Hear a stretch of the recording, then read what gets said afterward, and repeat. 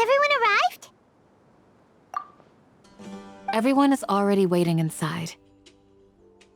Well, what are we waiting for? Let's join them! Please, wait a moment. Before attending the meeting, I hope you can promise me one thing. What do you need? Promise me that you won't commit to anything too reckless.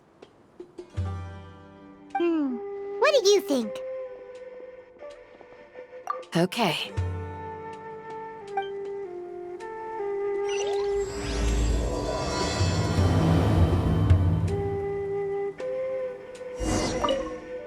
They're all waiting for you. Everyone's here so early! But why isn't anybody talking? We already discussed things a bit. Hey, where have you been? I've missed you too. Are you ready? Very well.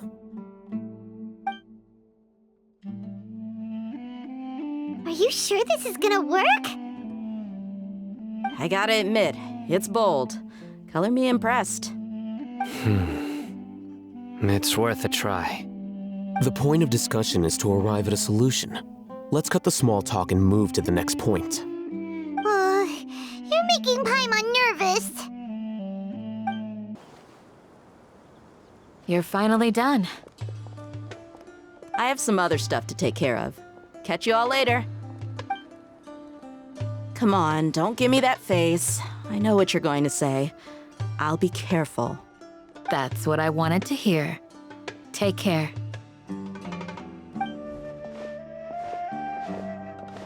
Well, Traveler, Paimon, judging from your expressions, the meeting must have been quite productive. You can tell? I'm not that good at scheming or strategy, but I can sense people's emotions. And based on your reaction, things must have gone quite well. Paimon's a little worried. Hopefully nothing will go wrong. To be honest, I feel the same. But you're already some of the most capable people I know. So you have my trust. Candace gave us a compliment! Your deeds speak for themselves. Candace, we stayed behind to tell you that, although you won't be coming with us, we'll be sure to remember your words. I'm very glad to hear that. I've said the same thing to everyone here today as I said to you when you arrived. Your safety is the most important thing.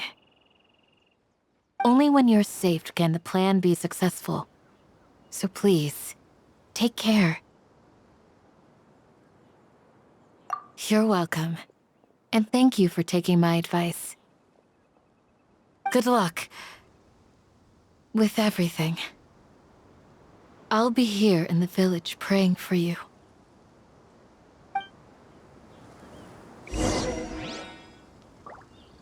Stay safe, everyone. I'll be here praying for you. Good luck.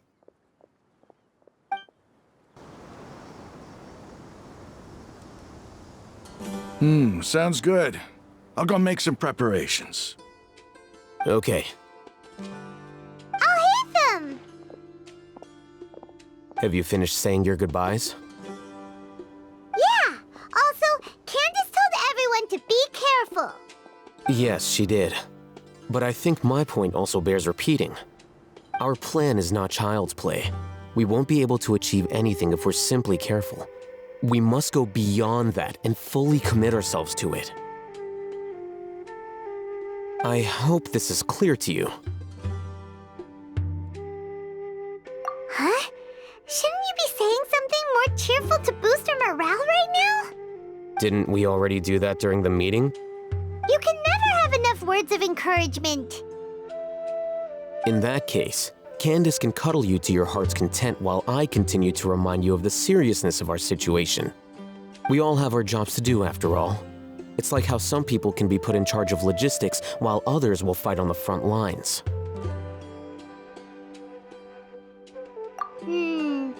Speaking of the front front lines? You don't look anything like a soldier. Of course. Compared to the mercenaries, I'm merely a feeble scholar. But the advantage of not being a mercenary is that I get to stay in a safer place and offer my strategic insight. Just think about that mercenary who lost his mind. Mercenary groups are facing constant danger every single day. Well, being a scholar is also a high-risk occupation, and you are a scholar. I'm not like the rest of them. Even among members of the same species, some will exhibit far more potential than others. This guy. Paimon still remembers when those mercenaries in Port Ormos called you a lunatic. All intellectuals are lunatics in the eyes of fools. I'll take that as a compliment. That reminds me. Do you remember the record we saw in the King Deshret ruins? It mentioned forbidden knowledge.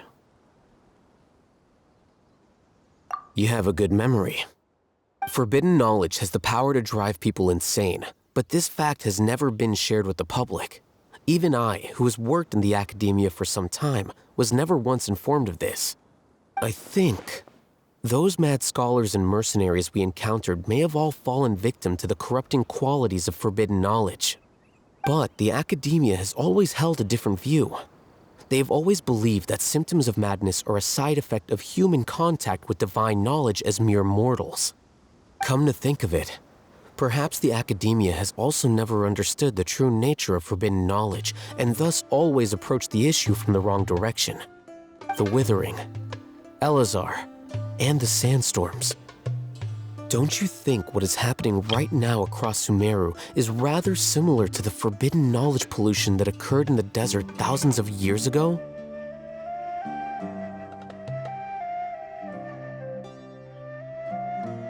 But Paimon thought that Irminsul's disease is what caused the withering in the sandstorms. At least, that's what Tainari told us. Wait a second. Could it be that... Ah, you've connected the dots. The cause of Irminsul's illness may precisely be the pollution from forbidden knowledge. But if that's the case, what should we do? This is huge!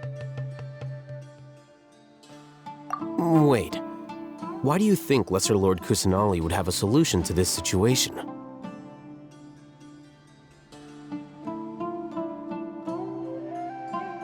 You mean, it's related to the scene you saw when you passed out in the Avidia forest? That whole, the world forget me thing? In that case, it's imperative that we rescue Lesser Lord Kusanali. Only by working with her to save Irminsul can we completely resolve the problems Sumeru currently faces. To make sure we're still on track, I would like to check on the state of some of our preparatory work. Where are we going? To an Eremite base. Ah, they're here. Huh? What are they doing here? I gave them some technical work to do. Ah, it's the scribe. And is that the traveler I see? How's the work going? Ah, yes! We have fixed the devices according to your instructions. One of them is already ready for use, while the others are still under repair. Aren't those devices for can knowledge extraction? What are you doing with those? Look here. Huh? More can knowledge? Are you going to put more weird stuff into her head again? What's that look on your face? Are you scared? Paimon's a little scared, but very, very furious! That's an interesting response. Anyway, we're not going to use this just yet. As I mentioned during the meeting, this knowledge capsule contains a decree I drew up in the past. The academia should also have their own copy. And according to the plan we just came up with, Traveler, I want you to record something into this capsule. Do you believe we can save Lesser Lord Kusanali?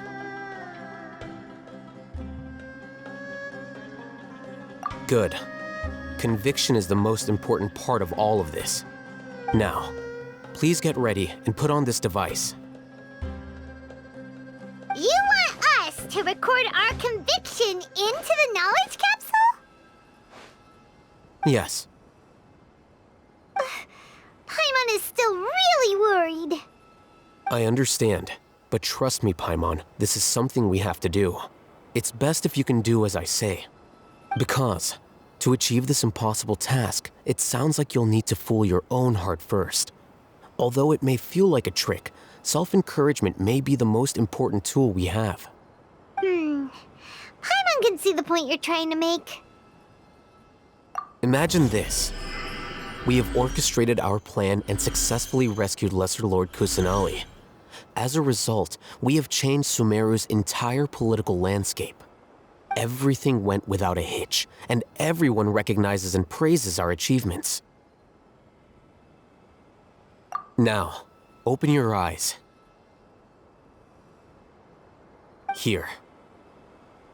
What's this? Read it out loud.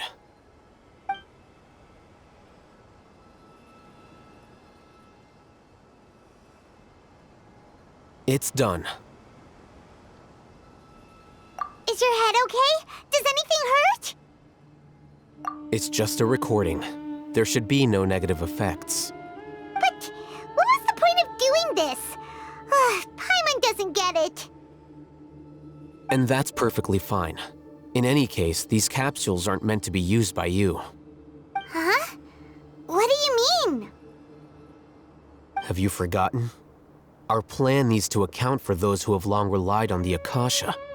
You may find it hard to believe, but for those people, everything the Akasha transmits to them is nothing short of absolute truth. Imagine if you've been using a device like the Akasha since the day you were born, and this device has always supported you during times of need. After all that time, what do you think you'd become? A fool? A machine? A slave to orders. And that's why rules are so important. In addition, those who understand the rules can delineate boundaries and identify gray areas. But why would you need to identify the gray areas? You could say that those kinds of ambiguous zones can be very interesting. One might even say they're advantageous in the right hands. Things you're interested in are really out there. Are all Sumeru scholars like this? Anyway, that's enough chit-chat. I'm going to take those two to work on some small projects. You can head to Caravan Rebot and start preparing for the next step.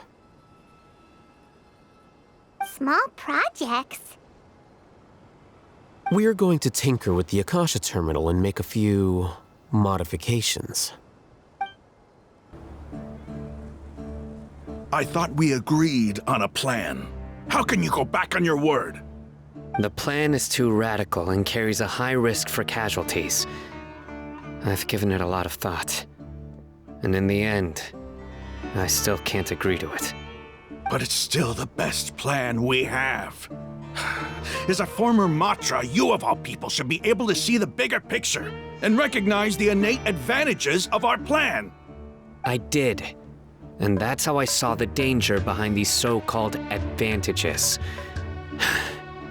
Al-Hitham's plan is even more radical than I imagined. Huh? Why are you guys arguing? My friend, you're just in time. Why don't you help me persuade Sino? He's turned against our plan. We agreed to work out a plan at the meeting. As mercenaries, you're familiar with the local environment, so you'll take care of the specifics.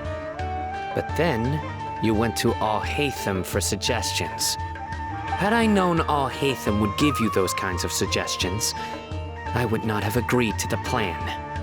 Look, you already know that we're all on the same side here, don't you? Mercenaries place a lot of importance on their bonds of friendship, but also will not hesitate to make sacrifices if they deem the situation to be sufficiently dire. I'm sorry, but as things stand, I can't accept your principles. Seems you really do understand the ways of the desert.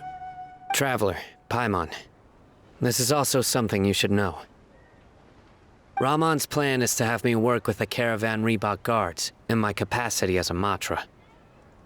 We will arrest the mercenaries and escort them into Sumeru City. Wait, how can we work with the guards? We can't get through that wall easily, remember? Caravan Rebot would never let so many unregistered members of the Eremites enter Sumeru City.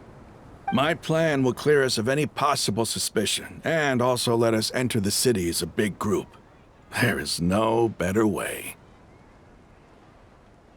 That also sounds like something Al-Haytham told you. Am I right? Doesn't Al-Haytham know how dangerous this plan is? Of course he does. He told me, there is no perfect plan, but this can get the job done. He also said that with the help of Sino and the Traveler, our chance of success would increase significantly. I never blindly trust anyone, and I've always had a good eye for people. I think he made a number of valid points. It's my own choice to trust you.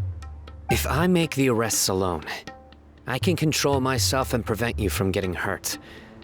But I can't guarantee that kind of discipline from the guards. To make the whole thing more convincing, you'll need to resist to some degree. Casualties are inevitable once push comes to shove. I'm okay with the deaths of enemies. But now that we're allies, I'm against the meaningless loss of our own. I can't believe a Matra would actually care about us. I've lived a hard life, and I can say that people like you are hard to come by. I've always treated my allies with honesty and respect.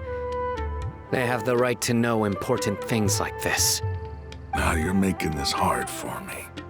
Hey, is there something we can do to help?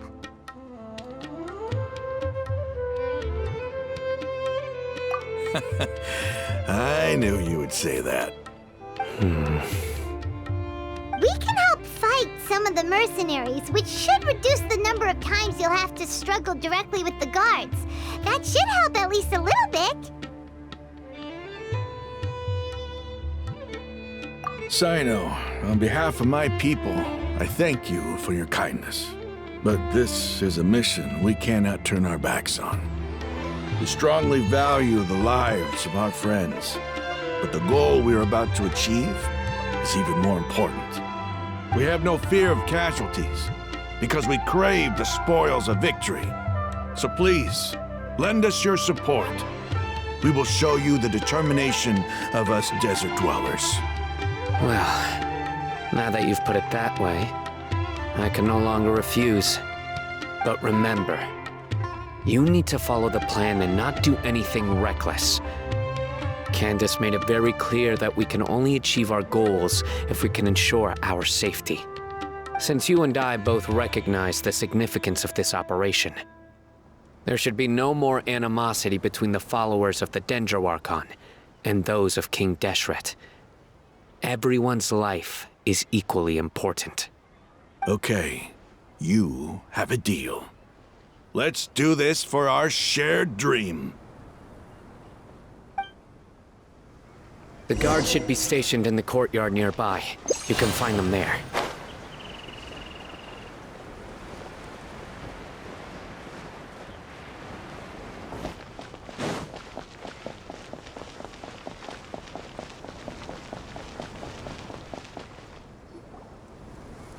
Guards!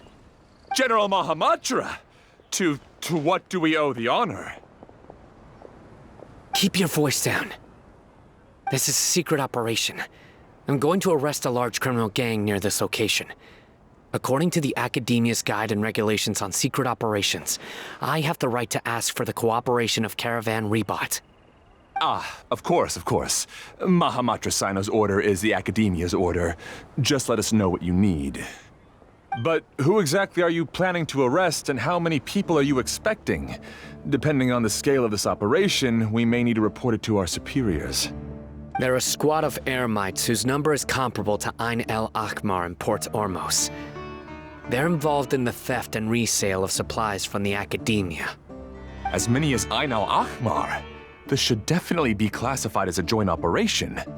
Then I suggest that you report this to your superiors as soon as possible, and treat it as a top priority desert operation. I will need personnel. Got it. Please wait a moment. I'll contact them immediately.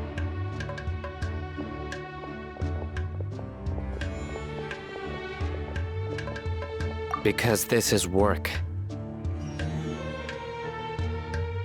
Because I trust you. Paimon can't believe you're still in the mood to chat. This whole thing has Paimon scared stiff. Aren't you even a little worried? What if these guards already know that you have betrayed the Academia and are no longer their General Mahamatra? Even if that guard doesn't know, their superiors might, right? We discussed this, remember? The Caravan Rebot operation is of great importance. But don't worry, the guards there shouldn't know that Sino has stepped down. How can you be so sure? First, the other Matras still don't know why Sino has left, which proves that the Academia has been covering up the matter. Second, this is a crucial moment for the Academia's God creation plan. If something were to happen to the General Mahamatra, it's bound to attract a lot of unwanted attention. No matter how you look at it, they don't seem interested in sharing the news of Sino's departure. A reasonable inference. I agree. Which brings us to our next issue. I'm sure some of you have been wondering if the prediction function of the Akasha will affect our operation. The Akasha is still in operation, so I must remain on high alert. Actually, considering the power of the Akasha, it's quite strange that it hasn't already tried to interfere with my actions. I've given that a lot of thought. For now, I don't think you'll need to worry. If you remember, when you first came to Aru Village, all your actions and routes were predicted by the Akasha. It even gave that information to those who kidnapped the village keepers.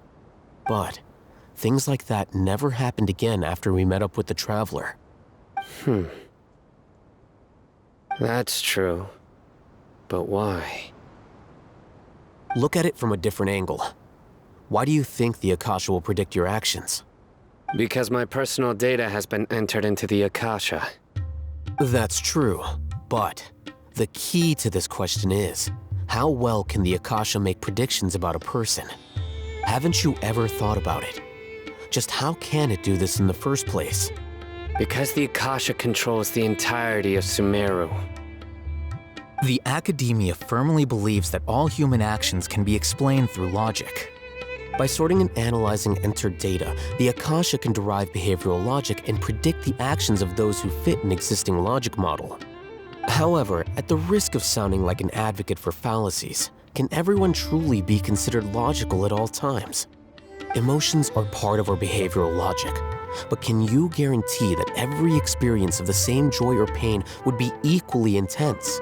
How can our feelings and opinions be predictable down to the letter in every single instance?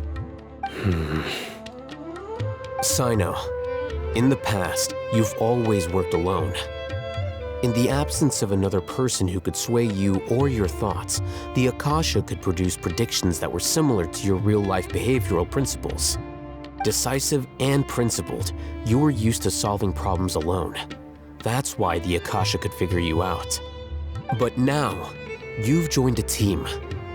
And I believe the Akasha hasn't yet figured out the full composition of it. Our thoughts and logic have intermingled and weaved themselves together to become a complicated, chaotic mess. Any one of us could potentially disagree with another. The Akasha lacks data on these interactions, and it's impossible for it to predict your actions in the future based on your decisions in the past. After all, there's probably a limit to just how much we can be modeled or controlled by data. So, in my opinion, you're probably safe for now. Makes sense to me. I agree.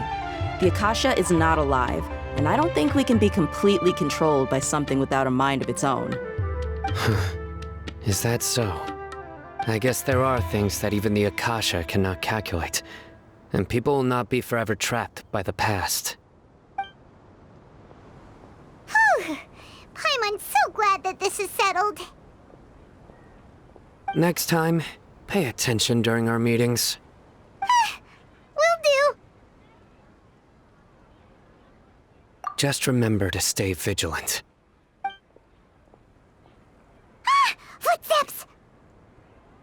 General Mahamatra, we were not expecting your presence here. I'm the security officer of the Great Red Sand District. My name is Luxembarbo. This is my assistant, the Traveler. She will be working with me. The construct next to her is for her work. Beep! Construct, beep! What a great honor to meet you. Your golden hair is as bright as the sun. And, is this the latest technology from the Academia? Have you made a decision regarding the matter I mentioned to your subordinate? It seems to be a dire situation, so of course you will have our full cooperation. To be perfectly honest, I've always longed to go on a mission with someone as well known as yourself. There's no need for flattery. Yes, sir. Take your most elite platoon and follow me to the eastern side of the district. We will carry out the operation there. Understood. Map? Hurry, bring the map!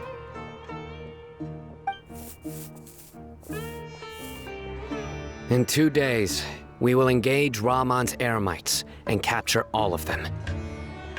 Any questions about the time or location? None at all, sir. Good. See you then. Yes, sir.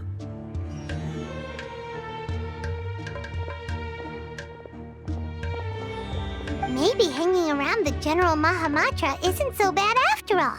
Everyone's so respectful towards us. This is all due to the absolute authority of the Academia. And now, we're going to strike back against that massive pillar of power. Get ready. We will move out in 2 days.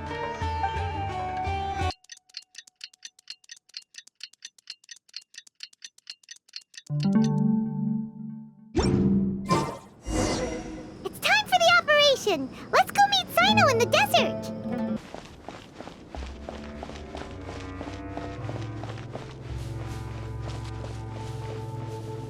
Look! Over there! Our helpers have arrived already! Let's hurry over! Wait a moment. Ah! Oh, it's you! You're my assistant, remember? Being my assistant, you must stay with me. Now let's head over there. It's General Mahamatra and his assistants. We meet again. You're here early. It's to show how important we think the operation is. Since this is a big case for the Academia, we are prepared to give it our best. I'm glad to hear your sense of resolve. Remember, we must capture them alive.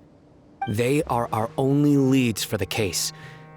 If they die, we will be unable to continue the investigation. Understood. Everyone! The Eremites are approaching from the west! Make preparations and be ready for combat.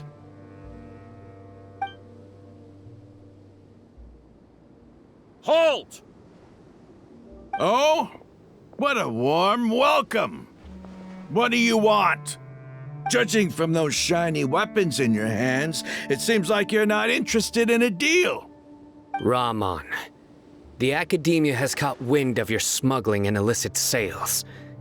If you value your life, I advise you to surrender. Who are you supposed to be?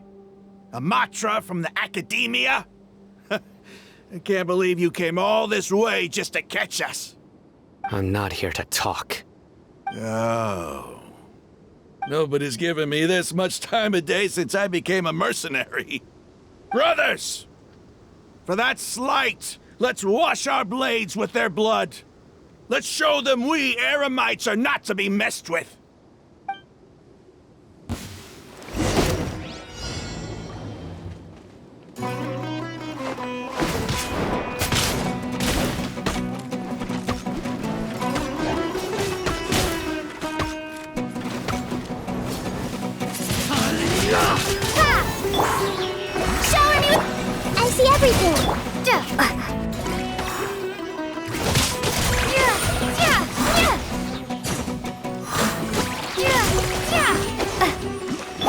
Everyone hold hands! By royal decree...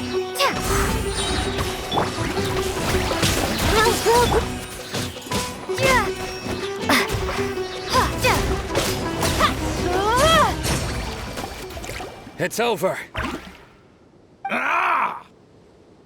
We have subdued them. The operation is now over. All Aramite mercenaries and related personnel in the area have been arrested. You pitiful Dendro Archon dogs! You'll regret this! I'm afraid you'll regret it first.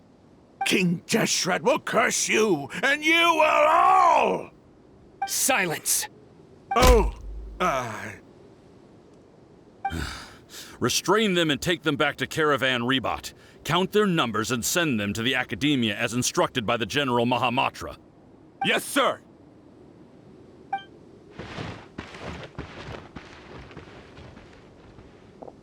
Mahamatra Sino, I will now take my leave. If you need further assistance, please come to Caravan Rebot and ask for me. Understood. You are dismissed.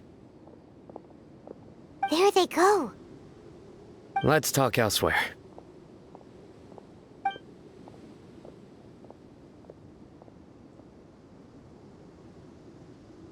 This part of the plan went really well. Yes, things went perfectly. That's fantastic! And that punch you gave Ramon there sure looked convincing enough. Once we're done here, I'll return to Caravan Rebot and oversee the group's transport. I promise.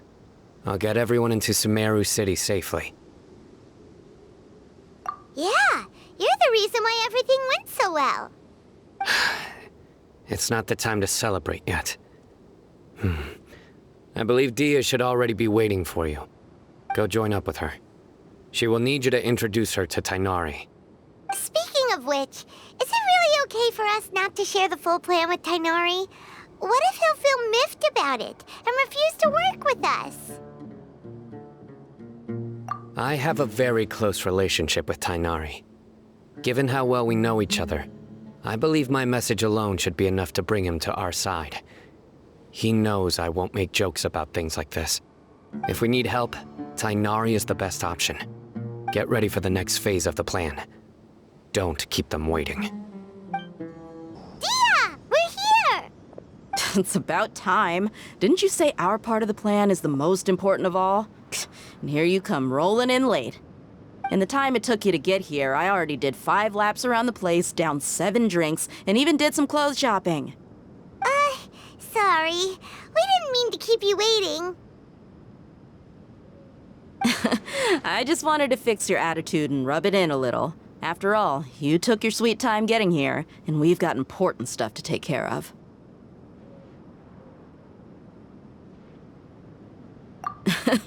I just like seeing that serious look on your face. All right, I'll stop. All joking aside, I'm glad you're here. Let's get moving and take care of this as soon as possible. But where should we start? Our responsibility is to get a status update on the Fatui Harbinger known as the Doctor. We need to make sure he won't get in our way when we rescue Lesser Lord Kusanali. Dealing with an institution that controls all of Sumeru is already hard enough.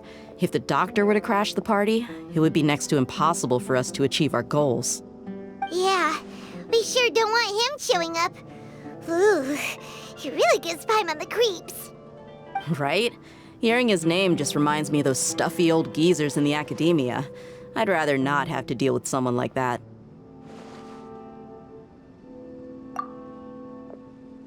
According to the plan, we should first go to Pardis DI and ask for Forest Watcher Tainari. If all Hatham and Sino's sources are solid, then we can be sure that Tainari still has the Academia's trust. So, we'll find Tainari and convince him to get us the latest intel on the Doctor. Then, depending on what we learn, we'll make any necessary adjustments to our plan. The sages have placed spies everywhere on the other side of the wall. I'll follow you as a bodyguard.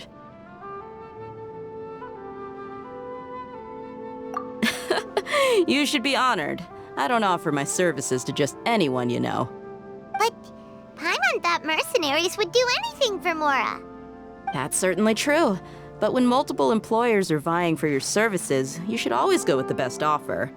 Let's see. If I were to charge you a bill, I guess I can apply a discount. How much more do you want? I was not sure we can afford it. How much do I want? Hey, how about paying me with a smile? What do you say? I haven't seen you smiling much recently. If you ask me, someone like you must look lovely when they smile. Come on, give me a smile so that I can be less worried. Looking good! I hope this pretty smile will become our lucky charm. There are many kinds of smiles, but only a truly joyous one can bring blessings to others.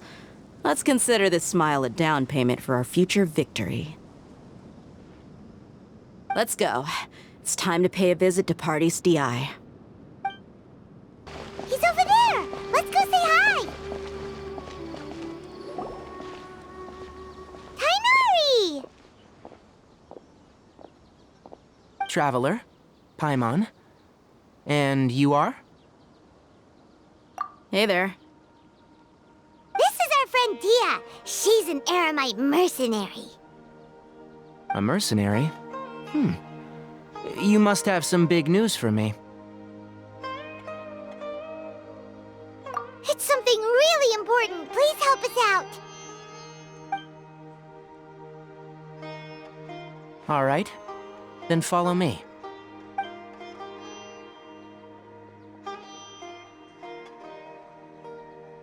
This place is better. We won't be disturbed by any passerby. Okay. What is this important thing you want to ask me?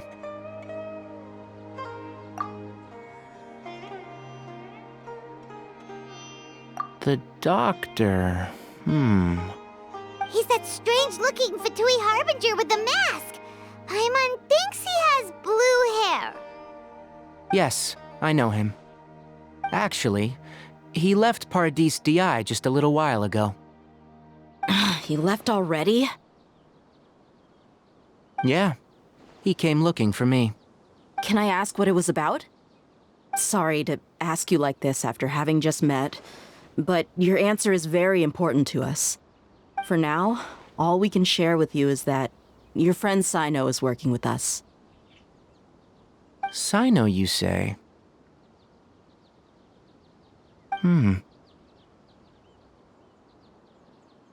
I see. So that's why he hasn't been at the academia. Okay. I'll answer your questions and will assist you any way I can.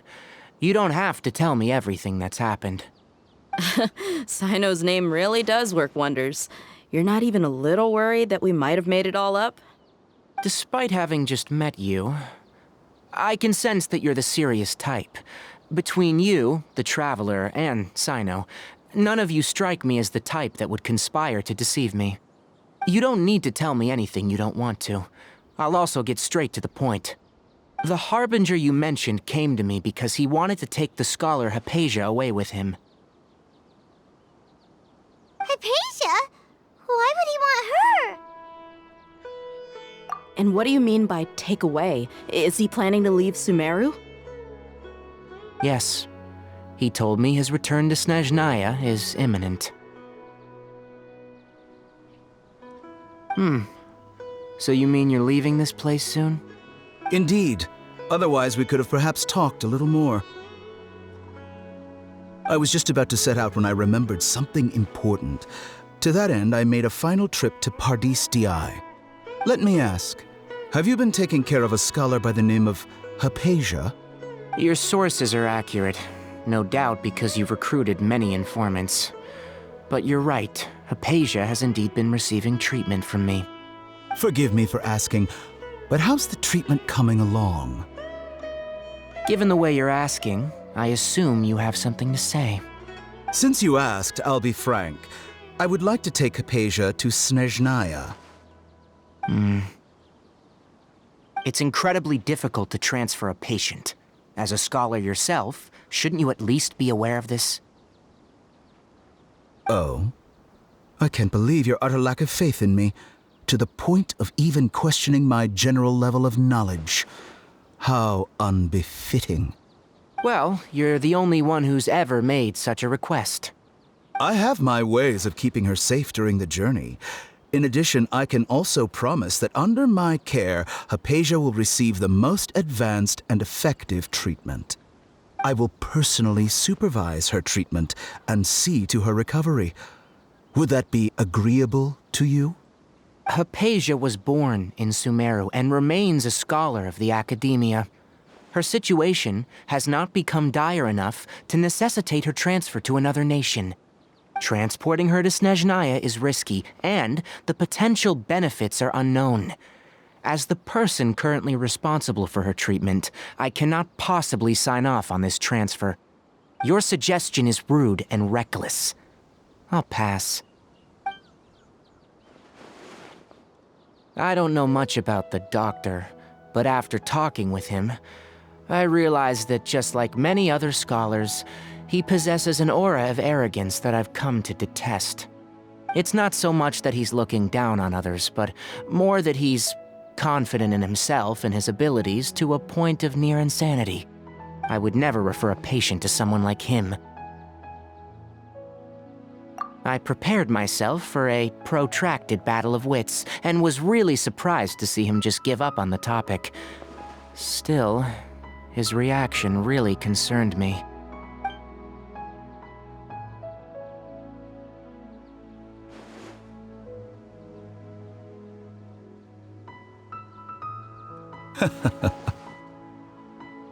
I see.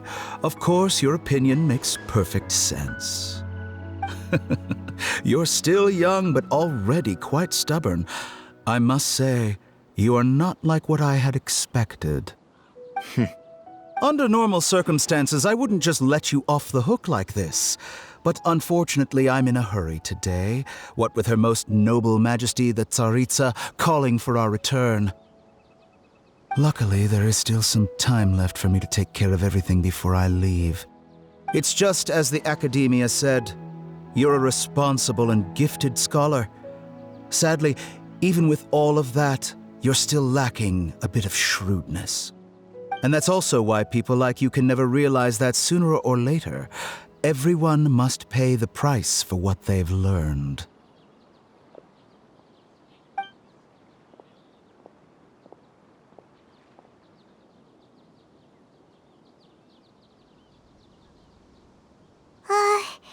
Paimon can't help but feel like he's hinting at something unpleasant. He asked a question, yet didn't care for my answer. Perhaps I'm nothing but a talking rock in his eyes. He never came off as malicious, but an utter lack of compassion permeated throughout our conversation. From his tone, I can sense that he's always looked down on others. I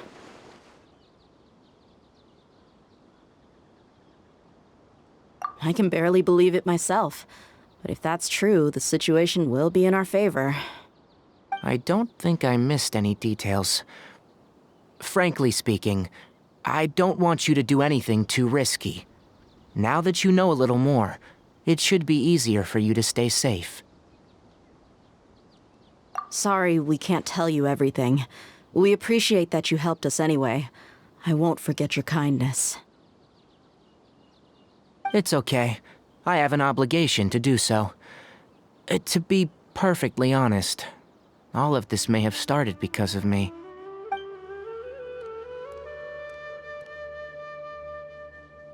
Recently, my master wrote several letters to me, asking me to return to the Academia and assist him with his research. Hasn't he already asked you several times before? Yes, but there's something off about this most recent batch of letters. The handwriting and the tone are both familiar, but some details have been omitted. My master will occasionally leave a few dots on the back of the letter. 1 dot means that he wrote the letter on a sunny day, and 3 dots stand for a rainy day.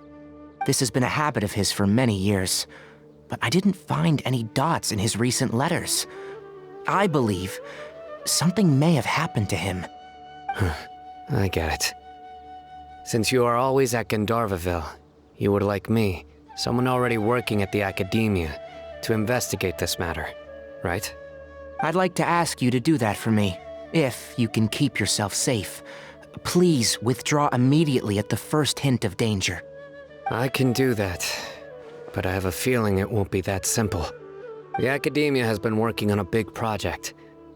I'm not quite sure what it is, but your master might be involved with it. If the higher-ups really are hiding something, then it will be difficult to remove myself from the situation once the investigation starts. If the situation becomes critical, I'll leave the Academia. If you don't see me there for an extended period, that's your cue. All right, we've got a plan. I'll stay at Gandharvaville to support you. If that scenario comes to pass, you must be extra vigilant. And be wary of any messages or direct requests from the Academia. I must say, I didn't expect a warning like this from the General Mahamatra. Being loyal to the Academia doesn't mean blindly doing whatever the sages say. I know what I'm doing. On that note, aren't you also being quite distrustful of your alma mater? The Academia, yes. But my master is a man of integrity. Even when I was a student, I was worried that he'd get in trouble for sticking to his beliefs. I suppose he's lucky to have lasted so long, but in the end, it's still caught up to him.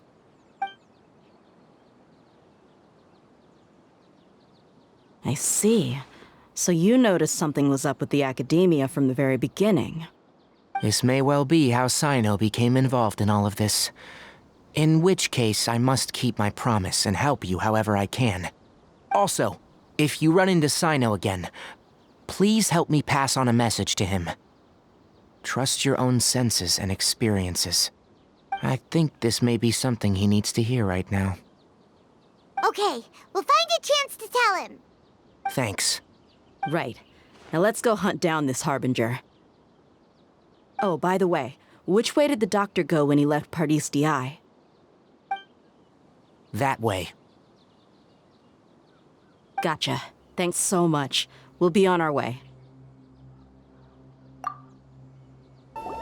According to Tainari, the doctor is leaving Sumeru soon. I want to check if the doctor was actually telling the truth.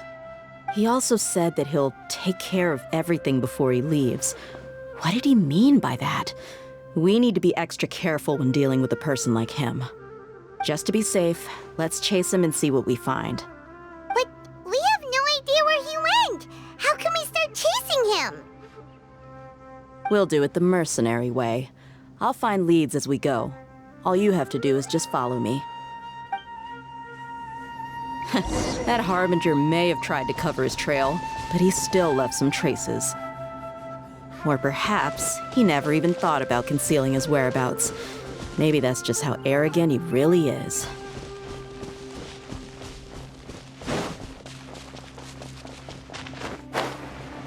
Yep, we're headed in the right direction.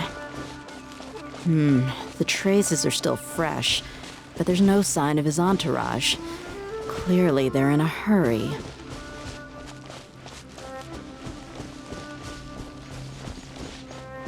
It's just as I thought.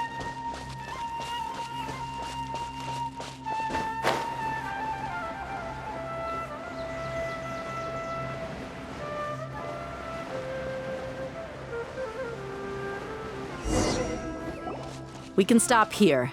I think I know where the doctor went. To the south of here is Port Ormos, which seems to be where they're headed. Port Ormos? They're going to leave by boat? That's right. Let's go to the port and have a look for ourselves. Look! Fatui soldiers! Thanks to Dia's tracking skills, seems we found the right place. Shh! Don't draw their attention. The port is crawling with Fatui soldiers. Let's keep going and see what we can find. Now this is a proper farewell ceremony for a Snezhnayan Harbinger. The Lord Harbinger is leaving.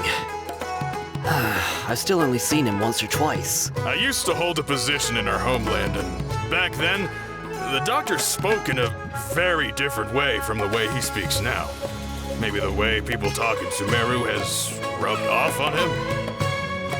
It's always like that when you spend too long away from home. When he gets back to Snezhnaya, perhaps it will also take him some time to get used to the life there again. Huh? But, sir, that can't be right. No, I remember it like it was yesterday. Both his expressions and tones are now very different. Also, for some reason, he seems like he's all smiles now. You must be mistaken. Nobody's supposed to look happy when they're on a business trip.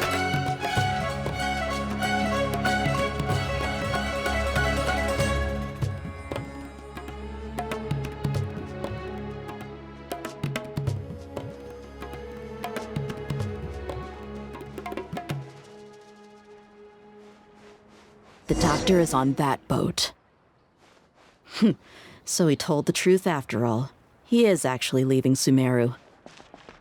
Let's get closer and find a place to hide so we can observe him. This place will do.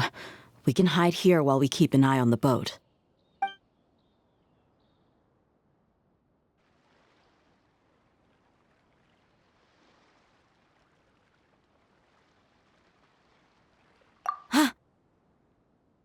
Uh-oh! He saw us.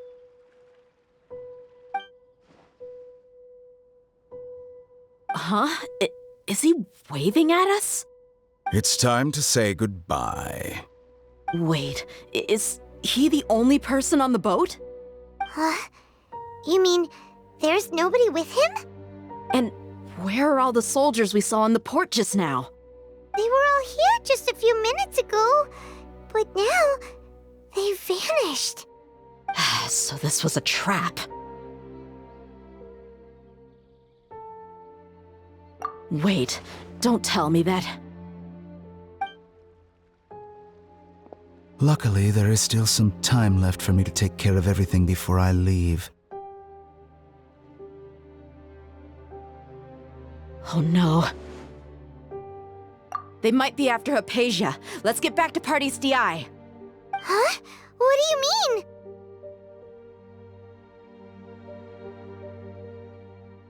I'm afraid that she's seen something that she wasn't supposed to see. If I were the Fatui, I would also try to take her away. And if I couldn't... Oh no! Are you saying they're going to kill her? Let's go! Pardis DI is not a place you Fatui can just show up and do as you please. I believe we've already made ourselves quite clear. Our superior gave us permission to search for and collect medicinal herbs in Pardis DI for research purposes.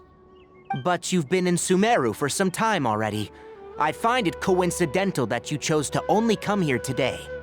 Even the Grand Sage himself may not have the right to question our research, much less an ordinary scholar like yourself. I've done my duty to inform you. Don't make things difficult for yourself. It would seem that my words have fallen on deaf ears. You can keep trying to deny it, but coming to Pardis DI now, I'm pretty sure you're not just looking for herbs. With all due respect, your baseless speculations will only lead to unnecessary trouble. Well, you only have your Harbinger to blame. He knows nothing about keeping a low profile.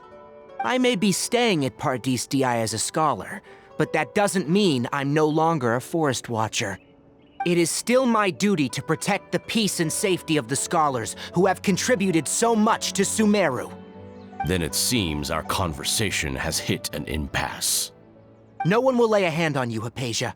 Not on my watch. Tighnari! Are you alright? I'm fine. These Fatui have really crossed the line. Time to teach them a lesson. There's no use resisting! Give us Hypatia! Keep dreaming! Yeah, Tighnari! Beat him up!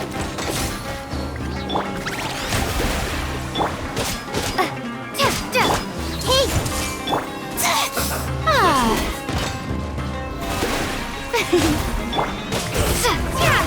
The doctor's orders are absolute!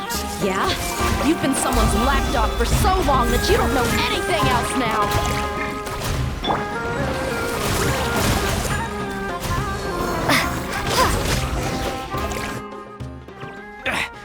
We're not getting anywhere.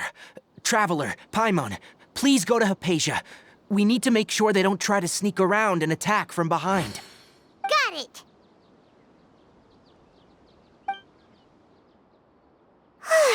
Hypatia's still here. Doesn't look like anyone's broken in.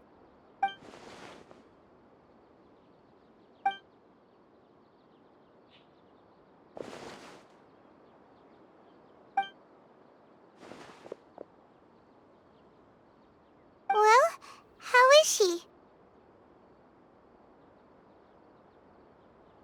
Oh, that's good.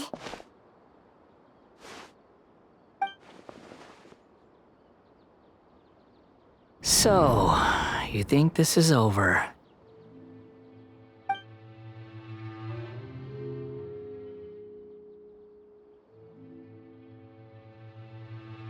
What? The Balladeer is here?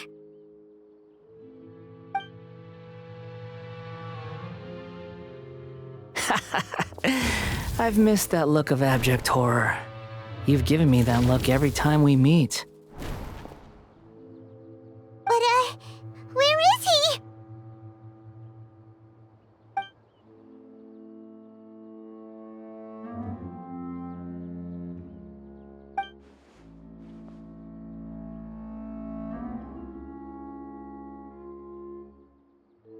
I can hear all of your thoughts, you know. Don't you remember? I already saw you the first time you came to Pardes Di and made contact with Hypatia. I didn't need to do anything. It is her honor to be able to connect her consciousness with me. Who are you talking to? It can't be the Balladeer, right? That's impossible. I know you must be curious. I might as well tell you that I decided to enter Hypatia's consciousness the moment I sensed your touch. I wanted to observe you on a fool's errand. Hey, Traveler! What are you doing? My deification is nearly complete. All that's left now are just some final details. Do you understand? Even if you manage to rescue Lesser Lord Kusanali, it will be impossible for you to defeat a bona fide god like me. Is it wise to force that childlike god into a divine battle against me?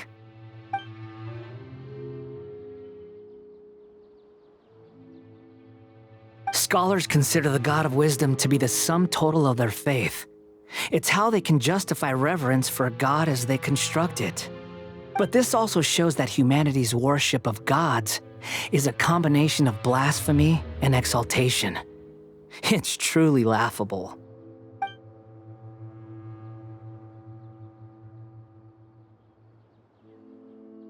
Yes. What is it?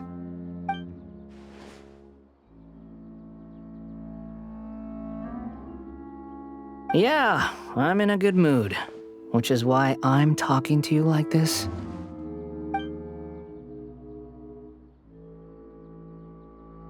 What do you mean?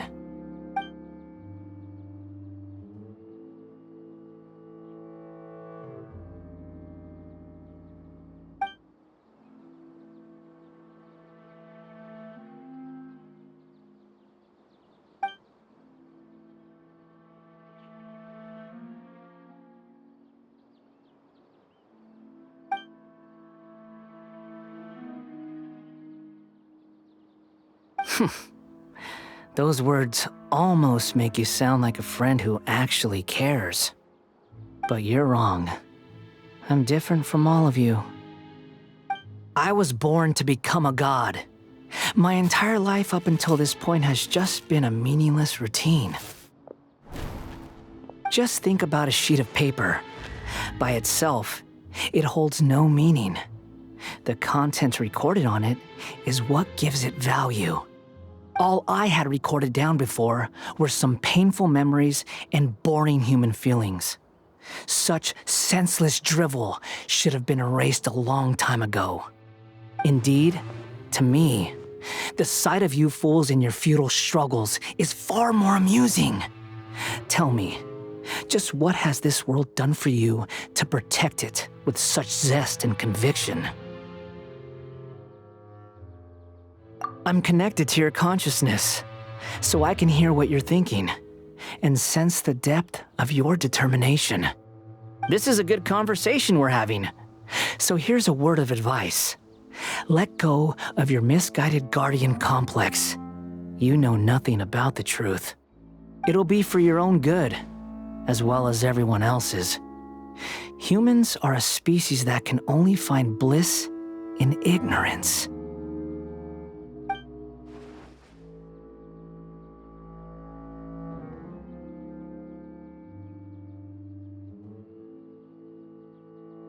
Ah, you've seen my affection for her.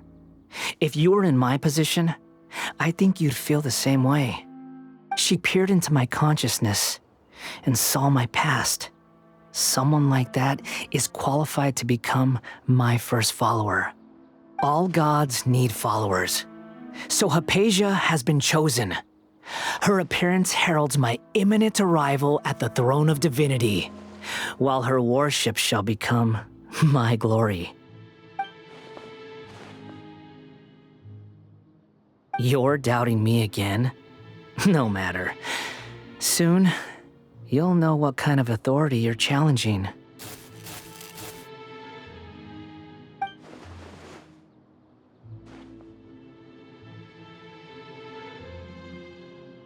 Who wants to hurt my devout follower?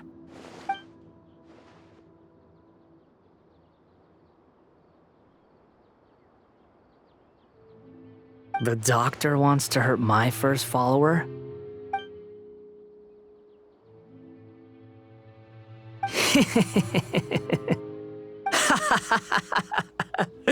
How very amusing. Has anyone ever told you that you're not good at sowing discord? The doctor has never known his place. Even now, the puny human thinks himself capable of interfering in the business of the new god.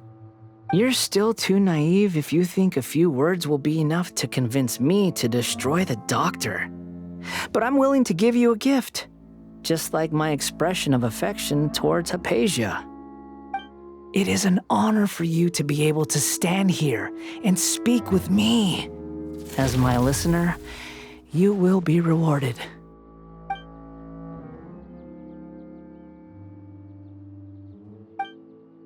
Both good things and bad things can be called gifts. After all, gods have never needed to be reasonable. Ah! Paimon hears thunder! That person Paimon couldn't see was the Palantir? Oh, he sure chatted with you for a while.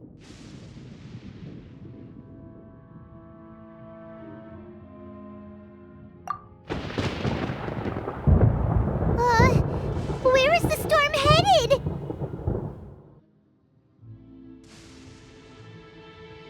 That means anyone outside is in danger! Let's go! Tainari and Dia still must be fighting!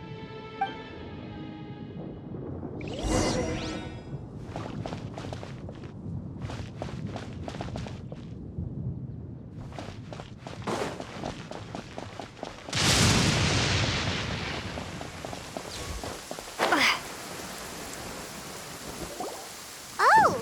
Have the Fatui retreated? Hey! What happened to you? He's hurt. I'm fine. Ow! Don't move. I've seen eremites get struck by lightning before. You need to rest. Struck by lightning? We were fighting, and just as things started looking grim, the weather suddenly became extremely strange. Lightning started attacking everyone, almost as if it were alive. Luckily, there were only two of us, and both of us were nimble enough to dodge most of the strikes. There were a lot of Fatui, though, and they were being torn to shreds by the bolts of lightning. With that, all the Fatui soldiers were forced to retreat.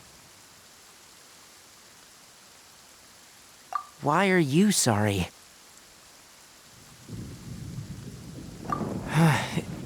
It's all right. I'm sure you also never expected this to happen. Don't blame yourself. My wound aside, you look like you've seen something unpleasant. Is Hypatia all right?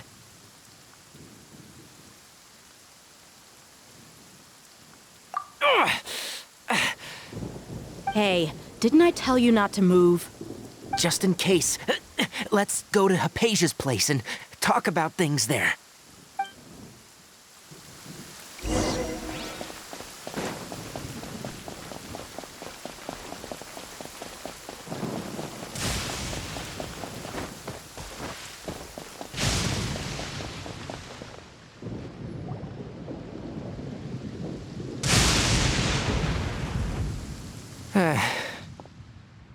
Thank goodness she's fine. Hey, how about taking care of yourself first? I understand my condition. The wound is not fatal. I'll be all right. Ugh. The more you understand medicine, the worse of a patient you become. I know. They always think they can push through the pain. Oh, he sat down. Let me rest for a bit. Sorry, traveler. Now you may start.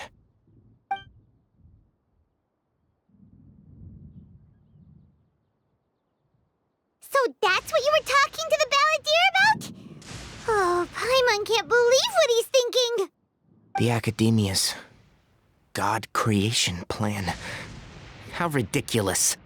That sounds, ambitious, I guess? Anyway, this is all way beyond me. As long as I can enjoy every day with a drink in my hand, tasty food in my stomach, and a good night's rest, that's enough. I'll only work when I have to. I must be the least ambitious person who's ever set foot in Parties DI. Don't say that. I haven't even thanked you for your help back there. Don't mention it. Well, if nothing else, all this proves that the doctor really did have some urgent matter to attend to and left Sumeru in a hurry.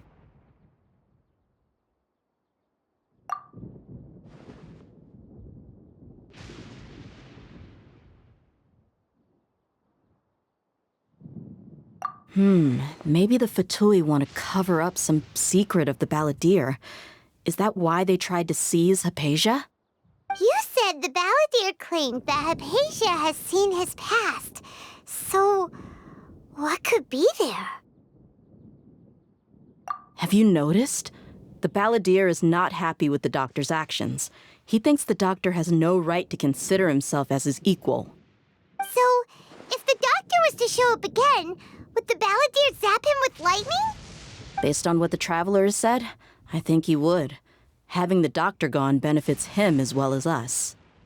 In other words, we've successfully completed this stage of the plan. The doctor is out of the picture now. Yay! That's a big accomplishment! I'm also happy for you. Thank you for the help, Tainari. Make sure you rest up for now. Yeah, all right. Okay, that wraps things up for us here at Parties DI. Traveler, it's about time we rendezvous with the others at the Grand Bazaar. Let's continue to keep a low profile. You can head there once you're ready.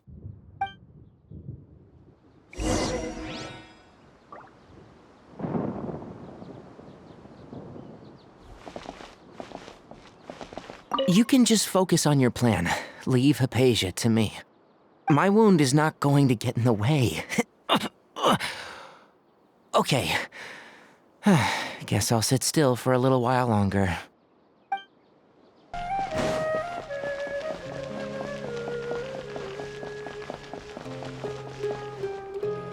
All right, everyone is here. How did everything go? Any luck with your missions? Let's report back one by one. I'll start first. We've made the necessary modifications to the Akasha terminal. In addition, the props required are also ready. I'll go next. The Traveler and I went to Parties DI. The situation was a bit complicated, but we found Tainari. Unfortunately, he was wounded during a fight. Who was behind it? Well, that's the tough part. What should I say, Traveler? The Fatui or the Balladeer? After some back and forth, we confirmed that the doctor has left Sumeru by boat. He has something urgent to attend to back in Snezhnaya. So, we've successfully removed the doctor from the picture. Also, Tainari's already resting, so he'll be okay. Good. Oh, Tainari also asked us to tell you this message. Trust your own senses and experiences. All right. I'll remember that. Everything also went smoothly on my side. The Eremites should have arrived at their destination by now. To avoid alerting the quarry, they will stay there for now. I can't believe you actually got so many Eremites into Sumeru City. It's all thanks to Rahman and his brave team, as well as their bold strategy. It appears to have been very effective. I'm glad to hear it. Well, is that everything? Okay, this meeting is adjourned. Huh? Wait, you mean that's it? Well, what else is there to discuss? Shouldn't you end with some words of encouragement? You know, to fire us up now? Personally, I'd rather we all go home and get some rest. I'll hate them. Ugh. Oh, and if you wanted someone to say something to that effect, then I must reiterate that I'm here to strategize and not to lead. So you should find someone more suitable to do that. But I thought all of you Academia big shots were great speakers. Then I should remind you that I'm the scribe.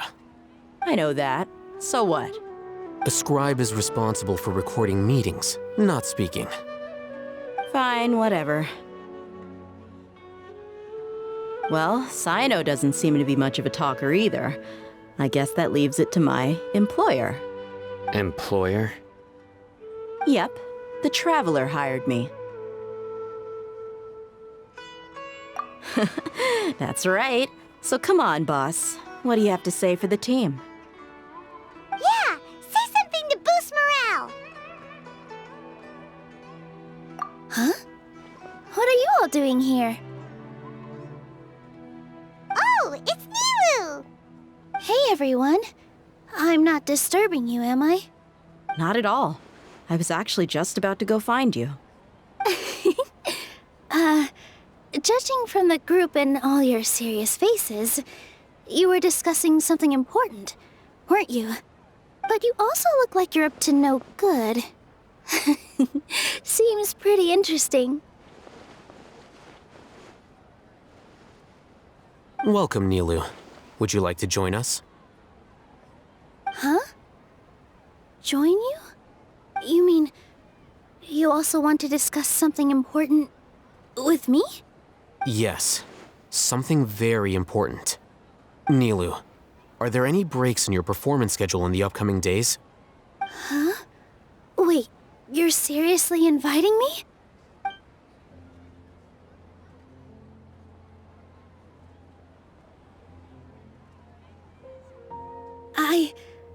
I can't believe my ears.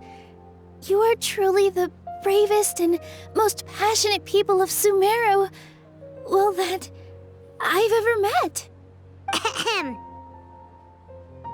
Oh, right. The Traveler and Paimon are not from Sumeru, but you are awesome as well.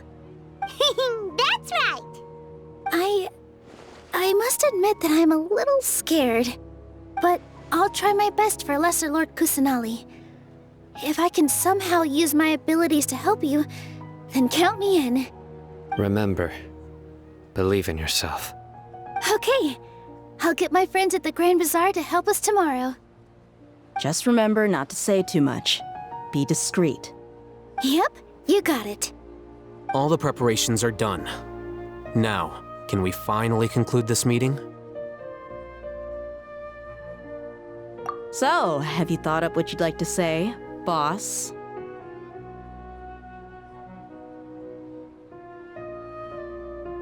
Yep, it's a grand plan and we're all super awesome!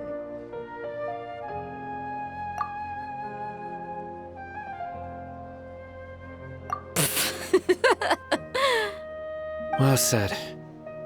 A good night's rest before an operation can be the difference between success and failure.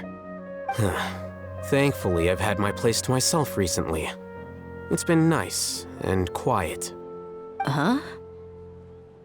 Oh, nothing. Alright, let's all go home and get a good night's sleep so we can be up early tomorrow. Okay, so I guess that means it's time to say goodnight now. Yep, good night, everyone!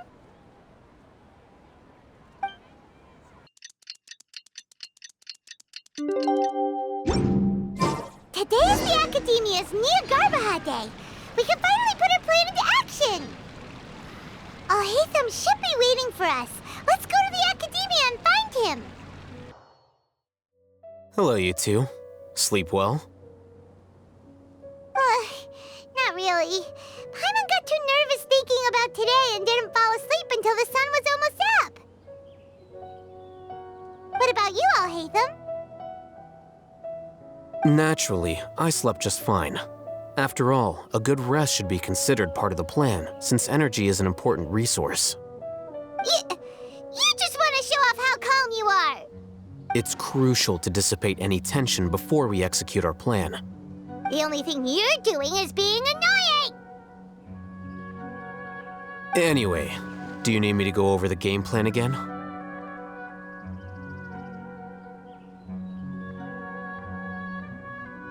Our target is Grand Sage Azar's office. Everyone in the Academia knows that's where the Grand Sage's console is. Only they can operate it. Many restricted commands and operations are executed via that console. I'm sure that console has a way to free Lesser Lord Kusanali. You know, Paimon's been thinking, what kind of technology could let the sages imprison even a god? That isn't something they could have accomplished with their scholarly talents alone. In the Sanctuary of Surasthana, there's a device of Greater Lord Rukkhadevata's that she once used to isolate herself while meditating. 500 years ago, the Grand Sage at the time modified the device so that it could no longer be controlled from the inside. They were effectively trapping one god with the power of another. So, how are we gonna get to the Grand Sage's office? Don't forget, today is Niagarbaha Day, arguably the most important day to the Academia. The sages and core Academia personnel are busy loading the latest batch of research developments and legal decrees into knowledge capsules so that they can be entered into the Akasha. All the Darshan's researchers have their noses to the grindstone, and the Academia's grounds are flowing with all sorts of people. It's the perfect time for an infiltration. When the Grand Sage leaves his office to supervise the entering process, that's our cue to access the console and free the Dendro Archon.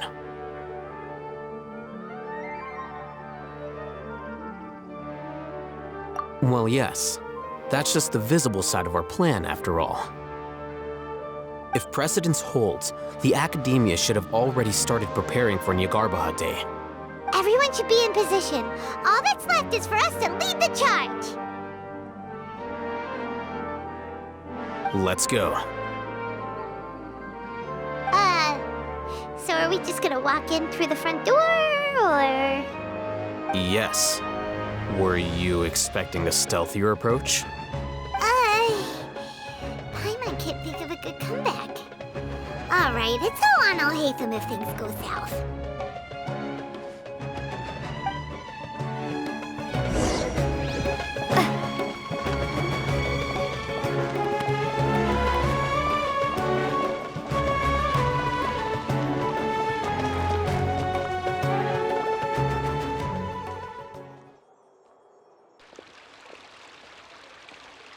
Scribe? Please, wait. Are you Scribe Alhaitham?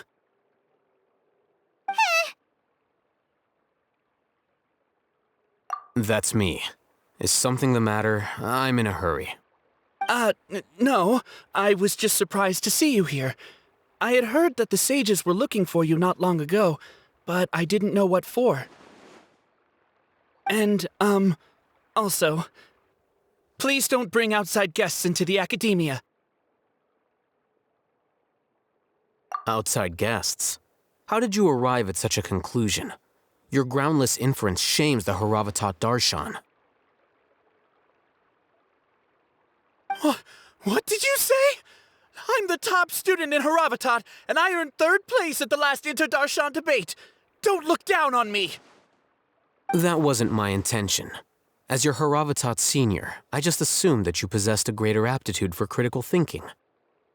Look, based on what you already know, the purpose of my return and the reason they're here should be obvious. Is that so? Wait a moment. Let me think. Don't tell me the answer. The sages search for you.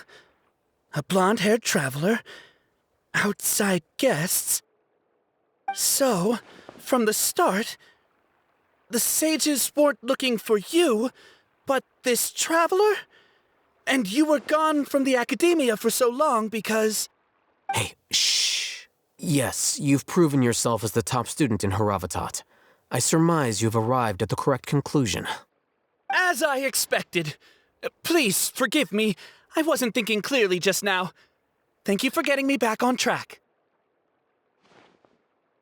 It's nothing. We'll be on our way then. All right. Thank you for your contributions to the academia, Scribe.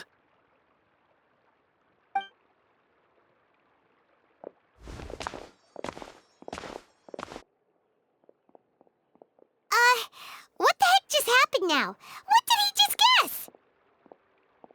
I'm afraid I don't know either. You have no idea? Mm-hmm. He convinced himself of whatever truth he came up with. That is the so-called pride of a scholar. If someone questions their academic facility, they will instantly feign understanding to keep up appearances. Nowadays, the academia is rampant with this type of scholar. Their obvious farces of intellect only serve to highlight themselves as fools. Wow, so there are special ways to deal with smart people. We don't even need to make up our own excuses. We shouldn't waste any more time. It would be problematic if we missed our window of opportunity. Let's go.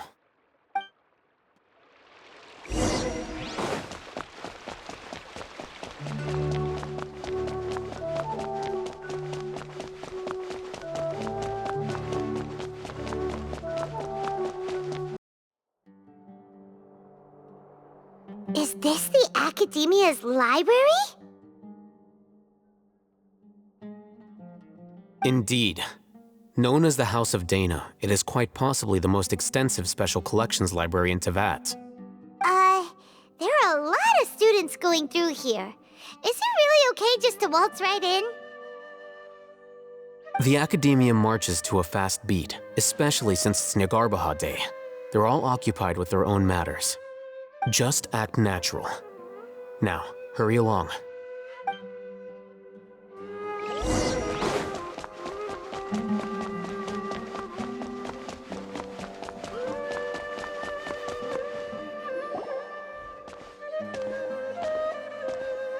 What's this platform for? It's a lift that Academia personnel use to access higher floors. Are we gonna take it then? The Grand Sage's office is up there somewhere. No, not right now. We can't guarantee that we won't run into the Grand Sage. Let's step back and observe for now.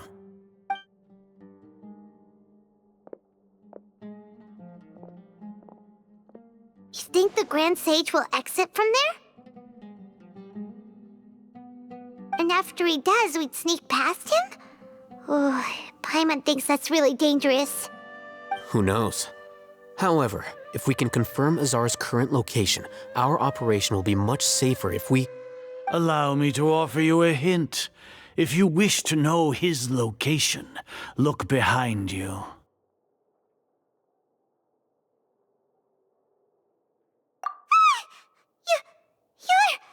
What's Grand Sage Azar doing here?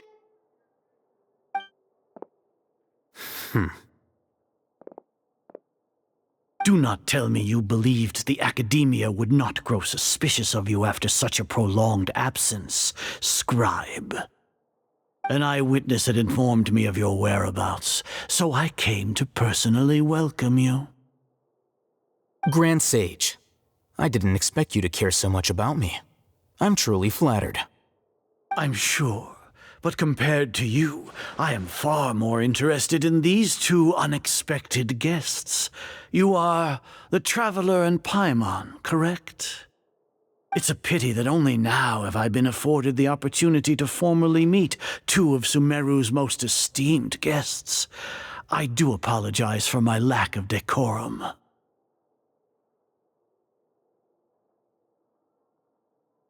Excellent.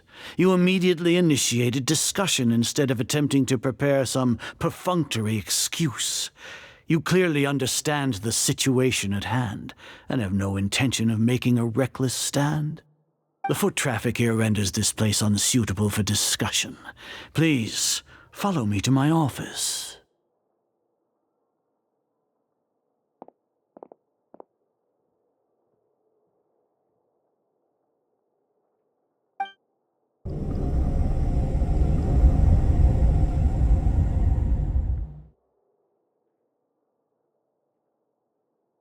This place is crawling with guards. There's no way out for us. All right then, Traveler. What did you wish to discuss with me? Today is Niagarbaha Day, so I still have many responsibilities to attend to. There is little time for idle chit-chat before I detain you all.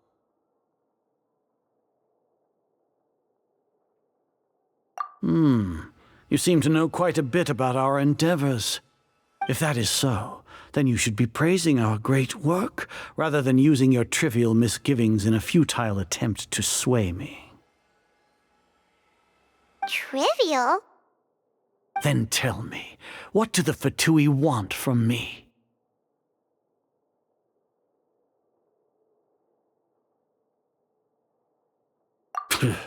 Worthless. Those are all completely worthless. Benefits, divine power. These materialistic words do nothing but debase our great work. Creating a god. Yes, we are using human wisdom to create a god. If humanity cannot attain omniscience and omnipotence, then we shall create a god to reveal them. This is the pinnacle of human wisdom. We shall regain a god's guidance at long last. No longer will we flounder in the interminable void of consciousness and knowledge. Even Ermin's soul will be freed from its plight. For our nation of scholars, this is the ultimate aspiration. No cost is too great to realize it.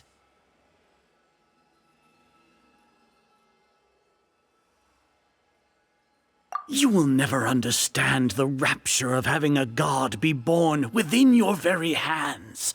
With your degree of knowledge, you cannot even comprehend such an emotion.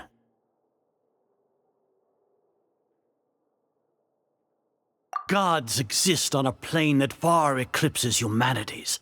Lesser Lord Kusanali, what can she even do? Care for the people?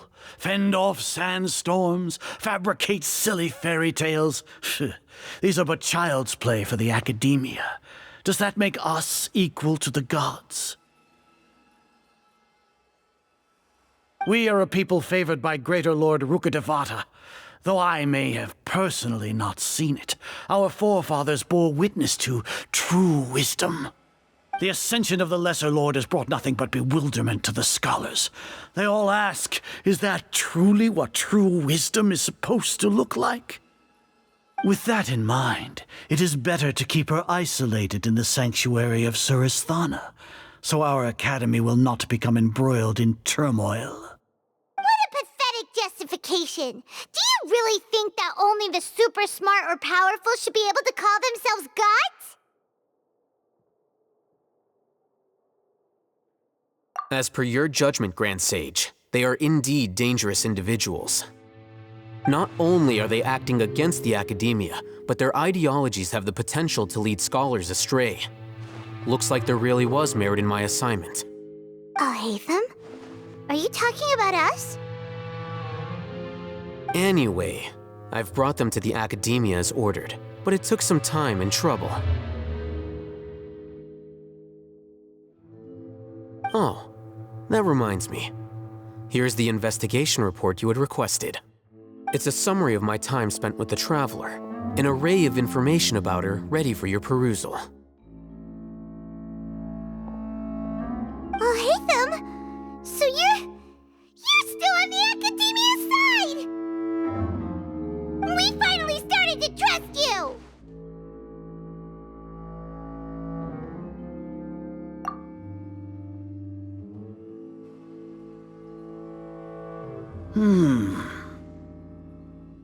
Excellent.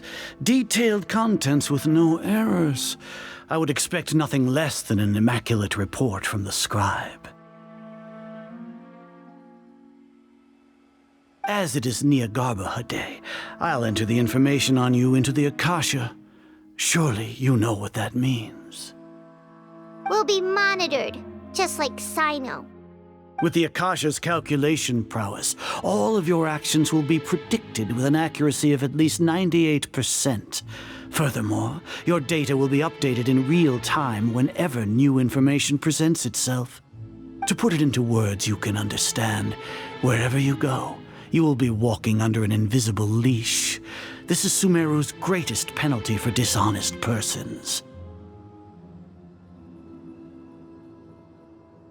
Are you not familiar with the concept that great responsibility begets an equally great suspicion?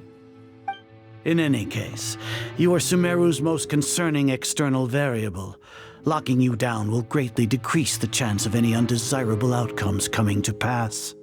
You're despicable! Despicable? Perhaps from your perspective, but I suppose you had mentally prepared yourselves for this, no? Your ploy was to sacrifice the Traveler here, was it not? Lord Azar, I know what you're trying to say, but I've been following your plan this entire time. Why are you doubting me at this juncture? Must I delineate your entire plan? Very well, I will spell things out. First off, I received an eyewitness report that you were spotted with the Traveler to Caravan Ribat. However, you immediately departed for the desert and escaped surveillance range. Judging by the time, you all likely encountered the truant General Mahamatra in the desert. Am I correct? Maybe Paimon shouldn't have mentioned Sino just now. The Academia had not received correspondence from its scribe for a prolonged time. You were also in the company of the Traveler, a close associate of Lesser Lord Kusanali and General Mahamatra Sino, who had defected from the Academia. With their instigation, what was the probability that you would betray the Academia? Rationally speaking, 50%? 70%? What do you think? Regardless, that's only a guess. The facts are that I've brought the Traveler right before you, and I gave you my report. Indeed, your boldness deserves praise. To think that despite status as an outlander, the Traveler is still willing to sacrifice for the sake of your plan. If I'm correct, you have a contingency plan to save Lesser Lord Kusanali and ruin our great work.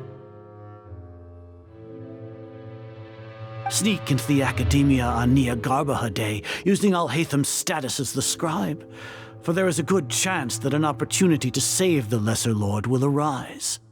Should your intentions be discovered, Alhaitham will turn traitor and sacrifice the Traveler, thus proving his innocence.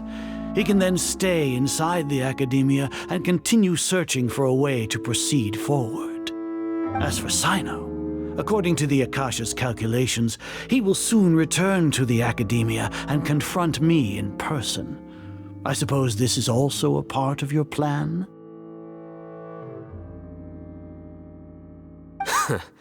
You'll see me as a traitor regardless of what I say, no? Even if you impugn me, it would have little effect on you all. You misunderstand. Losing our scribe would irreparably damage the Academia's regular operations and the development of Sumeru's future academic systems. However, under the current circumstances, even that is trivial compared to what we stand to gain from our great work. You said that I betrayed the Academia, but you, Azar, you've betrayed all of Sumeru, betrayed its Archon. So flight has turned to fight at long last. Guards!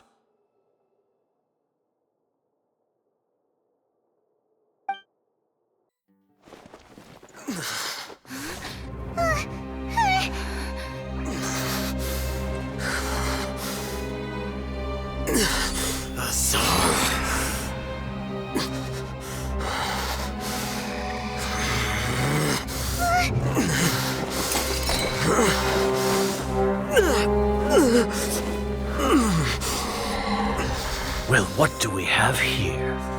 So you stole that divine knowledge capsule? Traitor! You traitor! Even the most rational scholar will yearn for the power of a god in a moment of desperation. Aren't you doing the exact same thing as me, Alhaitham? Unfortunately for you, no god will lend you their power.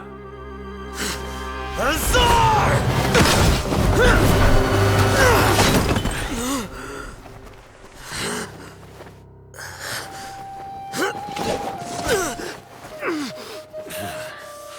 He has gone completely insane.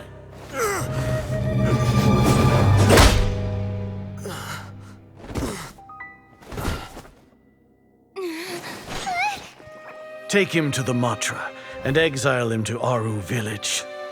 Then find someone to take these two to the confinement room.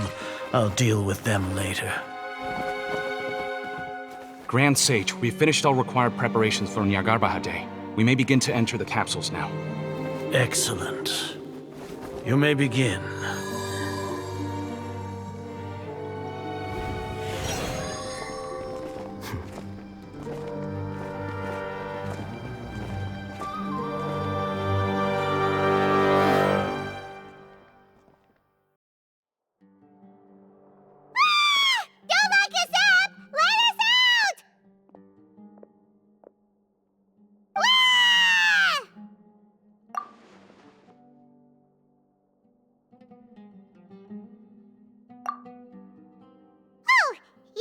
Paimon got a bit carried away there.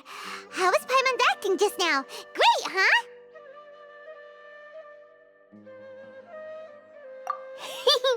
Everything's going according to plan so far. We made it into confinement, and Alhaitham's probably done with his part too. We even managed to trick Grand Sage Azar. Alhaitham sure knows how to cook up a plan.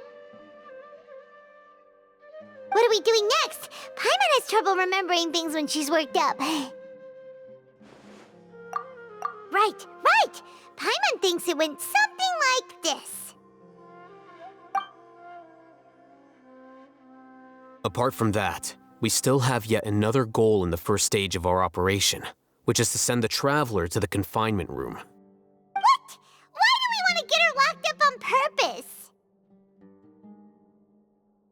She's always been the person the sages are most afraid of, as well as the greatest obstacle to the successful implementation of their plan. They are very aware of the risk she poses to them. Once the Traveler is imprisoned, the sages will likely think that everything is under control. And with their guard down, the next phase of our plan will have a much higher chance of success. I can already see the pompous looks on their faces. Oh, that's a super tricky plan. But Paimon still thinks it's not really worth it. That isn't the only reason, of course. She has a more important task once she's in confinement. According to the Academia scholars in Ramon's custody, Lesser Lord Kusanali has sealed off her consciousness in the Akasha ever since she was captured by the Doctor. That way, they can't pry any more information from her. Even if we break into the sanctuary of Surasthana, it will take time to awaken Lesser Lord Kusanali's consciousness. We need to do that in advance. So our job is to wake up Nahida! Okay, totally worth getting thrown and jailed for. The confinement room is inside the Academia, close to the sanctuary of Surasthana. It's a completely enclosed space, and you won't be receiving any visitors. I'll work with Raman scholars to make some modifications to your Akasha terminal. Once you're in, get as close as you can to Lesser Lord Kusanali and try to connect to her consciousness. However, as for whether she'll actually wake up, that will depend on our luck.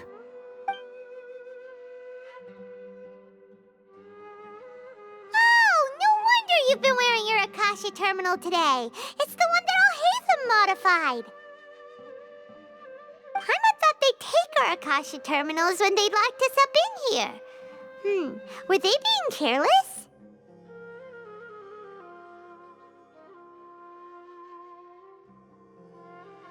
Alright, so what now?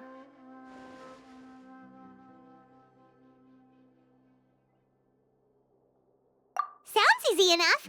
We can finally talk with Nahida after all this time. Let's do it.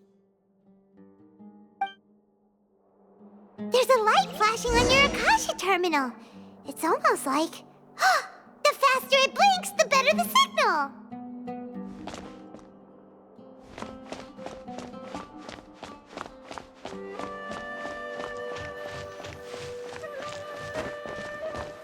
Whoa!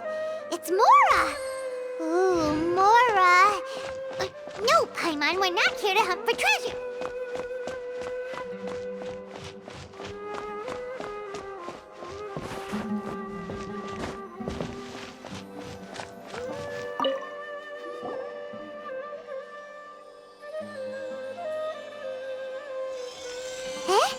Is this the right spot? Are you getting anything?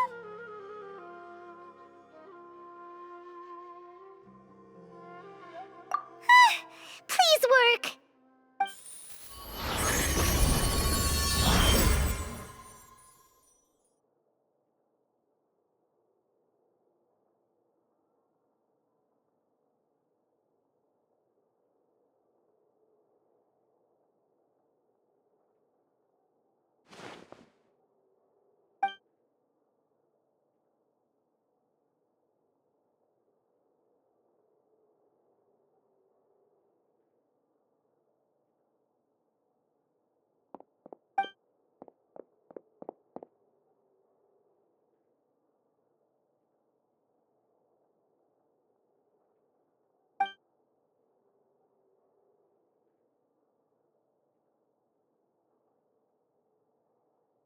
Nahida! Hey, Nahida!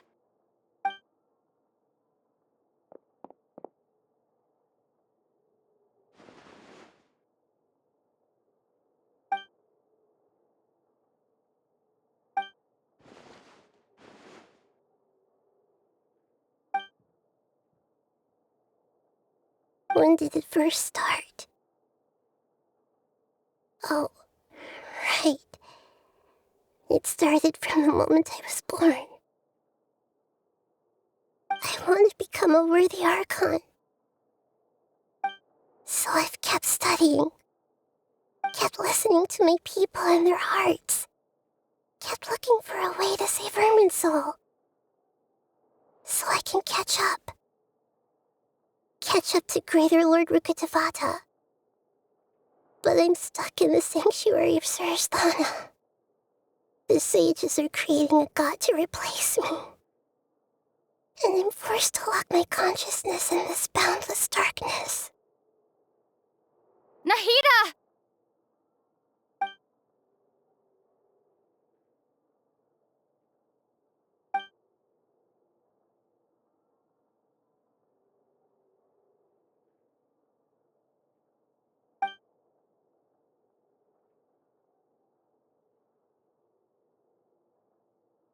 Nahida!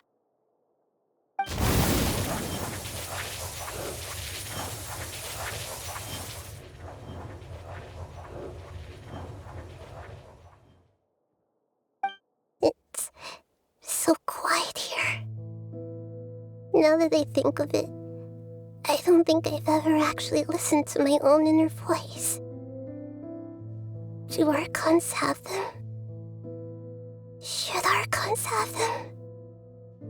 Have I been doing the right thing? Am I really not needed? How do I really feel about all of this? It's so quiet here. Since you're the god of wisdom, you've known the answers to all these questions since the very beginning, haven't you? Who are you? Whose voice is that? It sounds familiar.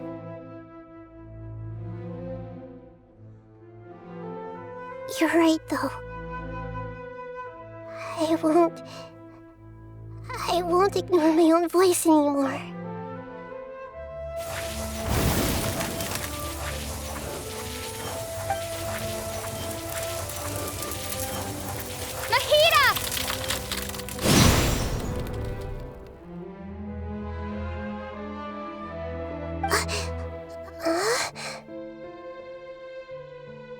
Nahida? Did you wake me up? Thank you. Why are you here? We're here to rescue you. Are you alright? I'm fine. It's just... when I think of everything that's happened to me, I feel really angry now.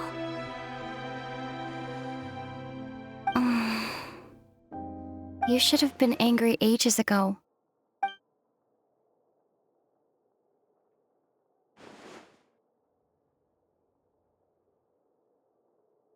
Huh? Oh, you're back! How's everything? That's wonderful news! Great! We weren't locked up for nothing. When you went to wake up Nahida, Paimon was listening for any sounds outside. You were out for a long time. There are fewer and fewer scholars going about now. You think everyone's done with their Nyagarbaha Day stuff? Yep, so that means our next act is Nilu's performance! Nilu, are you sure about this? You're taking such a great risk for them. I'm sure, and I'm going. You know that I don't like to pass up any opportunity to dance, and this one is especially important.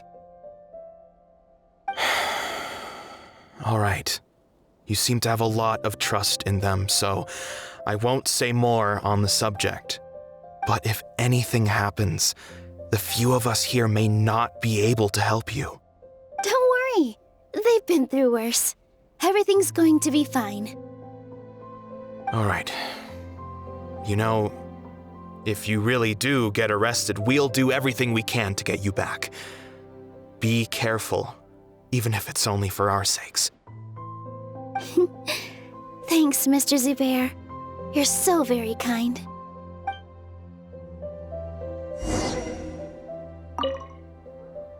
Always remember that your safety comes first. And don't forget that you're the star of Zubair Theater!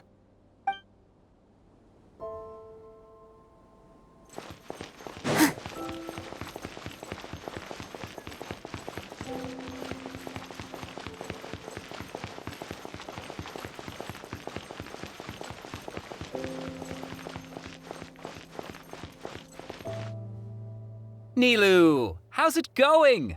Nervous? Definitely more than usual. But it's because I'm worried I won't dance well enough. It's okay. Just focus on your performance. We'll take care of everything else. You sure know how to talk. Taking all the credit, even though we came here together to help out. Well, thank you both. I'll have to treat you to a meal after all this ends. I really, really appreciate all of your help. Ooh, that sounds great. Huh? How can we say no to that? All right, let's get back to business. Nilu, we'll be here to keep people from going to the academia so they don't interrupt your performance. I was planning on telling them something like, the Academia's been conducting a weird experiment, and some of their test subjects escaped. It's really dangerous there, so stay away. Oh, you couldn't think of anything better? Oh well, I guess it does sound like something the Academia would do. I think it sounds great. I'm counting on you guys. Don't worry, it'll be a piece of cake.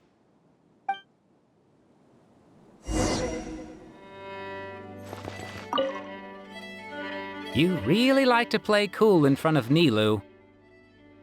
Hey, cut it out. This isn't the time to chat about stuff like that.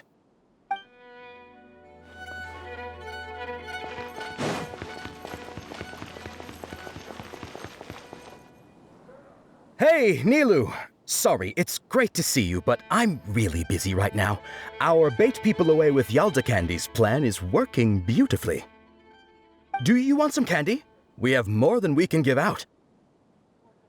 Vihar, thank you so much for doing all of this.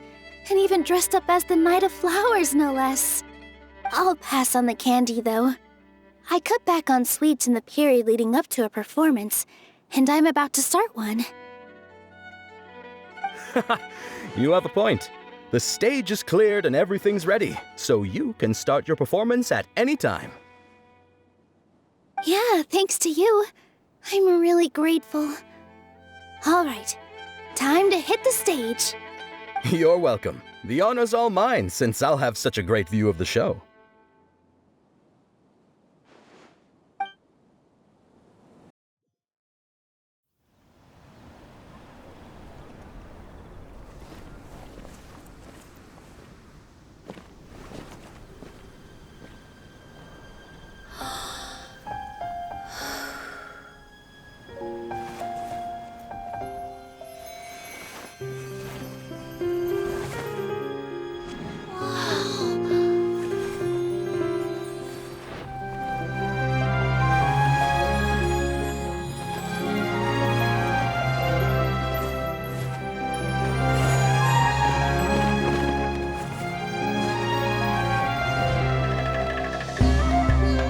I've never seen a performance like this.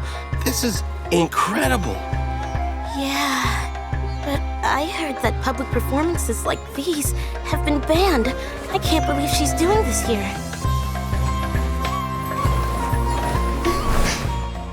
Grand Sage, there's some commotion outside. How uninteresting. Issue the new Prohibition Act from the Akasha to the guards. They'll know what to do. Do you think we should, like, stop her? Let's just watch for a little bit longer.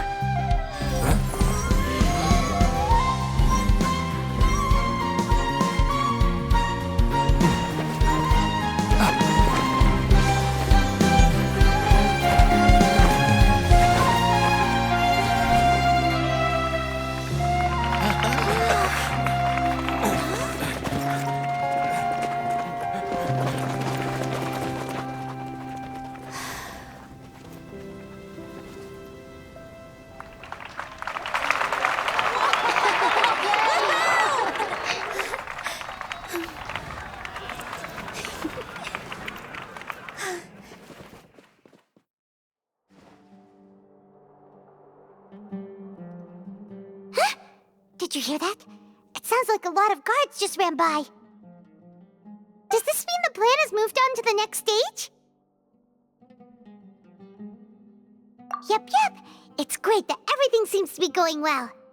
Come to think of it, when did Alhaitham replace the knowledge capsule that was about to be entered into the Akasha?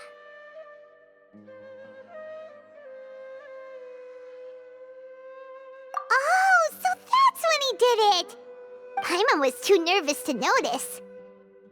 Speaking of, didn't Alhaitham also yoink the divine knowledge capsule from that mercenary leader in Port Ormos when everyone else was distracted? Oh, it's a time-tested trick of his.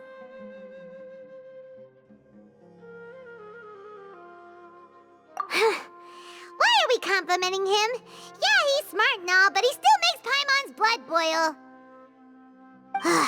let's review our plan for this stage again. It's not like we have anything else to do right now anyway, and it'll help us feel more confident. Paimon remembers that Nilu's task was supposed to go a bit like this.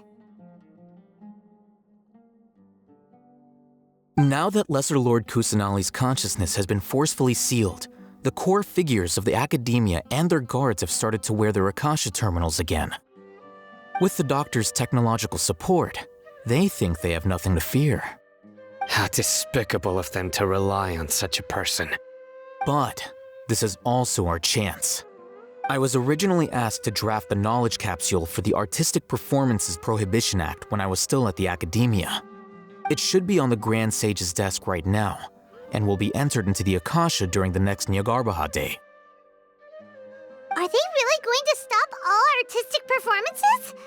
That's horrible! I'll make an identical knowledge capsule, but this time, I'll smuggle some misleading information into it. We only need to find an opportunity to switch the capsules.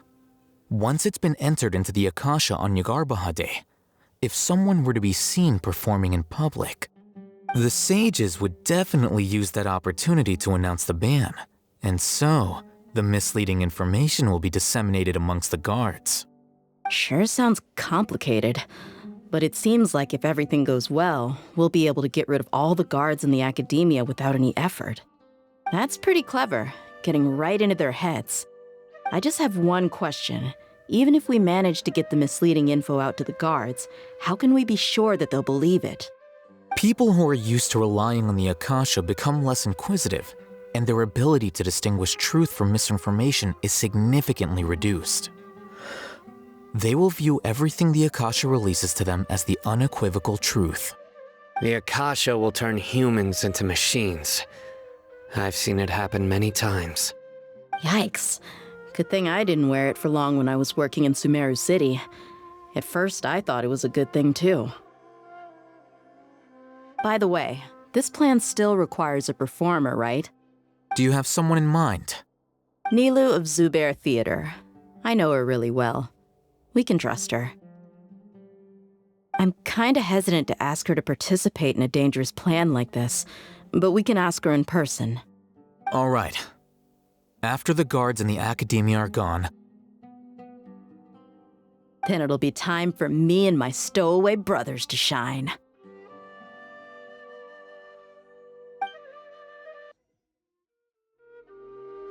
Here they come. Did you see that, Raman? They came out from the Academia in droves.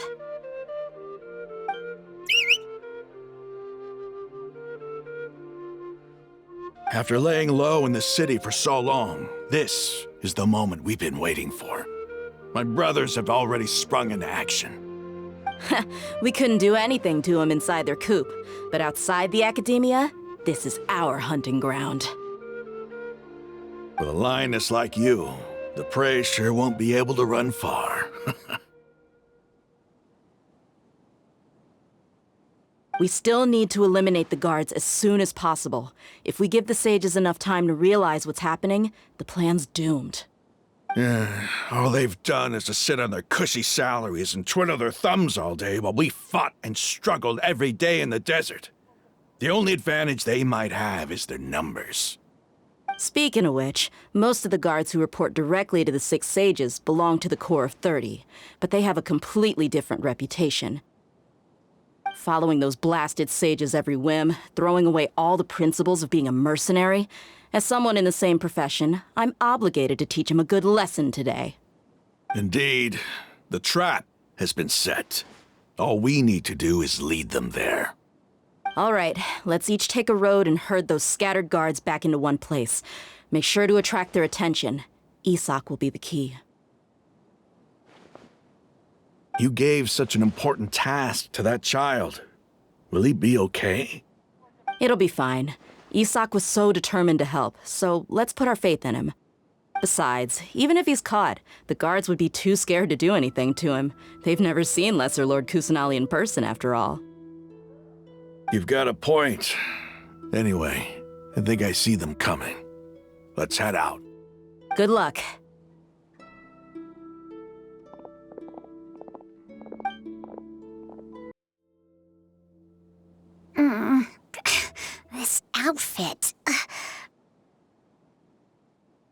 Hey, do you remember what you need to do, Isaac?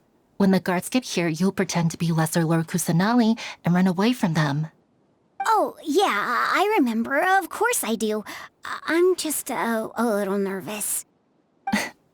Relax. Don't think about getting caught.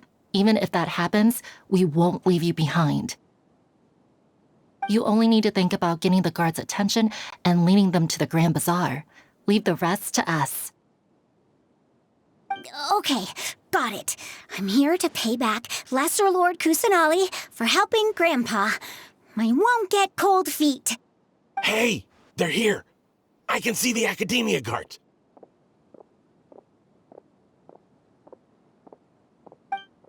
All right, it's time, Isaac.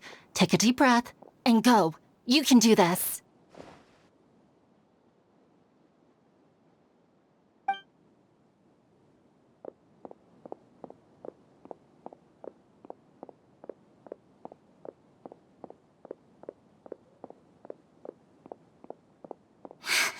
Why is there a guard over there?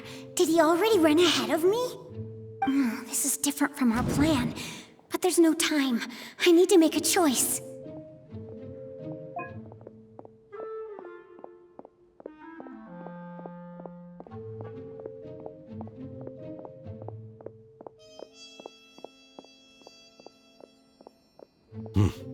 Let's have a look behind the house.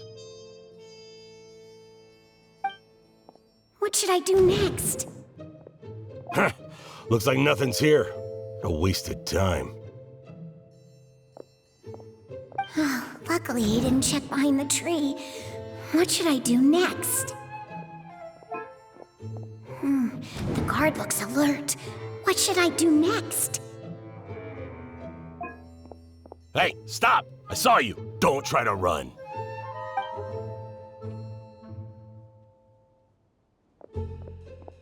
The guard looks alert. What should I do next?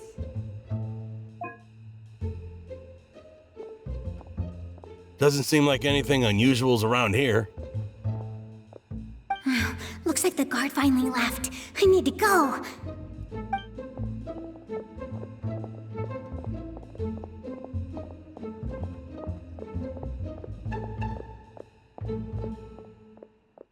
Hey! Lesser Lord Kusanali is over there! Stop! What? Lesser Lord Kusanali? How did I not notice that? They found me. This is bad. Where should I go? The target suspected to be Lesser Lord Kusanali has escaped into the Grand Bazaar. Assemble and arrest her! Where did she go? How did she disappear? Did we lose her? Hurry up and find her! Hey, why is your team here? Didn't we say to split up our search? Hurry! Hurry! This place is... Why are you all here? Yeah, isn't it one heck of a coincidence? Everybody's here. What on earth is going on? I suppose that's all of you? Who are you? Did you set us up? What are you planning? Phew, that was rough. I almost got caught. Little brat! So you're not actually Lesser Lord Kusanali. Who exactly are you all? Eremites from the desert? Just some colleagues. Think of this as a business competition, or a personal grudge. After stepping into our trap, stop thinking of yourselves as hunters. Behave like the prey you are.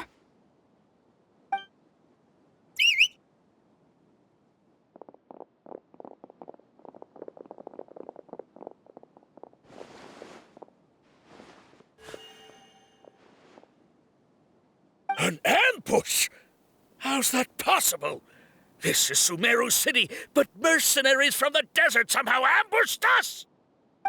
You've spent all your time hiding away in the academia. This place has long since become our hunting ground. Brace yourselves!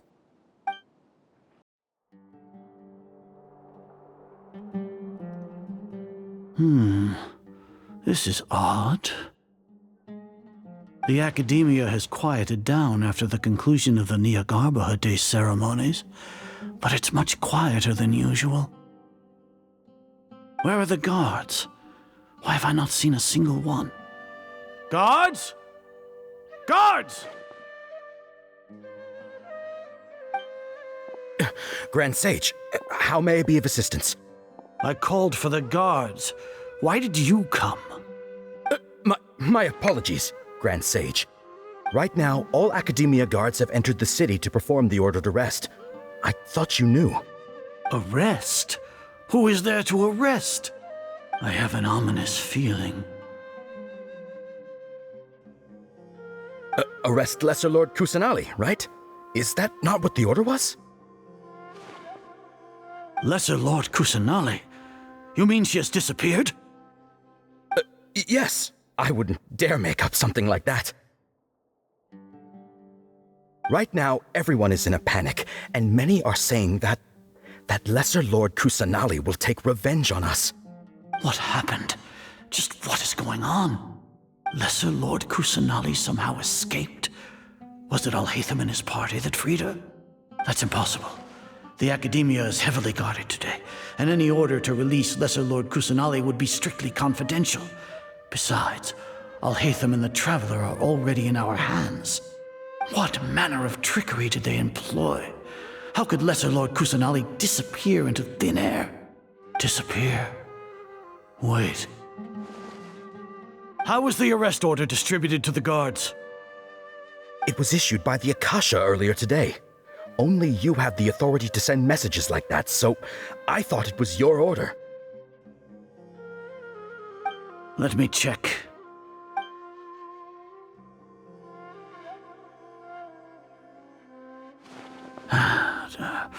Here. Lesser Lord Kusanali has escaped from the sanctuary of Surasthana. Go to the city and arrest the escapee immediately. The Akasha indeed contains this information, and it clearly appeared in my mind. How did they bypass my permissions to issue this kind of message? Was it the report about the Traveler that Alhaitham submitted? No. I specifically checked that knowledge capsule before entering it into the Akasha. Could that have been a red herring? Well, even if I figure it out now, it won't make any difference. The important thing now is to confirm Lesser Lord Kusanali's status. Have you been to the sanctuary of Surasthana to confirm that Lesser Lord Kusanali has indeed escaped? Confirm? No, I haven't. It may be a bit offensive to say this, but Grand Sage, what you're saying doesn't make any sense. How can the information in the Akasha be inaccurate? What the Akasha decrees is fact. That is common knowledge to all of us. If we have to confirm the information and knowledge from the Akasha ourselves, then how is that any different from us learning that information ourselves? Wouldn't Greater Lord Rukkhadevata's legacy lose its meaning that way? In the beginning, it was I who asked you to believe in the Akasha, to believe in the legacy left by Greater Lord Rukkhadevata. Are you trying to use my words against me? No, Grand Sage. I'm merely confused because I believe in you. I never meant to refute you. Stay here and see if there are any suspicious people around. I'll go to the sanctuary of Surasthana on my own. Yes, Grand Sage.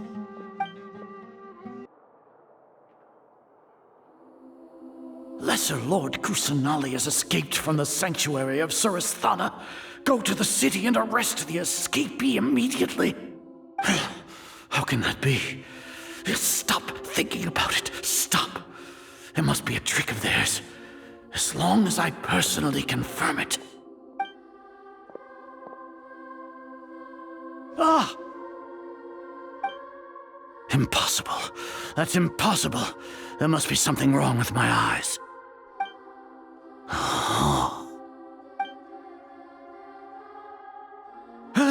She really appeared again? What is the meaning of this? What a comical sight, Azar. Once the Akasha has put certain thoughts into your head, Even the Grand Sage can no longer see what's right in front of him. You all can only see the world in your mind, the one you think you know. And precisely because of this, you disregarded Lesser Lord Kusanali's existence. She has been a wise and worthy Archon. Sino, have you been waiting for a chance like this? The Akasha predicted that you would return to the Academia to confront me, but I didn't expect it to turn out like this. I was careless. No, you were blinded. Your faults stem from your reliance on the Akasha. You're still the same as always. I truly did not expect a proud person like you to cooperate with Alhaitham and the Traveler. People change, Azar. Admit it. The Akasha can't predict my actions anymore. Then tell me, what have you found during your investigation? You want to buy time? This is the sanctuary of Suristhana. Under your own regulations, even Academia staff are forbidden to come here. No one will come to save you. As for the investigation, I've at least confirmed that you are guilty of insurgency against the Archon. A serious crime. So what? Did you do all of this so I would plead guilty in front of you, General Mahamatra? No. I want you to plead guilty in front of the Archon herself. You once said that I had no standing to judge you.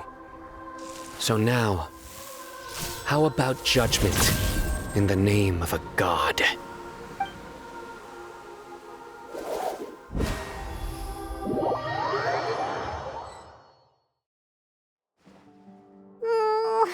How long do we have to wait? Paimon wants to know how things are going out there. Paimon hasn't heard any sounds outside for a while. Hopefully something bad didn't happen.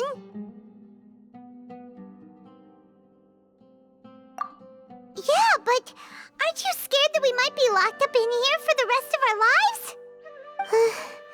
Thinking about it, at least Paimon has you.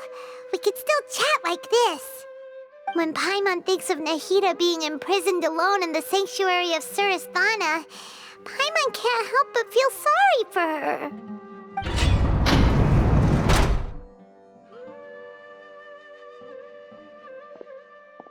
Here comes your savior.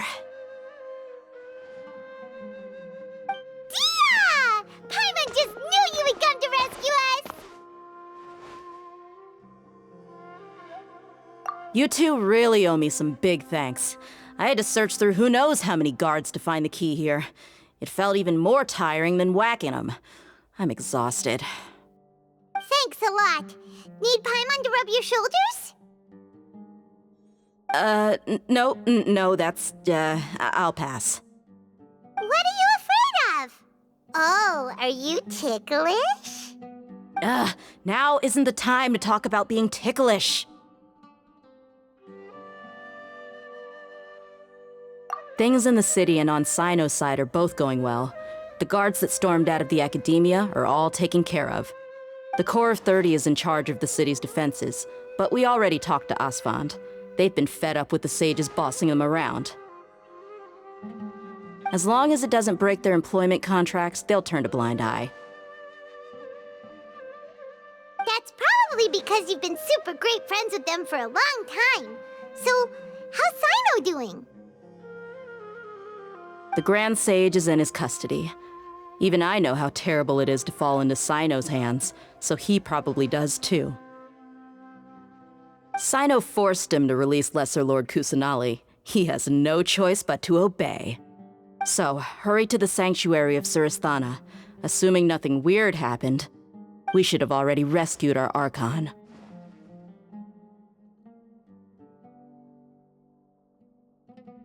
Honestly, I didn't expect our ragtag bunch to do this well.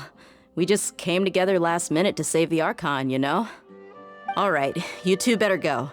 I still have to clean up some messes in the city. See you around.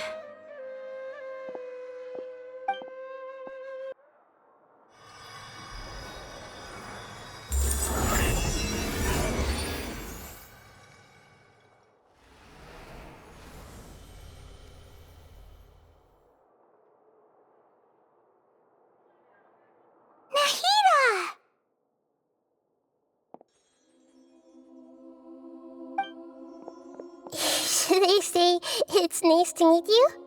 This is the first time we've met in real life. Before, we've only met in dreams, consciousness, or when I was in someone else's body.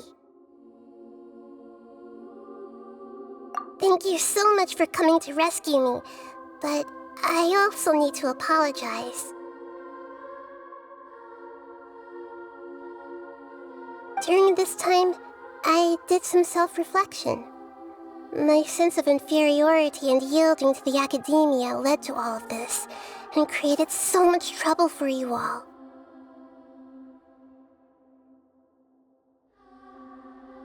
Exactly! We're here because you're a good Archon and one of our friends! Thanks, you too. Amazing.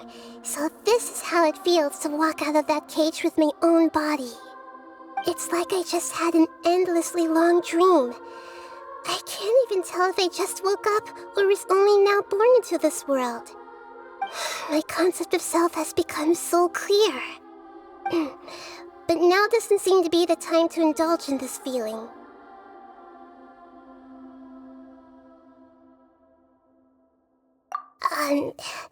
This is really embarrassing.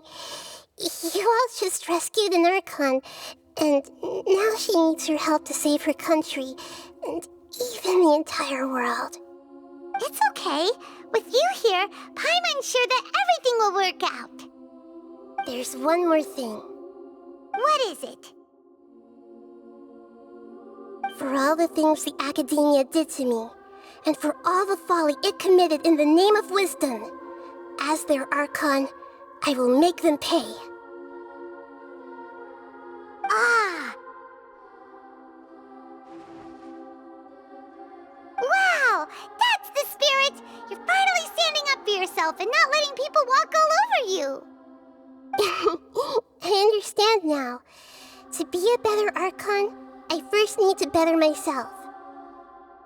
If you haven't even figured out how to be a caterpillar, how can you be a butterfly? Yes, true. That reminds me. I wonder how far along the Academia is with their god creation plan. We need to hurry and prevent the birth of that false god. I need to make some preparations. Since I'm now free, I can establish a direct link to the Akasha and control it. First things first, I need to remove the restrictions that the doctor put on me in the Akasha. After that, I'll make some adjustments and revoke the sage's permissions. The Akasha will then be like how it originally was, only operable by the Archon. After all, the Academia betrayed Greater Lord Rukkhadevata's trust. This might take some time. In the meantime, you should also work on your own preparations. If we don't stop the god creation plan in time, we'll be in for a tough fight. You might as well prepare for a fight. When we're done, we can take a walk around. After all, we missed out on a lot of stuff when we were locked up.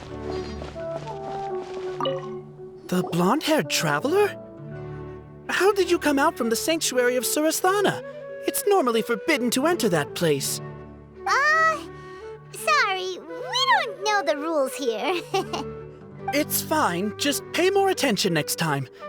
Anyway, I'm looking for Grand Sage Azar. Have you seen him? The more I think about it, the more I believe there's something fishy about Alhaitham's return. I need to let the Grand Sage know somehow. You're finally starting to put two and two together. Hey, it's you guys. How did your plan go? Are you here for Nilou? It went really well. And yeah, where is Nilou? Great to hear. Nilou's already returned to the Grand Bazaar. Just now, a crowd of academia students came by to ask Nilou for her signature. I've never seen her run away so fast. To think the academia wants to ban artistic performances. I think their students would be the first to disagree. How did you find the time to walk around? Did you manage to rescue Lesser Lord Kusanali? We did! She's handling some Akasha stuff right now. That's great. Just now, Dia went to find Asfan, the senior consultant of the Corps of 30, and explained everything to him. In response, Asfan said, "Why didn't you tell me earlier? If it was to rescue the Dendro Archon, we would have helped as well." I didn't know we could have even counted the city guards of the Corps of 30 among our potential reinforcements. It looks like we were a bit too conservative with our plan.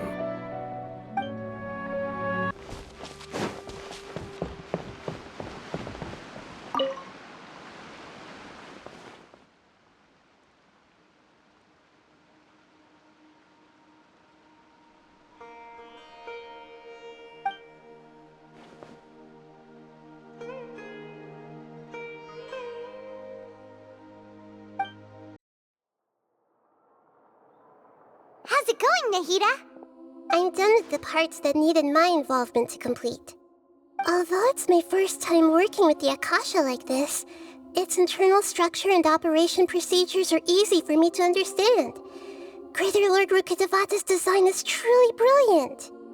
Oh, also, this is for you. Huh? What's this little floaty thingy? It's a small device I put together just now. You can think of it as an upgraded Akasha terminal.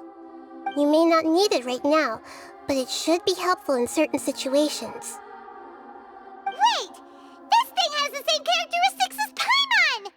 We're both small things that float! Oh, all the things that make Paimon special got copied! When Paimon appears with the Traveler from now on, people won't remember Paimon because she isn't unique anymore!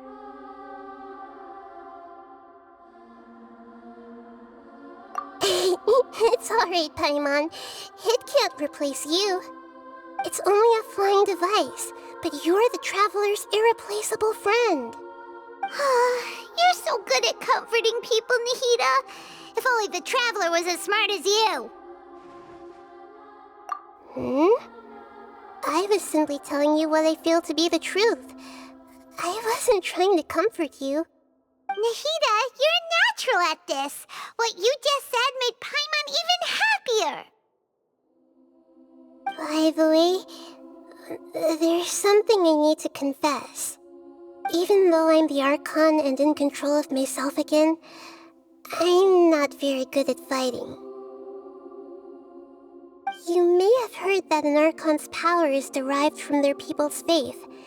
However, I'm not as well loved as Greater Lord Rukkhadevata.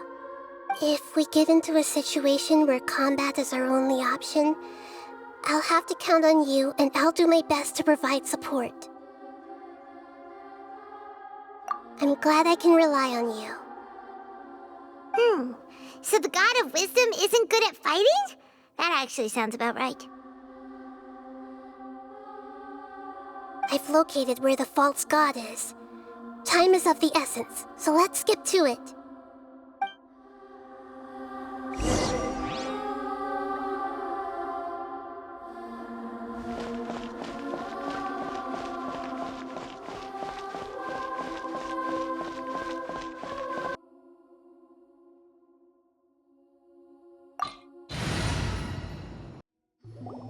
What is this place? Is this really the way we need to go? Wow. Who would have thought there'd be a place like this hidden right slap bang in the middle of the city? The sages wanted to realize their god creation plan without being discovered. The safest and most convenient way would be to build within the academia itself. That's true. They were already hiding one god, so why not two? Judging from the structure here, the project is a huge undertaking. The sages really saw the god creation plan as their ultimate goal. But this place doesn't look like it could have been constructed by the academia alone. The Fatui under the Doctor sure didn't hold back. They provided a lot of technological support. Yeah, or else they wouldn't have been that generous. Is that it, though? I've always felt that this Doctor is different from the Academia sages. He doesn't seem to share their sense of urgency. Instead of being interested in the end product, it's like he's enjoying the experimental process. The Fatui Harbingers are all such weirdos. So, the doctor being weird is actually normal. So, this Fatui that they're trying to turn into a god is called the Balladeer? We had previously come into contact with his consciousness. He harbors particularly strong obsessions. One is the desire for a gnosis, since he was created to be the vessel for one.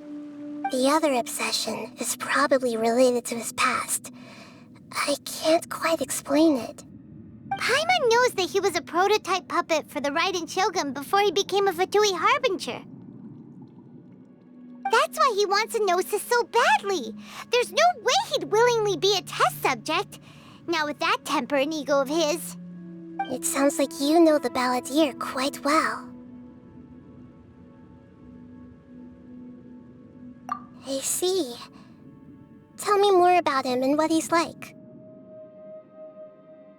The more we know now, the better we can plan for and react to any future situation.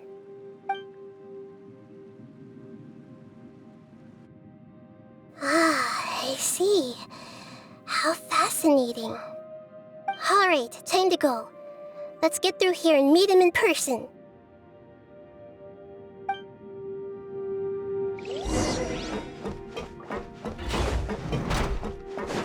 Time to work! Strike a pose!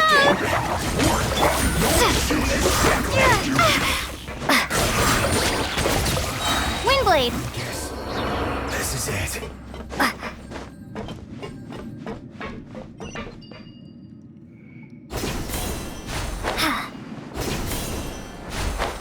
It looks like we can climb up these pipes.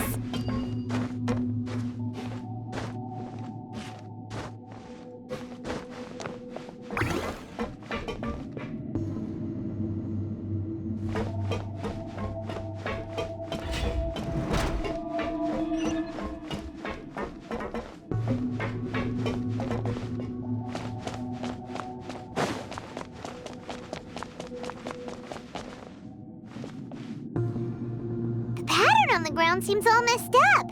Let's go around and see if there's a way to fix it.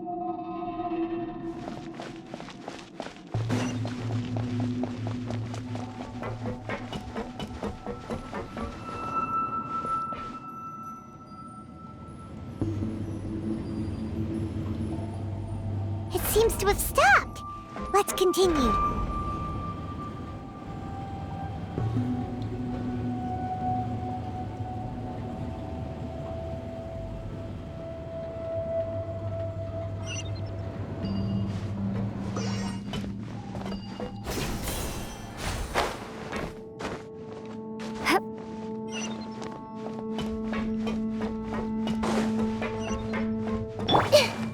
Shower me with the... Send this quickly! I guess this is it.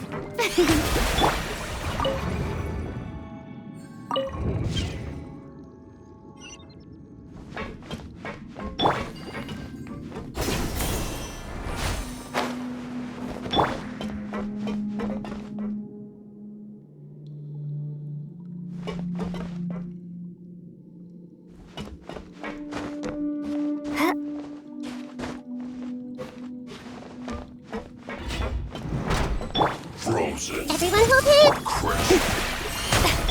Oh, it's revealed!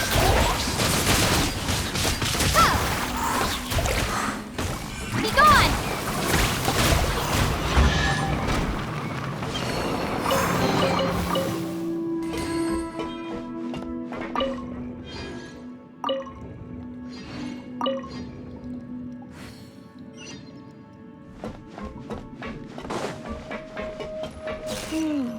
The cart is stuck.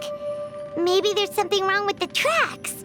Let's try adjusting the direction of the device to clear the tracks.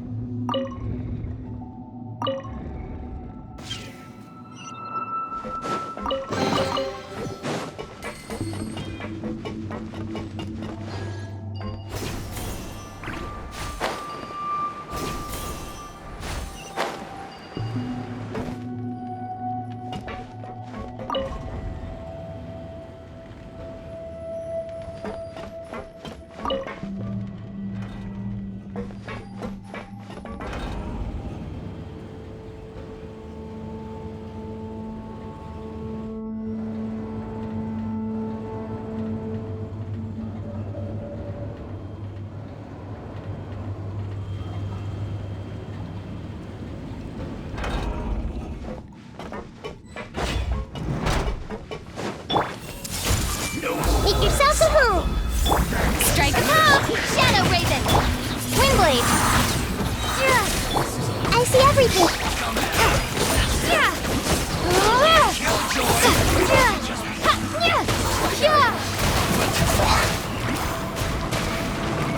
By royal decree!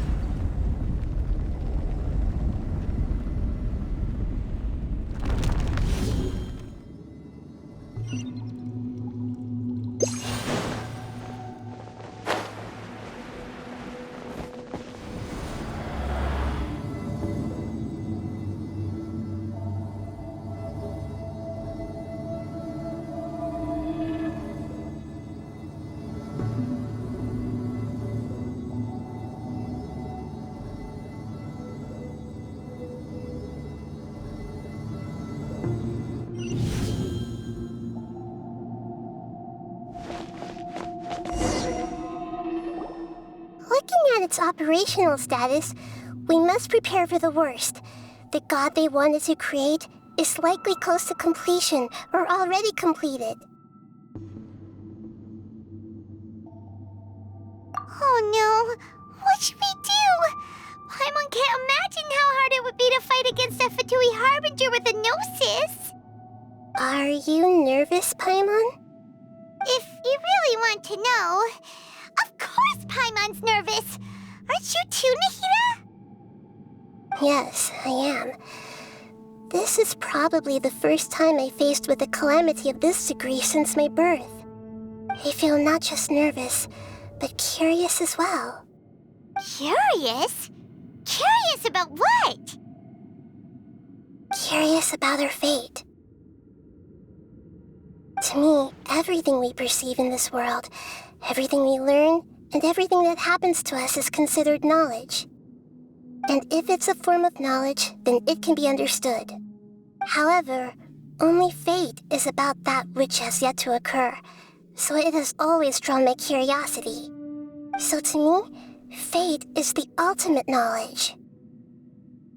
That's also why I love observing humans and all the things that happen to them. It all brings me great satisfaction. And now, at long last, I'm not just an observer anymore. I will personally experience my own fate with you by my side. Isn't this such a wonderfully exciting thing? Ah, so that's that's what you mean. Paimon thinks she understands what you're feeling. Agreed.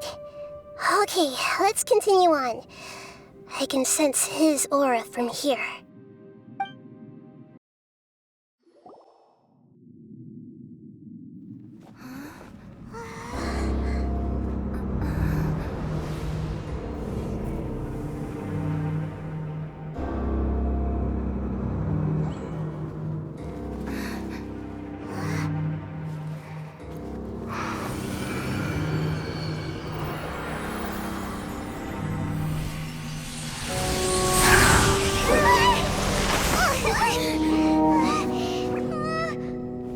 Who would have thought the world would be so eager for my birth?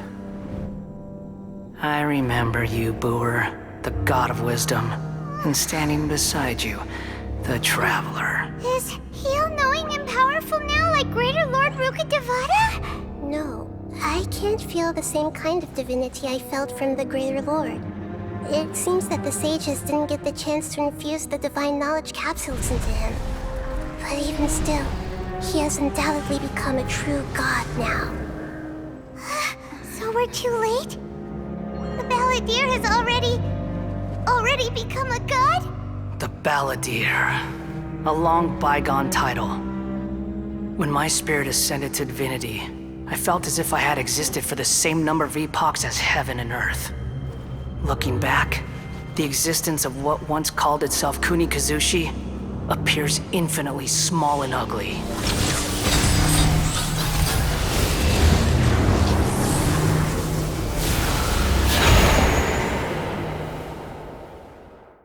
This imposing aura, it really feels like a god's. A body that capitalizes on the Balladeer's original construction as a mechanical puppet, with the Gnosis serving as a constant power supply. How much effort and resources did the sages put into this? From a purely technological perspective, it's a commendable achievement indeed. It's no exaggeration to say, this is the culmination of human wisdom. You sure are something! Dishing out compliments at a time like this? But I don't think he's reached the spiritual height of a god.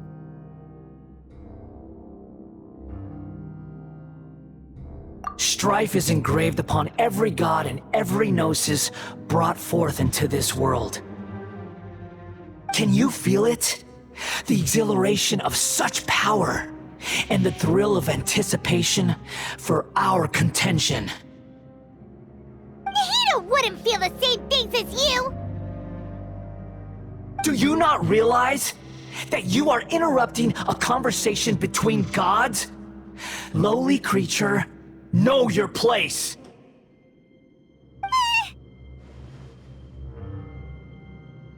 The strife engraved upon a gnosis. You're talking about the Archon War. Tevat's current peace was not easily won. I didn't personally participate in the Archon War, but the way I see it, all those losses were meaningless, driven by the demands of the laws. There's no point in bringing it up again. Is that so?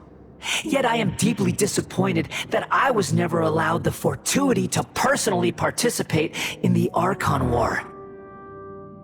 This is a first. Encountering a god in this world who does not crave power. No wonder your own people have abandoned you, god of wisdom.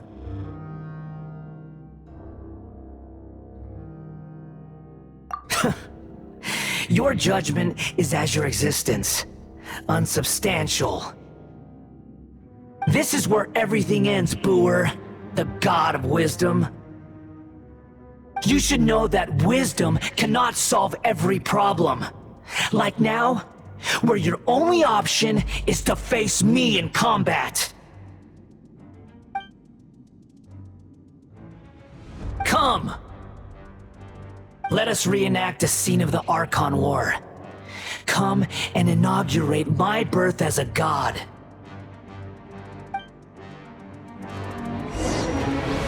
Shower me with praise! Let the world come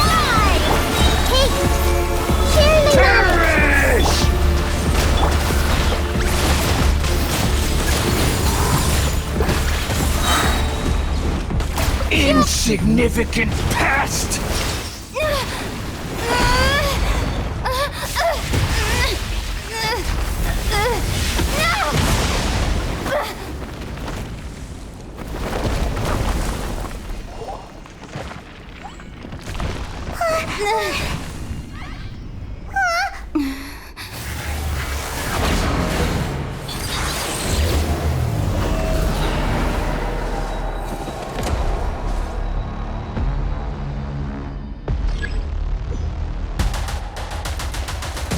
Strike a pose!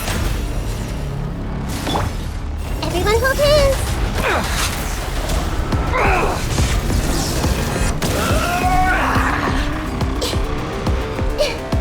I see everything! Burn to oblivion! May I present? Kneel!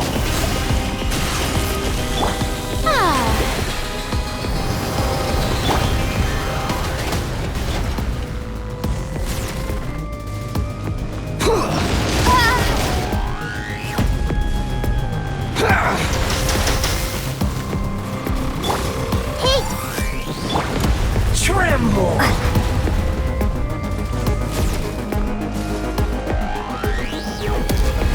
Reality is pain!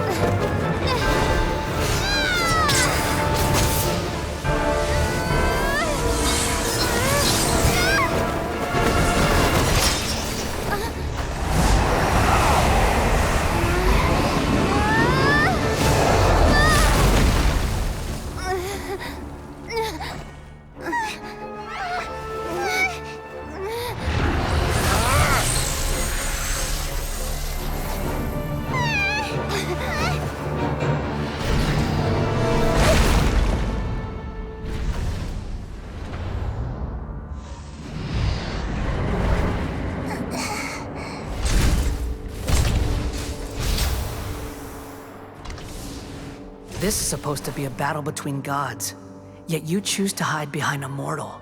And now, you're acting like you'd sacrifice yourself for a human. Are you having fun proving a false sense of heroism to yourself, Boor?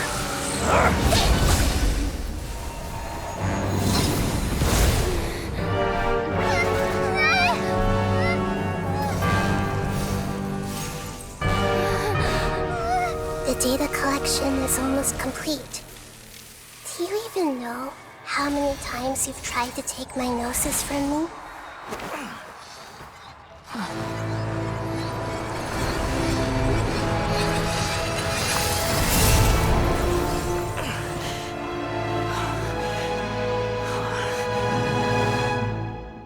We just concluded the 168th loop.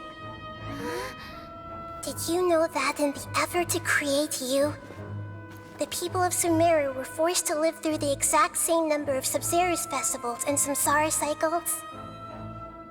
The power of dreams. When did you use it on me?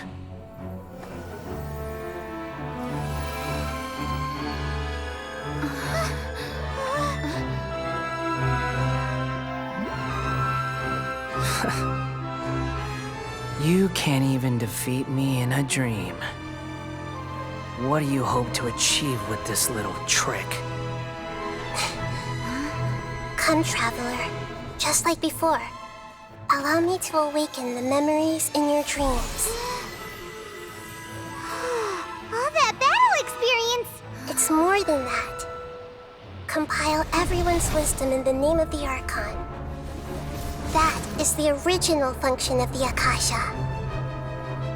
I've sent everything that happened just now to the people of Sumeru in the form of knowledge. I've asked them to help you find a way to defeat the false god.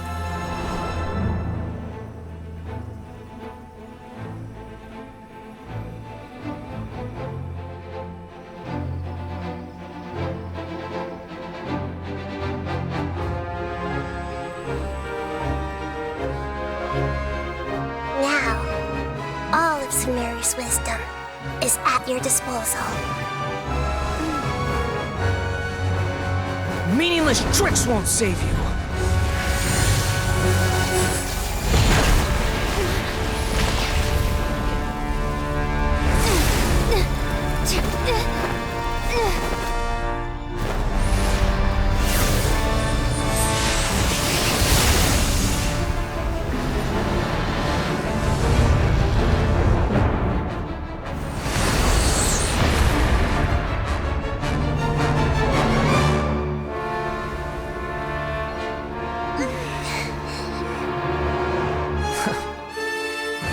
Are you done with your tricks? Can I finally take this as a real battle between gods? I'll leave this to you. The first sage of Boor. 1,000 eons, mine to dominate!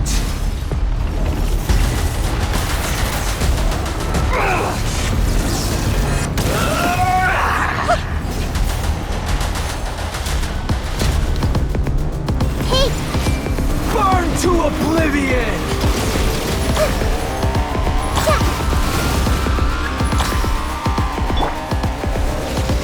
Kneel! Windblade! Tremble!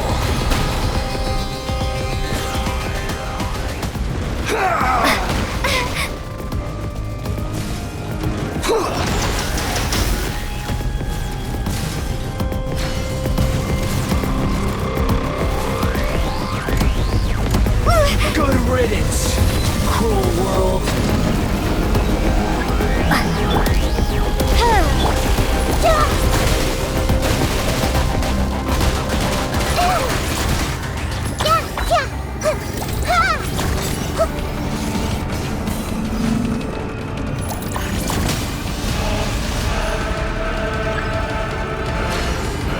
Not possible.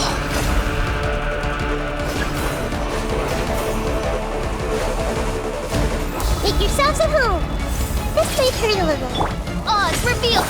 The show begins. Let my name echo in song. Ha!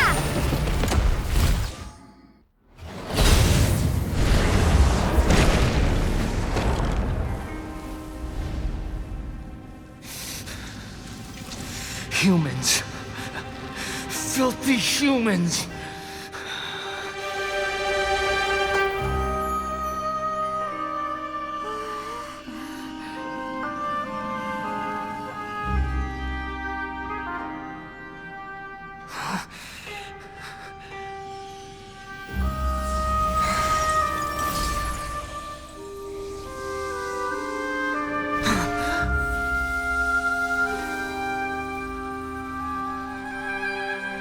No! Wait! Please! Anything but the Gnosis!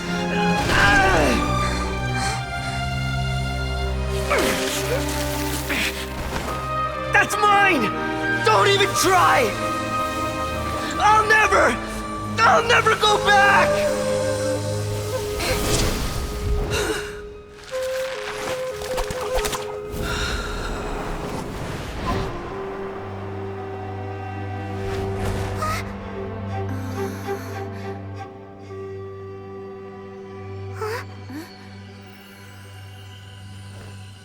We haven't yet found the answer to the most important mystery. Irminsul is still waiting to be saved. With the power of another Gnosis, we may now finally understand the last memory of Greater Lord Rukkhadevata.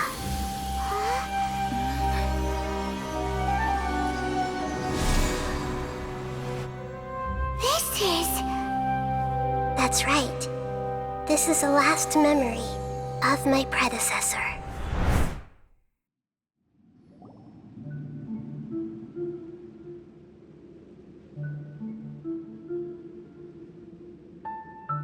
Huh. This sure seems very different from what Paimon imagined. Shouldn't Irminsul be in this realm of consciousness? Yes, that is our destination. But I didn't expect the remaining consciousness of Greater Lord Rukkhadevata to be as polluted as this.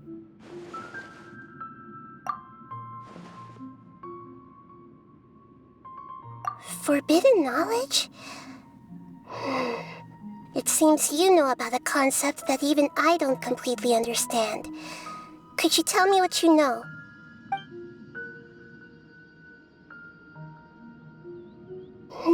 Your inference seems logical enough. Forbidden knowledge once polluted the desert thousands of years ago, but was successfully repelled thanks to King Deshret's self-sacrifice, and Greater Lord Rukkhadevata nearly exhausting her power. Then, a second instance of forbidden knowledge pollution occurred during the Conria Cataclysm 500 years ago. But I'm afraid it is much more serious this time, with Irminsul itself already in danger. So, if we're in the remaining consciousness of Greater Lord Rukkhadevata, and it's also been affected by forbidden knowledge pollution, then does that mean, in order to save us, Greater Lord Rukkhadevata? Yes. It's very possible that she sacrificed her life in the fight against forbidden knowledge. She didn't completely eradicate forbidden knowledge, but if it weren't for her actions, the pollution would have been far more rampant over these past 500 years. The way that everyone, including me, has forgotten everything about forbidden knowledge may very well be due to her restoration of Irminsul. Aww. Do you feel sad, Nahida? I'm just sharing her pain. The pollution of her consciousness here is severe. There is madness, chaos, and pain all around us. Did she fight to resist the forbidden knowledge pollution in such terrible conditions, all the way up to her last breath? She even used her last remnant of lucid consciousness to leave a clue for us to follow.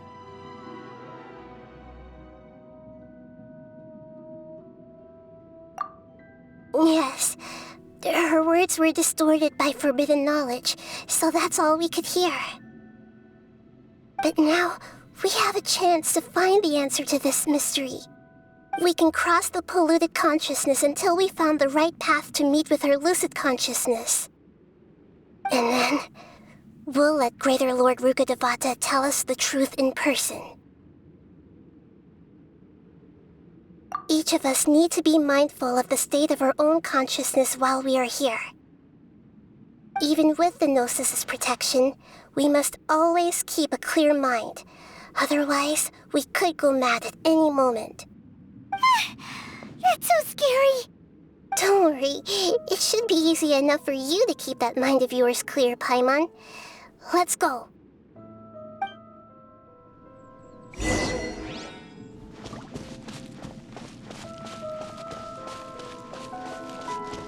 Are we in the air?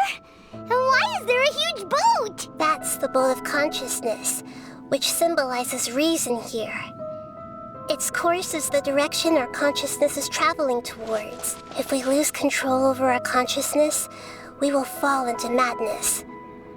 So let's make sure the boat stays on course.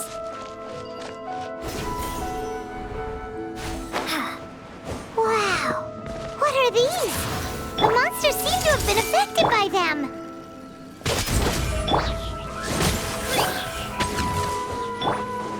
No rest for the wicked.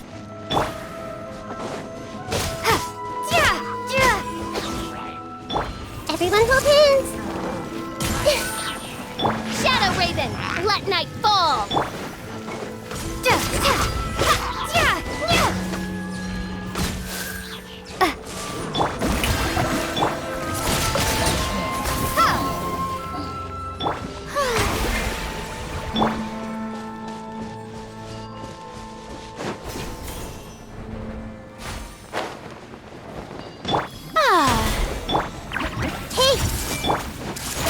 Revealed by...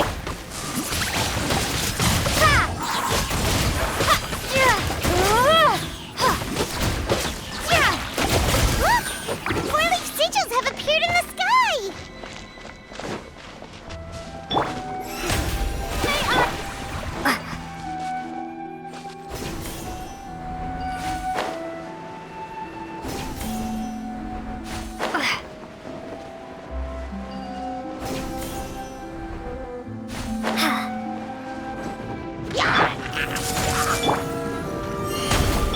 by royal decree!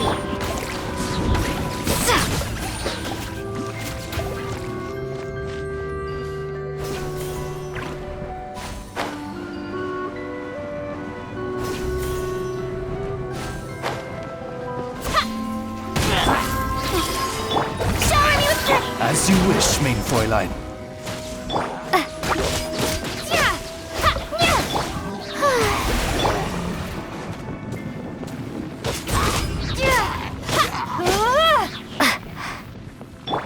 I see everything. Oz, reveal. Yoo-hoo! Let the world collide! Committed to memory. Windblade! Wings of Dark! Yeah!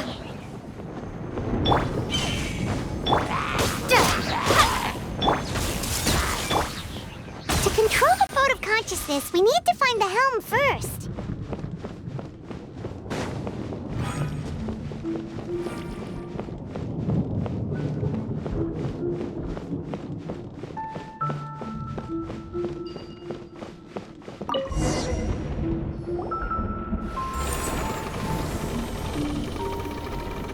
We changed direction.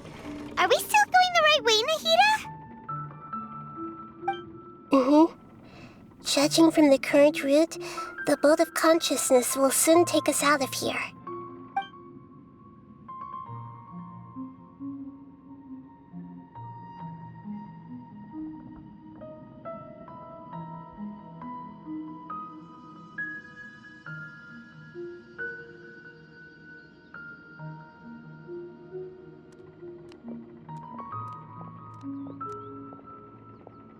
We'll be arriving at our destination soon.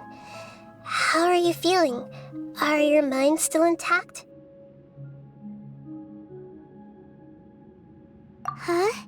But everything's been completely normal for Paimon. Hopefully there won't be any more interruptions. This time, we should be able to meet Greater Lord Rukkhadevata. Are you saying you've never met Greater Lord Rukkhadevata before? No, it seems that my birth and her death took place at the same time. Otherwise, I think she would have given me a little more guidance, and I could have done a better job. Hey, you've done a great job, Nahida. Let's get out of this creepy place and go meet her.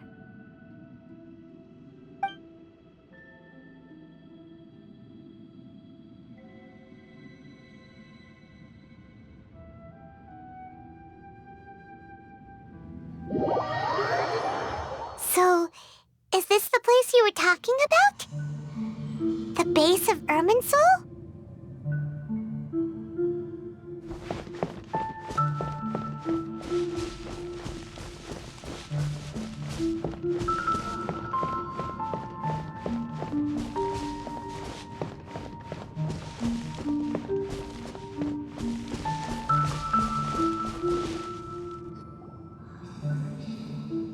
Well, this is the place.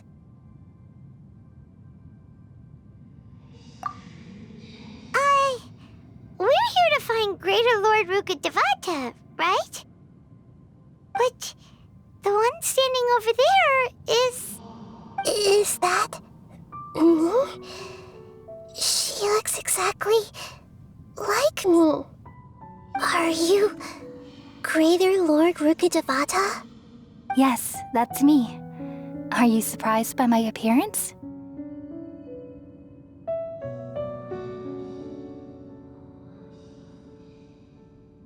Irminsul and the surrounding lands have been reproduced here as they were years ago. But this is just a realm of consciousness. We are manifestations of the same nature. Hence why we would appear exactly the same. We're of the same nature? Why? Because you are me, and I am you. You are me in the new samsara. The new samsara? As Greater Lord Rukkhadevata, I'm the avatar of Irminsul. And you are the purest branch snapped from Irminsul. Imagine it this way.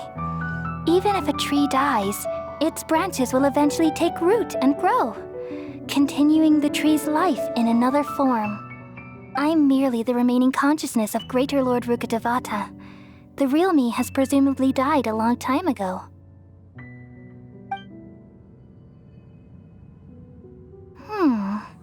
Judging from your appearance, I've probably been dead for 500 years. But you're finally here. My new self in the samsara. If this is true, then am I going to be a great Archon like you someday? Though we share the same nature, our fates are bound to be different. All things have their own fate. When a branch grows into a mature tree, it won't be the same as the original tree.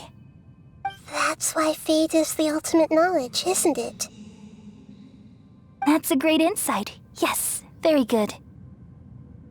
It's also precisely why you won't become like me. Really? But perhaps you may become an even greater Archon than I.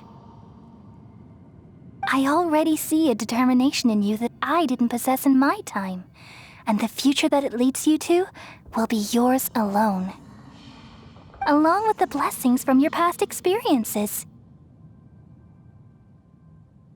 Don't worry. The growth of wisdom is like that of a plant. You only need to wait quietly for the flower to bloom.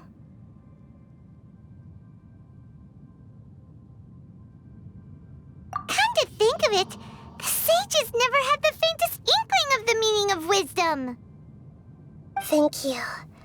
Nothing makes me happier than discovering that the Archon I always admired was in fact myself in another fate. It's so nice to speak with you, Greater Lord Rukkhadevata. I've always wanted to meet you. The feeling is mutual. From the moment I snapped the branch off Irminsul and created you, I've also looked forward to talking with you. Could you tell me why you wanted to create me? And what exactly happened when you died? Ah, I see. You're here seeking answers, right? Everything that day, even the sky itself, changed into a color like this. At that time, the seven were all summoned to the nation of Conria. Except for me. I had a more important task to attend to. I had to protect Irminsul. The disaster occurred together with the pollution of forbidden knowledge. At that very moment, with my consciousness connected to Irminsul, I sensed something was wrong. The pain started to torment my mind. By the time I reached Irminsul, it was already displaying signs of corruption. Had I not repelled the pollution of forbidden knowledge with King Deshret thousands of years ago, I might have felt even more hopeless and lost. So what exactly is forbidden knowledge? It's a kind of knowledge that doesn't belong to this world, and a form of truth that can't be understood. It came from the very bottom of the abyss. Even I could never understand it. The world is constantly rejecting it, leading to all kinds of bad phenomena. If we allow forbidden knowledge to pollute Irminsul, I'm afraid the entirety of Tevat could fall apart. So, there's knowledge that even the God of wisdom can't understand? At that time, I knew I couldn't repel the forbidden knowledge with my strength alone. Which is why I created a device that compiled human wisdom and named it the Akasha. It's truly the world's most amazing invention. Thank you. For a long time, I thought dreams were the fruit of human wisdom. Though it was selfish to do so, I borrowed people's dreams using the Akasha. Then I compiled their wisdom and all of my own power.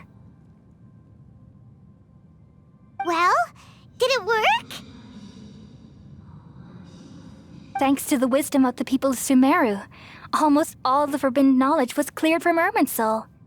But things didn't go as smoothly as I thought. I had a terrible headache, which gave me an uneasy feeling. And then I remembered that my consciousness was also connected with Irminsul. It brought me knowledge and wisdom, but vile corruption as well. From the very beginning, my existence had been polluted by the forbidden knowledge. Oh no! How could that happen? I've experienced that pain in your consciousness. It must have been a horrible experience. Yes, but my feelings weren't important. The important thing was that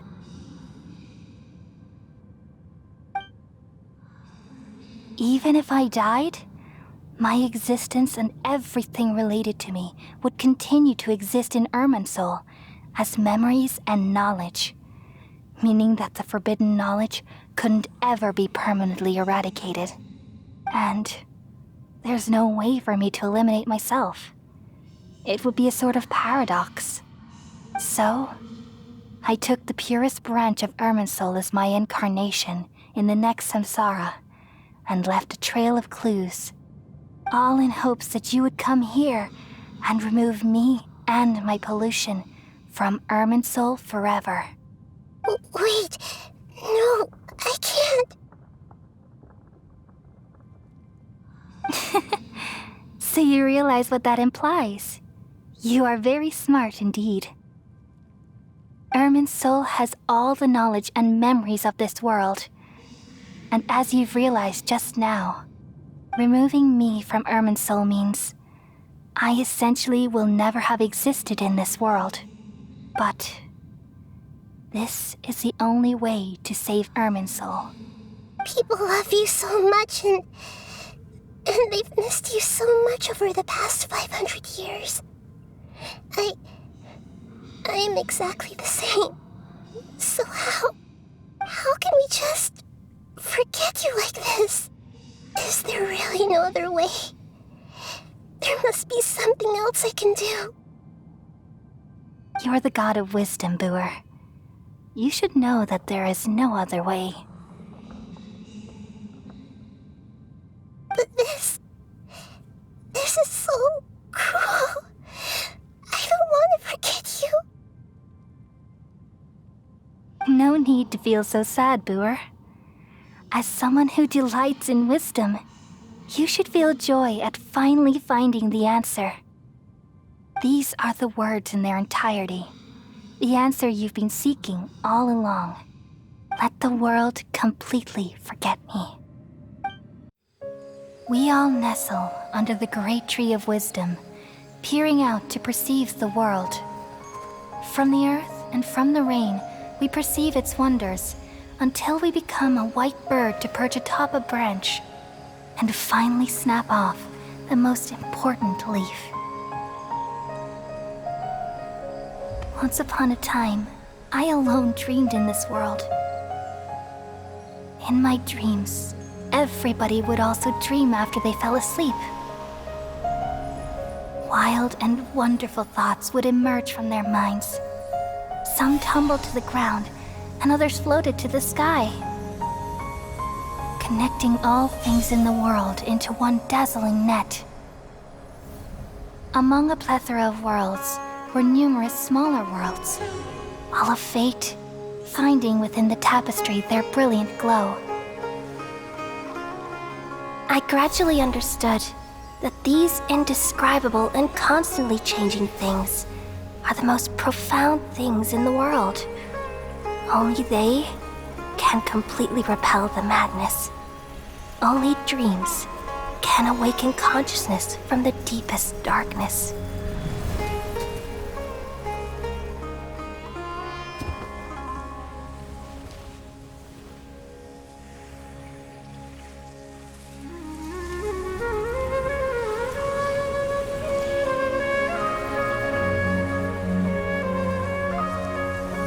I'm the one who posed this question, yet also the one who sought a solution. Saving the world with the dreams of the people used to be my answer. And now, you've also found your own answer, and I shall return all the dreams to the people.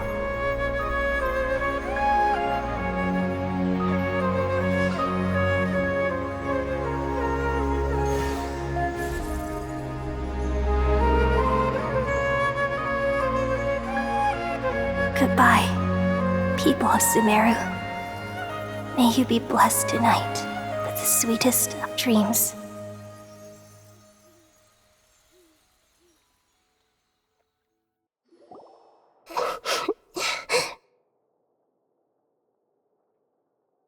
I'm alright. I'm just a little confused. We've just saved the world, right? So why am I crying? I don't know where this feeling inside of me is coming from, but I feel very sad. Just now, we used the power of two gnosis to successfully connect with the Ermin soul consciousness from 500 years ago.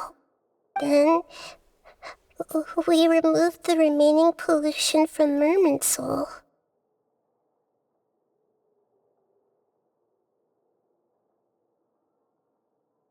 Yeah, what's wrong? Weren't you there just now?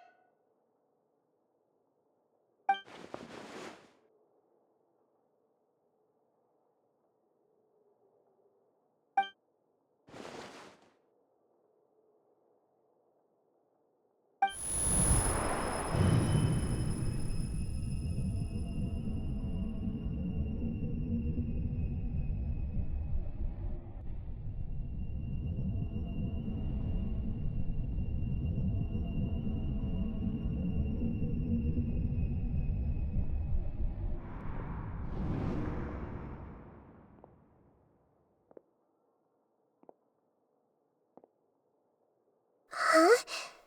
That sound. Traveler! Paimon! I've been waiting here far too long. But finally I have the chance to be alone with you.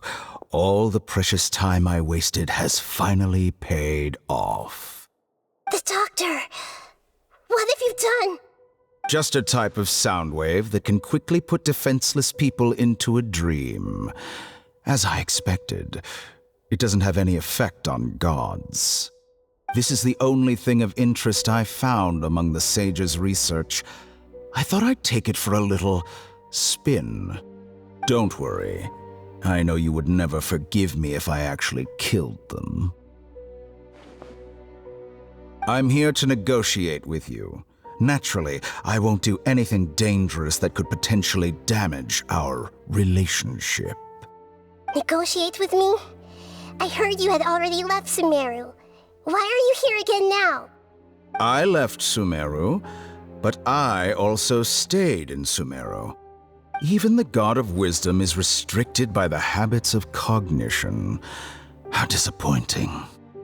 You mean there are many different versions of you in this world? An astute guess. Even the same individual will have different cognitions at different ages. A long time ago, I made a major decision in hopes of preserving all my perspectives of how I observed the world. Observation is the first step of any experiment, but observing the current world doesn't satisfy me. It lacks an important dimension, that of time. So I saved segments of all my ages and made them into independent individuals. That's all there is to it. Indulge me. How does the God of Wisdom find my method of seeking knowledge? It's an insult to the very concept of life. Life inherently has many rules and restrictions, each with its own significance and reason to exist. They can't be broken on a whim. Good. Amazing, even. Indeed, it's difficult for humans to make peace with themselves, not to mention oneself from a different period. Since you were in the academia, why wait until now to show up? You could very well have stopped us and helped that fake god. Simple. Let me ask you this. Would any staff member ever help the subject in the middle of an experiment? It was my experiment. So why should I interfere with the results? The academia saw the plan to create a god as their ultimate goal, yet you only saw it as an ordinary experiment. You really are crazy. If the experiment succeeded, you would have had a new god on your hands. How would you have faced your own god then? Would you still take the same stance? Would you still hold the same view of yourself? I'm first and foremost a scholar.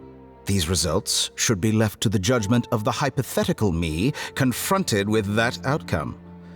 But you're right. And that's exactly why I'm disappointed with the conclusion of this experiment. As an individual, you don't have any sense of belonging. You seem to have even fewer convictions than a typical scholar.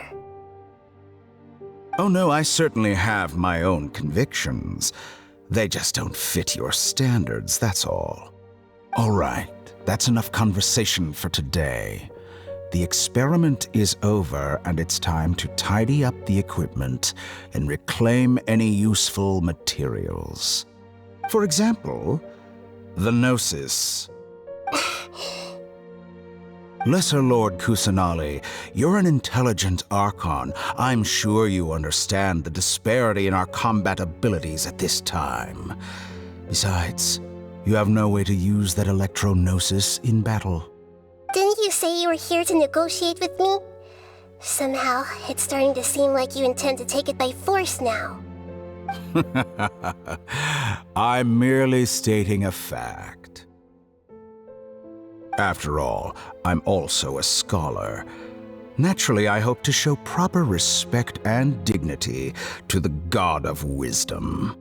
Your hypocrisy is built on absolute confidence. I understand your scheme, but... what if I were to destroy the Gnosis now and awaken the heavenly principles?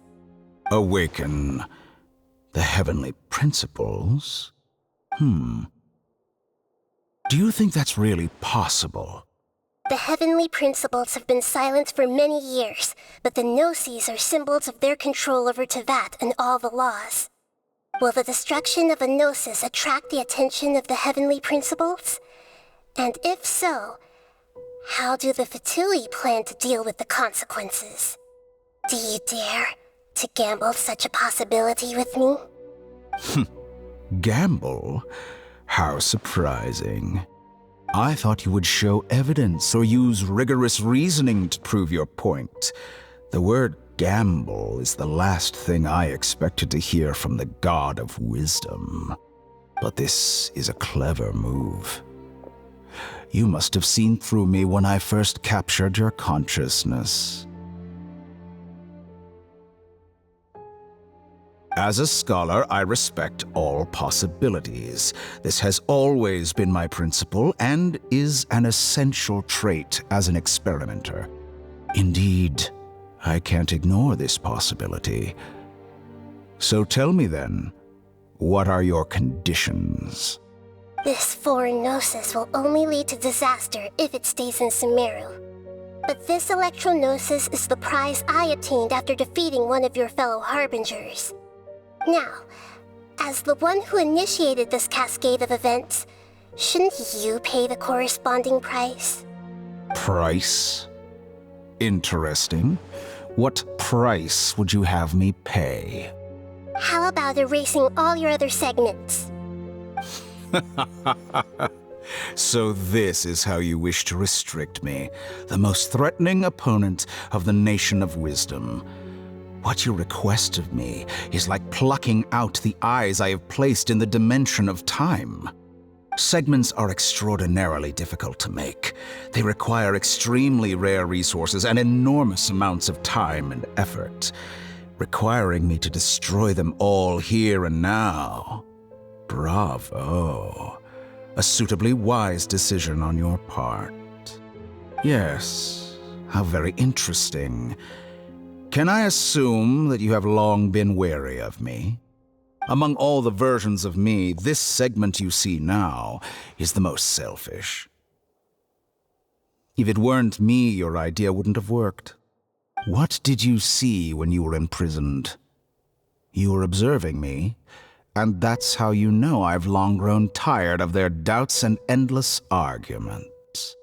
Like you said, it's difficult to make peace with yourself. Being as smart as you are, have you managed to do that? I see. If you think all those versions of me are worth a gnosis, then deal. You sure didn't hesitate much. Is the relationship between all the versions of you really that bad? I don't think there's any need to dwell on that. The surplus versions of me can be exchanged for a gnosis. Do you think anyone can offer themselves at a higher price? Besides, with my abilities, it's only a matter of time until I find better perspectives. Perhaps it's best to say, you're just temporarily ahead.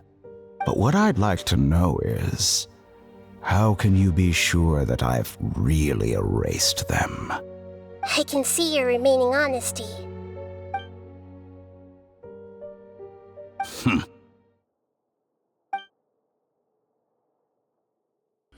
What a ridiculous decision! You can't be serious! How could I have been so short-sighted? You think this is the end? Wait, I'll have my revenge! You'll make this moment count. You will regret this!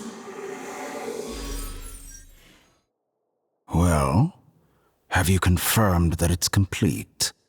Here, take it. The future of Sumeru City will be in my hands alone. I will shut down the Akasha and let curiosity and the thirst for knowledge drive the realm of academics once again. There won't be any further gaps for you to exploit. It truly pains me that my academic achievements have never been appreciated in my homeland. Of course, I have no interest in being rejected by this city for a third time. Another chess piece. And where is your dendronosis? Don't be greedy, Harbinger of Snezhnaya. No, this is a different transaction. If you intend to turn off the Akasha anyway, then there's no further use for the Gnosis of Sumeru, is there? Besides, isn't it the Archon's duty to deliver what's desired of the Seeker? Oh, judging from your expression, you don't seem to find the idea very agreeable. Then let's think of it this way. Since you're the god of wisdom, how about I exchange some knowledge with you? People exchanging knowledge with the God of Wisdom is the stuff of legends. Yet here you wish to exchange knowledge for the God of Wisdom's property. Arrogant as that is, it has piqued my interest. Let me ask you, have you in all your mighty knowledge ever heard the rumor that the skies of Tevat are fake? Huh? That's the secret hidden by Irminsul concerning the truth of this world. Once I finish telling you about this, it will be time for me to say goodbye. With negotiations, we've all gotten what we wanted. I'm very glad I got to meet you like this. Your arrogance may know no bounds, and convictions may mean nothing to you.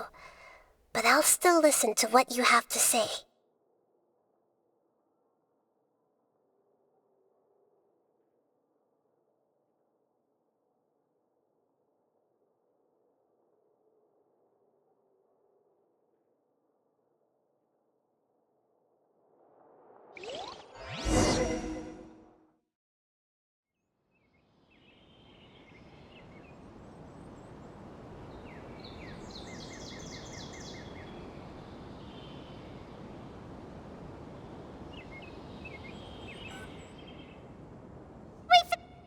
Together! Okay, wake her up.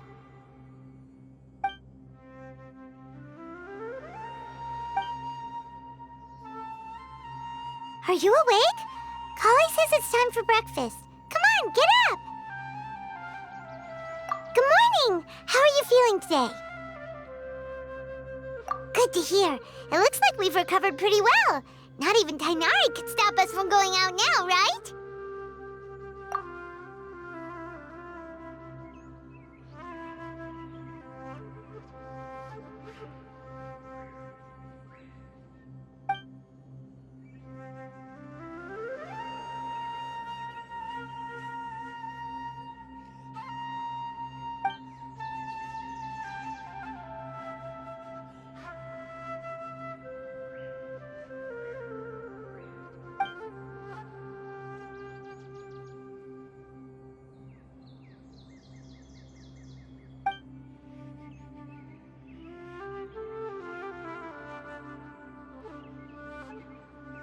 Come on, Traveler, let's go!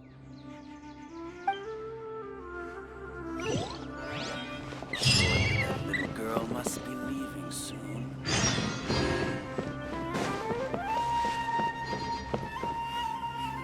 Good morning. Looks like you're awake. Yep. I prepared some breakfast today. Please have a taste. I hope you'll like it. It's nice to have you here so we can eat something yummy. Well, now that I've recovered from Elazar, I'm feeling better than ever. I can even prepare 4 or 5 meals a day now. And Paimon bets they're all delicious. Oh, by the way, someone brought a letter for you after you went to sleep last night. Nope. Paimon wanted to read the letter with you after you woke up, so Paimon didn't open it. All right, let's read it now. Oh, it's from Nilu. Ahem. We're going to hold a feast at the Grand Bazaar and celebrate Cyano's reinstatement as the General Mahamatra. As heroes of Sumeru, please be sure to attend. I'll wait for you. The date of the banquet is written on the back. It's in 2 days. Oh, I've also heard that you've become heroes here as well. That's amazing. Sometimes I'm really envious of strong and confident people like you. Oh, you're embarrassing me. Anyway, let's go to the Grand Bazaar to have a look. Oh, before you leave, be sure to inform Master Tainari. Everything has been getting better lately, and my mood has been improving as well. You can come find me anytime if you need anything. You're welcome. I was just doing my duty. Remember to talk to Master Tainari before you leave.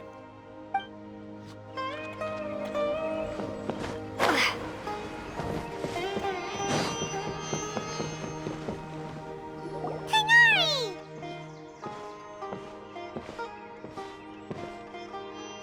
Ah, good morning. How do you feel today? We feel much better. How about you? I'm recovering well, thanks for asking. But from the looks of it, you seem to be already busy with work again. It's fine. I'm not that busy, really. The Elazar patients have recovered, as well as Hypatia. For now, I only need to tend to my Forest Watcher duties. It seems once Irminsul started getting better, everything else started to recover too. Yes, but there are still some residual effects. The withering is one example. Though it won't spread anymore, the existing zones won't just disappear. We forest rangers will still need to do the work. By the way, we have some good news. Cyno got his position back. This news is hardly new. He had already mentioned it to me before. Huh? You mean he was already here? Why didn't he come to say hi to us? He visited once, but he was afraid of disturbing you while you were resting. He just asked me a few questions and left. Then you probably already know all about the celebration feast. Celebration feast? No, I haven't heard anything about that. Huh? But didn't Nilu say in her letter that they would celebrate Cyno?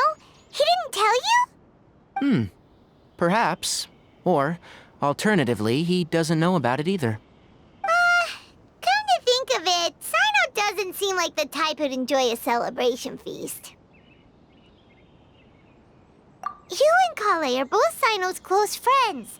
Why don't you come to the feast with us? Kale has taken over some of my tasks these days.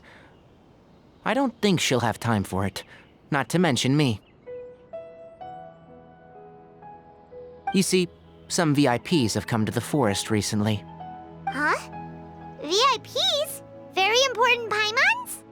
Well, technically speaking, they are former VIPs.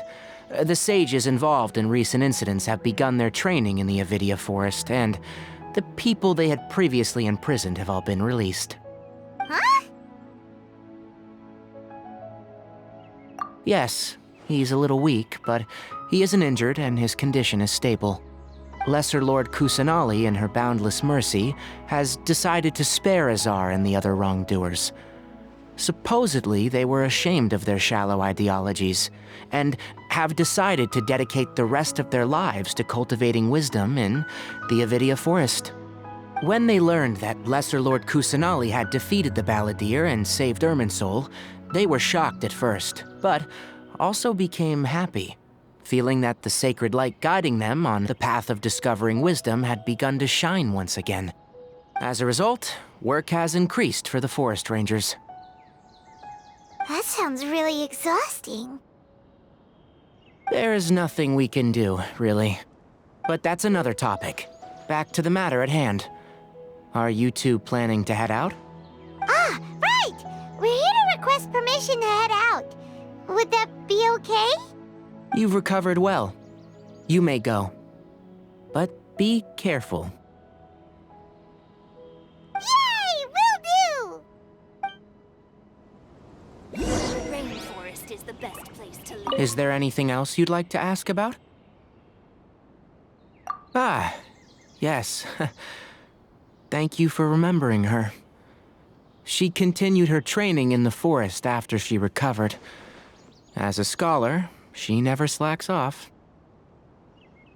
A lot has happened lately. Kale and I have been busy, but don't worry. We'll take care of ourselves. As for Sino's reinstatement, the more I think about it, the more I suspect that he just doesn't have a single clue about this feast. But this does remind me that Kale and I should find an opportunity to celebrate him as well. He has helped me a lot during this time. And you as well. Thank you. Take care. Please, find me if you need anything. Well, there won't be any problems if the feast starts at that time. Everything has already been prepared. Mr. Zubair, I finished tallying things up here. Well, except for the guests. Is a simple reply really that much to ask of our guests? It's affecting our arrangements. Oh, it'll be fine. Besides, it never hurts to get things ready in advance. I was thinking the same thing. The feast will be held sooner or later, right? Hey, Nilu! Traveler, Paimon! We got your letter, so here we are! You're the best! The other guests haven't even replied yet. Huh? Are we the only ones that have arrived? Yeah, I had someone deliver letters to all of our guests. But maybe everyone is still busy with other things. Look, I get it. Sumeru is in an extremely important period of transition right now, but even if your friends are important figures, they shouldn't just ignore your request like this. Nilu is Sumeru's #1 celebrity, after all. You have no idea how happy I am to talk to people with good taste. If you consider enjoying Nilu's dances having good taste, then almost everybody has good taste. Because Paimon thinks everybody will love her performance. That's right. We all think she's amazing too. Nilu is an absolute favorite among those of us who frequent the Grand Bazaar. For Outlanders, you have a great eye. Master Zubair, let's have a vote for the most outstanding audience members next time.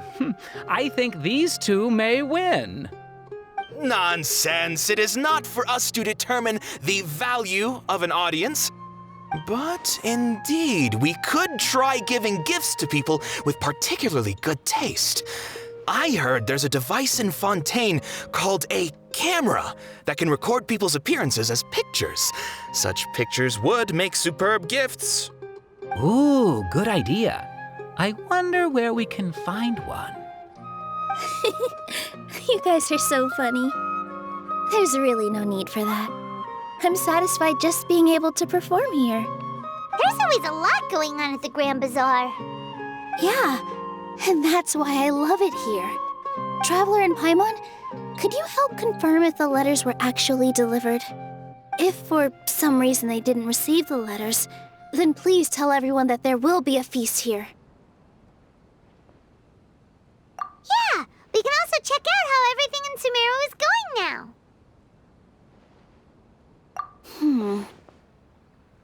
When I wrote the letters, I heard that Dia was in Port Ormos, and Alhaitham was at the Academia. As for Sino, we've only heard that he appears at the Academia from time to time. I'm not too sure about Rahman's whereabouts. My guess is that he's with Dia. As for Dunyarzad, I just hope she's feeling better. I sent her a letter, but I was afraid of disturbing her. If you have time, please ask about her for me. Okay, got it. Let's go, Traveler.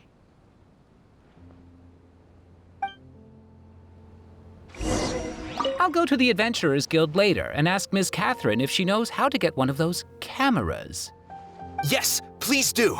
I'm sure the audience would be thrilled at the chance of receiving commemorative gifts. It could be our special surprise that we prepare for everyone. I think it's an amazing idea. Who knows? If we take more pictures, they might even become the signature souvenir of the Grand Bazaar. And Nilu will become even more famous. Ha! It won't be long till people are fighting for front row at your performances. I've heard that this camera is not just something anyone can use as they please. It must be aimed properly and subjects should pose for the best results. Oh, should we get ready then? Perhaps we should wear something a little more appropriate. No. I think we look absolutely fine. If anything, when we pose for this, clever invention, we should just be ourselves, You really think so?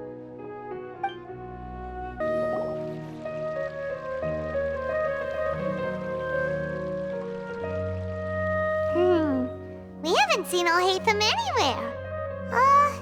Let's ask that person over there.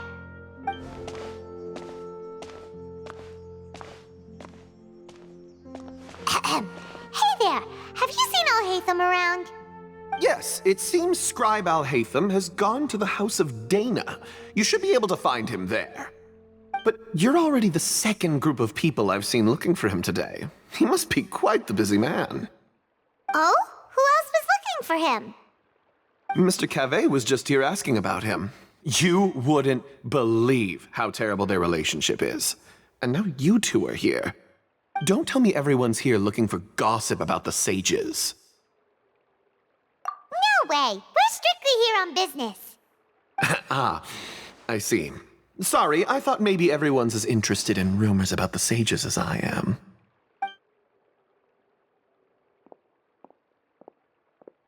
Alhaitham should be around here somewhere, right? Oh, he's over there! But it looks like he might not have time for us. Just put down that worthless book and tell me what happened in the Academia. This is not just some worthless book. Do you have any idea how difficult it is to find a physical book like this in Sumeru? It doesn't matter. It's probably just another thing that you used your authority to get your hands on anyway. Just put it aside. Listen, I came back today only to hear that the sages have disappeared. Oh, you sound surprised. I thought you would already know the inside story. Would I be here asking you if I knew? You're the scribe, not me. So just tell me what you know already. Well, I almost became a sage.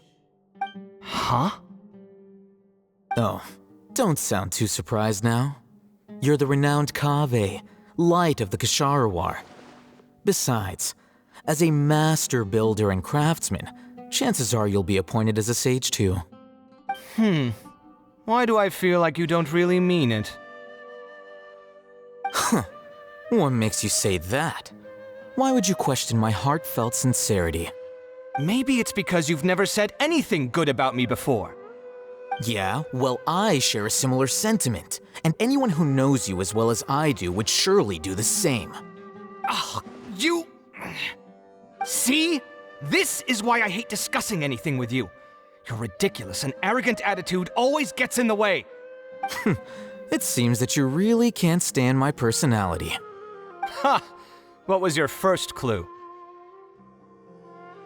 Well, then you might as well move out of my house. Are you threatening me? Stooping to a new low, I see. Ugh, and don't change the subject. You, a sage? What a joke. The academia might as well just close tomorrow. Are they having a fight?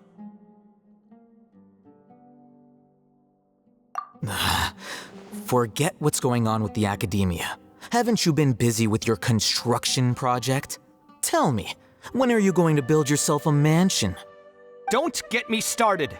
I get angry just thinking about it. So, what great building did our master architect work on this time? Like I need to tell you. Keep your nose out of my business. No, I think we deserve to know. Where were you when Sumeru needed you most? I was in the desert for a large project, but considering Haravatat's utter ignorance of architectural and aesthetic matters, you probably wouldn't understand. Which is truly unfortunate. I can only pity the man who doesn't understand the first thing about beauty and romance. Unlike a true... Hold on, wait a second. What do you mean by when Sumeru needed me most? Well, while you were out fiddling around in the desert, many people came together to save Sumeru from a crisis. Ha! And you think I'd believe that? Look, all you really need to know is that Azar and all his accomplices have all been overthrown. Huh? What nonsense are you talking about? It's no skin off my nose if you don't believe me.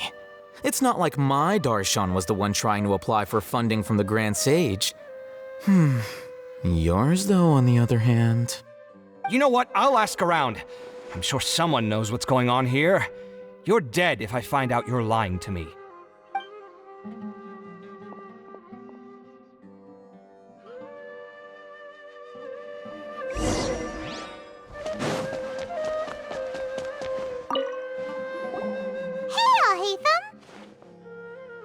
Oh, it's you two.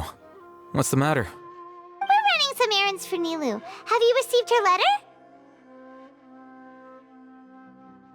Letter? Nilu said she sent out a letter inviting everyone to a celebration feast in 2 days at the Grand Bazaar.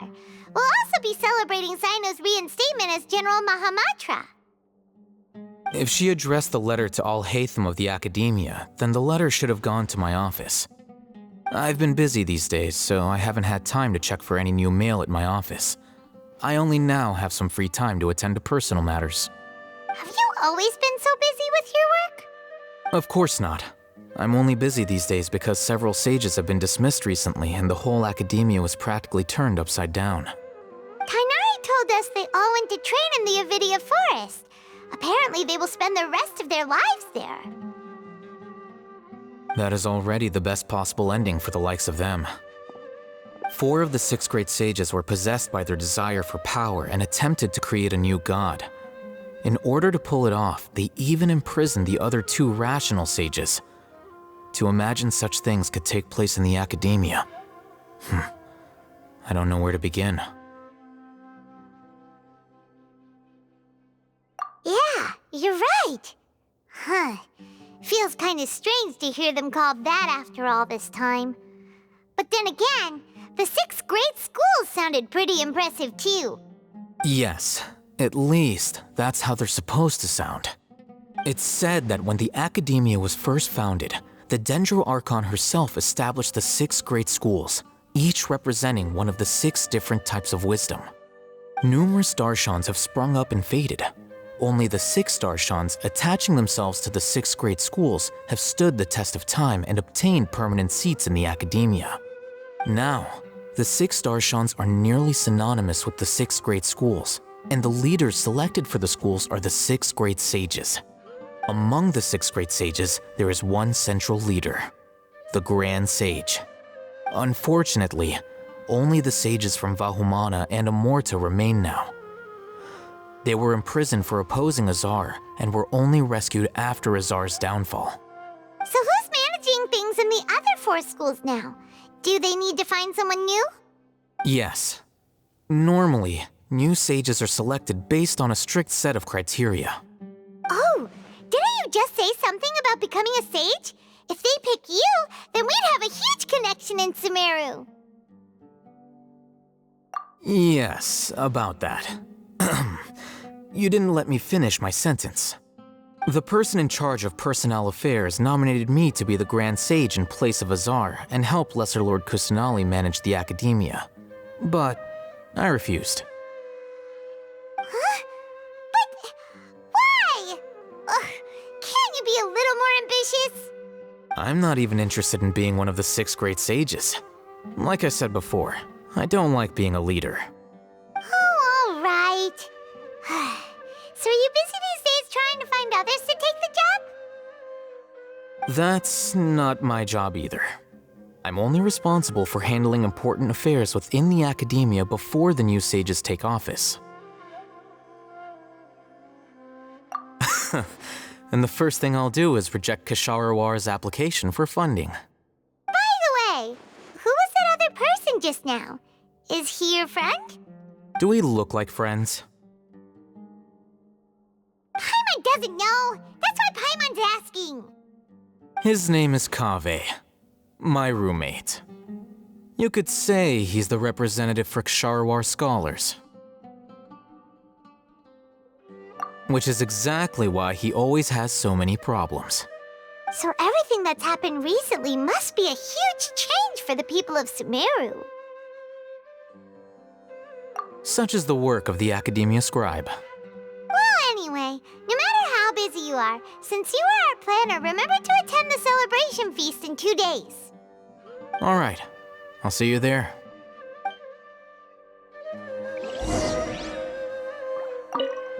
The House of Dana is the last quiet place in the whole academia now. I was originally planning to stay here a little longer, but there's a chance that Kaveh might show up again. Tuh, what a nuisance. I'd better go somewhere else.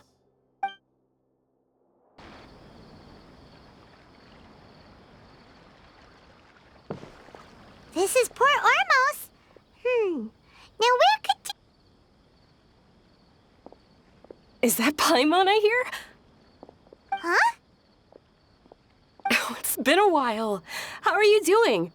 Dinyarzad! It's been so long since we've seen you!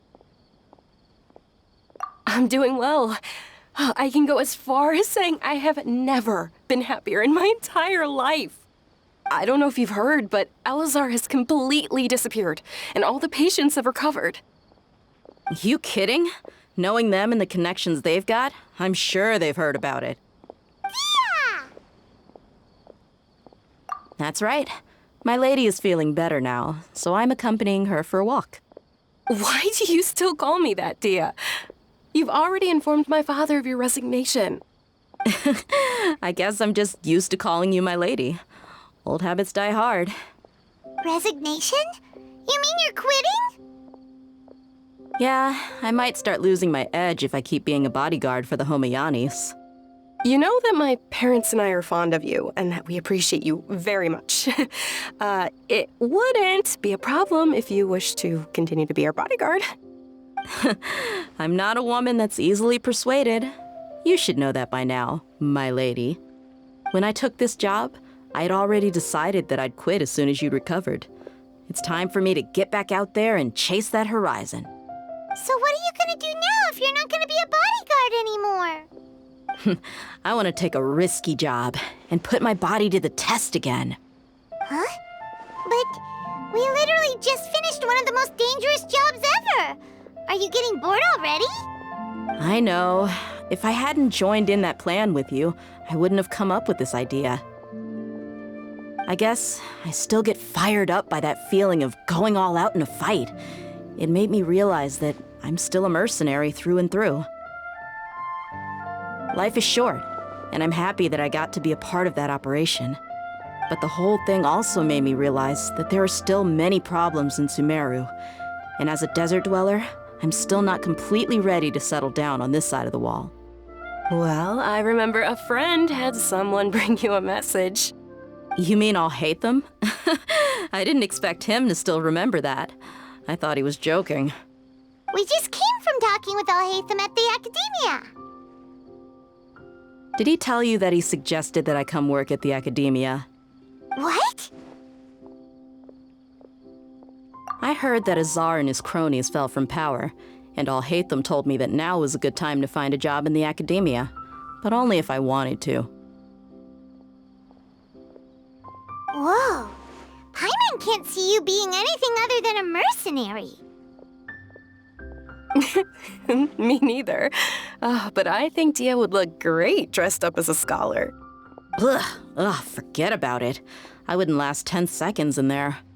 Alhaitham probably just liked the way I worked and knew I'm good in a fight, so he suggested I find some work in the Academia. But you know, if you take him up on the offer, Sino might actually agree and let you become a Matra. Because you're super amazing! The Matra have all the talent they need as long as they have Sino. I prefer to be free to live however I choose. In fact, I chose this job from the very start because I knew it'd be right up my alley. Even if being a mercenary means facing all kinds of danger. A lion has to return to the wild sooner or later. If anything, being your bodyguard has been unfamiliar territory for me. I don't want to see you go, but I'll respect your decision. I'm glad to hear you say that. Come on, no need for the sad face. It's not like we'll never meet again. Once the whole Dendro Archon thing is settled, everything in Sumeru will take a turn for the better. That makes me happy too. But a peaceful society will probably mean less demand for mercenaries like me. Before long, we'll be a dying breed. So I'd better get to work while I still can. Huh? But wait a second. You make it sound like you're leaving now. Well, no, not yet at least. I promised my lady I'd stick around until next week. So, have you been in Port Ormos this entire time? We were wondering if you had received a letter from Nilu. Oh, did Nilu write to us? She heard that you were seen in Port Ormos, so she sent the letter here. Huh. It was probably sent to the inn that we're staying at. My lady has been very energetic lately and keeps taking me on hikes, staying out even into the night. By the time we get back, the receptionist is usually off napping on the job. Right, and we tend to leave quite early in the morning, so the old man on duty is also usually dozing off. So what it really sounds like is that the person on duty is always asleep. I bet the letter's at the reception desk. I'll go check later. No wonder there wasn't a reply. You never received the letter. Good thing Nilu asked us to come and check on that. Sorry to make you two come all the way out here. It must be something important for Nilu to specifically write to us like that. Yes, she said they were preparing a victory feast in the Grand Bazaar, and will also be celebrating Sino's reinstatement as General Mahamatra. She was hoping you could come. Great! I'll be sure to attend. Count me in too. But is there some sort of dress code or anything for the feast? Can I just show up looking like this? Since it's being organized by Nilu, I don't think she'll be too picky about that. If anything, I think she wants to see us as our most natural selves. All right, then this is how I'll show up. The feast will be held in 2 days, so don't forget. Sure. Thank you so much for letting us know. We'll see you there. Oh, by the way, do you happen to know where Sino and Raman are? The General Mahamatra always comes and goes without a trace. Normally no one knows his whereabouts. Oh. But last time we met, he mentioned that he had something to do in Aru village. You can try your luck there. As for Raman, Your guess is as good as mine. I only remember he said that he had something to discuss with Sino. You can ask Sino when you meet him. Don't mention it. You'd better get going. All right, on to our next stop.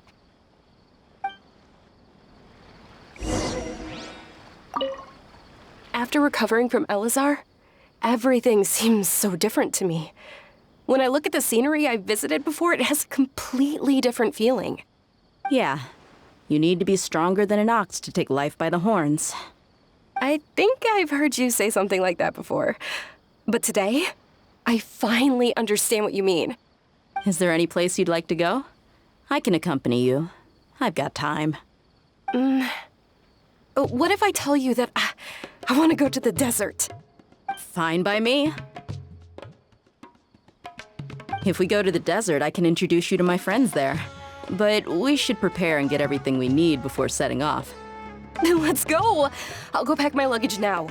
After we're done with the feast in 2 days, we can go have fun in the desert. You can count me in.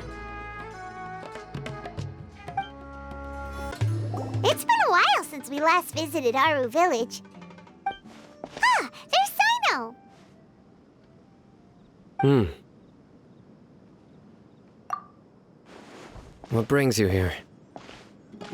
We recovered well, and Tanari agreed to let us leave, so now we're out and about again. It seems Gandharvaville's medical treatment is still as good as ever. And Tanari is recovering well, too. That's good to hear. Yeah, you're the one who brought us to him when we lost consciousness, right? Thanks for that. You're welcome. Tainari has excellent medical skills, and Kale is quite attentive. It was the best place for you. But why are you just standing here like a dead tree? I'm meeting some people. Oh, you mean Candace? I've already talked with Candace and the village chief.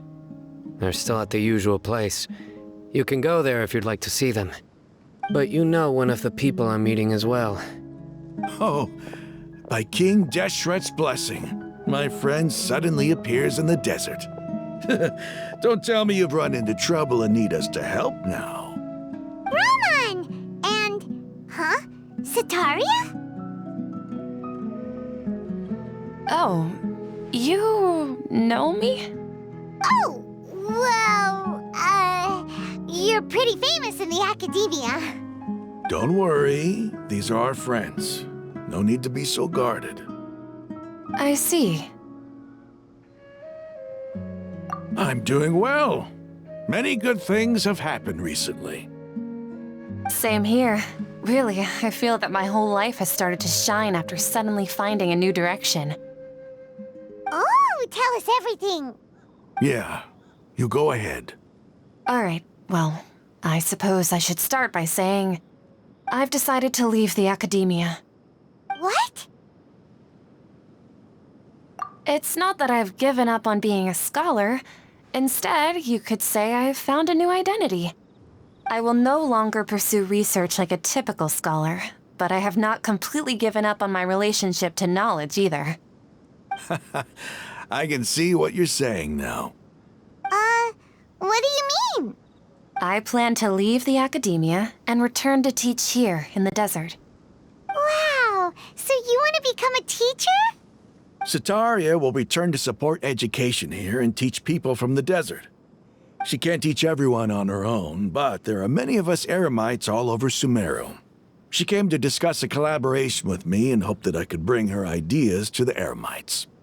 Yes, it's my hope that the Eremites can help me select a group of smart people with the best aptitude for teaching. I'll teach them, and after they've finished learning from me, they can go educate more people. That is the true meaning of education and the spreading of knowledge. The people of King Deshret suffer from sandstorms, exile, and ignorance. Miss Sataria is more than welcome to come teach here. Her arrival is like a star shining in the desert night. The stars have always guided caravans, thieves, soldiers, and travelers who get lost in the night. They lead those in the dark out of trouble and back to safety. Oh, please. Where's all of this coming from? I'm starting to feel a little embarrassed. You deserve these compliments. Mercenaries are accustomed to danger and don't fear death, which is why we recognize extraordinary actions that common people would easily overlook. Setaria's idea will bring much good to many people.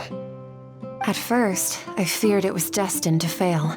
Everyone knows that the Academia doesn't allow scholars to teach in the desert without permission. As you know, all knowledge is under their surveillance and control, and very few desert dwellers are as lucky as me. But what I heard at that time has been haunting my heart, as if there were lightning bolts constantly bombarding my soul. Setaria, you tread a treacherous path, and the longer you ignore it, the tighter the Academia's grasp on you will become.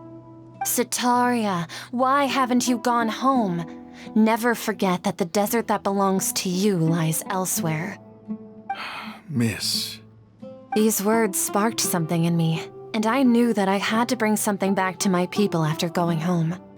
I gathered up the courage to approach the Grand Sage, only to find that he was no longer at the Academia. Lord Sino told me that Azar didn't belong there anymore. Azar has received much-needed punishment. Though, if you ask me, it may have been too light. You probably have already heard. Lord Sino helped me obtain permission to leave the Academia for the desert, and accompanied me here to discuss collaboration with members of the Eremites. My plan was able to go smoothly thanks to him and Rahman. You're all doing so much for the desert. Aside from that, I also have some other business to discuss with Sino. Lesser Lord Kusanali has allocated many resources to support and develop the desert. I've done some business for her, and part of it required the assistance of the Eremites. I applied for a few batches of educational materials from the Academia, and sent them to several groups in the desert, as instructed by Lesser Lord Kusanali. I believe the people will make good use of them. That's exactly what the people here need. Physical books and other related items. If it weren't for Sino and Lesser Lord Kusanali, I'm afraid we'd never be able to get our hands on them. Apart from this, the Academia is also recruiting scholars that are willing to teach in the desert. I'll let you and Setaria know as soon as I have any more news. We must be persistent about this, and maintain these resources to ensure long-term effectiveness. This is the first time in hundreds of years we've had a glimmer of hope. I think this may be the turning point for the desert. Remember these words. Here lies our faithful priest, Kasala. His wisdom is a miracle among the people, deserving of high praise and admiration. I hope people with wisdom like that priest will rise again among the desert dwellers. Then we'll once again see the wisdom and glory that once shook the world. Enough about us. Are you here to discuss some business too? No, not at all. We're actually here on behalf of Nilu. Nilu wanted to write to everyone, but she wasn't sure where the letters should be sent, so she asked us to come find everyone personally. A celebration feast will be held in 2 days at the Grand Bazaar. She hopes that all of you will be able to attend. At the feast, we'll also be celebrating Sino's reinstatement as General Mahamatra. Although, judging from your appearance, it seems you've already been reinstated. Paimon thought you would only start working for the Academia after the feast. Celebration? Feast? It's the first I've heard of it. Tighnari was right. He really didn't know. This feast is for you, Sino. Sounds to me like you'll have to be there. It's rare to see that kind of expression from Lord Sino. You must not like feasts very much. No, not really. But I'll go.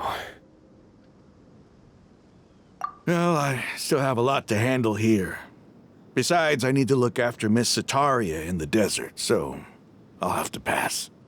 I'm afraid I won't be able to join you. Although, if you'd be so kind, please give a message to Miss Nilu for me. The message is, I'm sorry for how I treated you before, but now I understand the beauty of your dance. It's like a light shining in the sky. You and the art you symbolize are not only beautiful, but also lively and powerful, so much so that it was prohibited. Please keep dancing, and someday I'll be able to appreciate your art in person. Okay, we've got all that down. Our job here is complete as well. Oh, Sino, remember, party's in 2 days. Make sure you're there. Got it.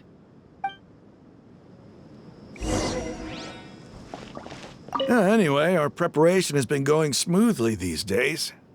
Can such good things really be happening in the desert?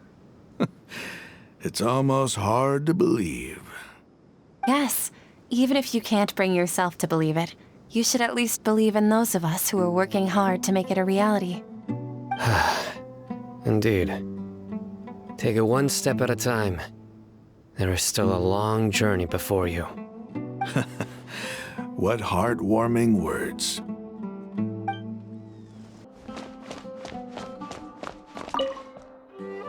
Azar has gone to the Avidia Forest to reflect on himself for the rest of his life.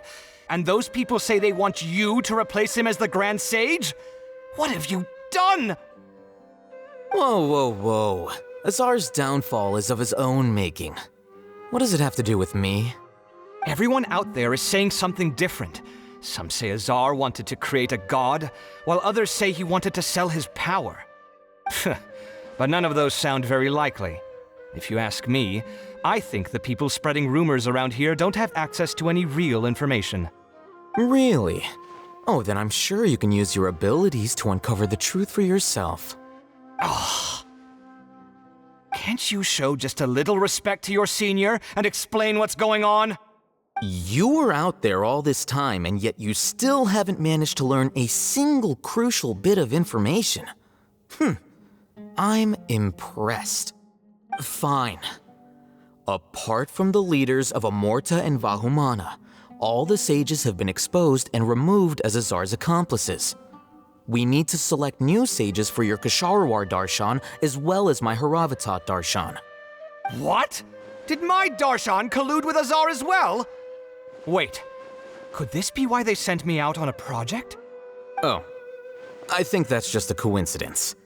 Besides, whatever you were doing won't have any significant impact now or in times to come. You... Listen here, I'm not buying any of it. Don't try to use this as an opportunity to talk about your crazy theories. I think there are a few details that everyone is overlooking. For example, how as the scribe, you were somehow able to escape this political crisis completely unscathed. This can easily be seen as the results of a power struggle, no? Yet nobody has stopped to point that out yet. I almost feel like I should go out and start telling people about that. Be my guest. But I think everybody will be more interested in your own well-known gaffes. Do you know what? I am done with you. Today's the big day! Let's go to the Grand Bazaar and see how the celebration's coming along. What's so great about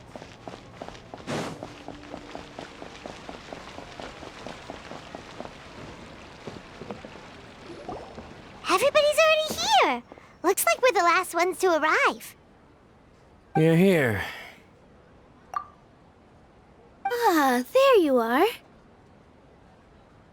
Well, look who finally decided to show up. You look like you came here immediately after finishing up some work. I'm very happy to see you here. But we're not late, are we? It's just that everyone else arrived ahead of time. I propose that the last one who arrived be put in charge of today's speeches. Nah, there won't be any speeches today. Oh, really? Well, even better. Come join us over here. Let's share some great food and drinks, and chat about all sorts of fun things. Everything looks quite good. Wow! Paimon can't wait! Traveler, just look at all the delicious food here!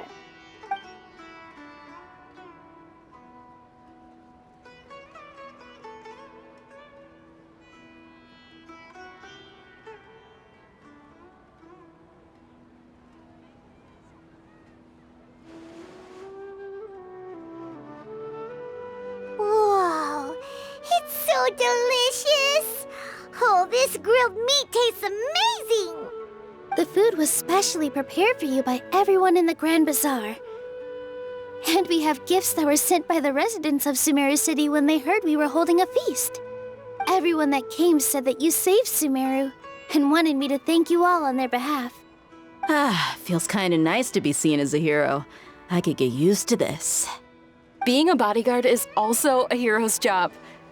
You've always been amazing, Dia. My lady sure has a way with words. Thanks. I'm glad to hear it. And I'm happy to meet everyone that participated in the great plan. Don't mention it. Come to think of it, we've really done something impressive together. It's unbelievable. We owe it to our abilities. And luck. Really? Why do I remember everybody thinking that luck was against us and feeling like we hardly had a chance of succeeding? That's how I remember it too. It's luck that brought us together, and it was luck that let us form a team. Then, it took even more luck for us to formulate a plan and implement it successfully. Moreover, judging from the results, everything worked out well. Yeah, everyone gave it their all when it mattered most. It was almost like a performance. We took the stage and put on our best show. Everyone played their part, and thanks to everyone's efforts, the performance was a great success. So, would you say we're good actors too? It's such a blessing that Lesser Lord Kusanali was able to return to power at the Academia. Yes, even after being abandoned and neglected so many times, she's finally returned. Lesser Lord Kusanali once used all her power in a great disaster, which resulted in her losing all her wisdom and memories of the past. The Academia basically abandoned her because of it. This should be something everybody should remember. Huh? You look surprised. I didn't say anything wrong, did I? No, everything you said is correct. That's good. Something wrong? Yeah, what's with that face? You knew all of this already. Even if those two giants of the Academia are here, I still have to say it. Those sages really have some nerve. 500 years ago, Lesser Lord Kusanali used all her power for the people of Sumeru, and what did they do in return?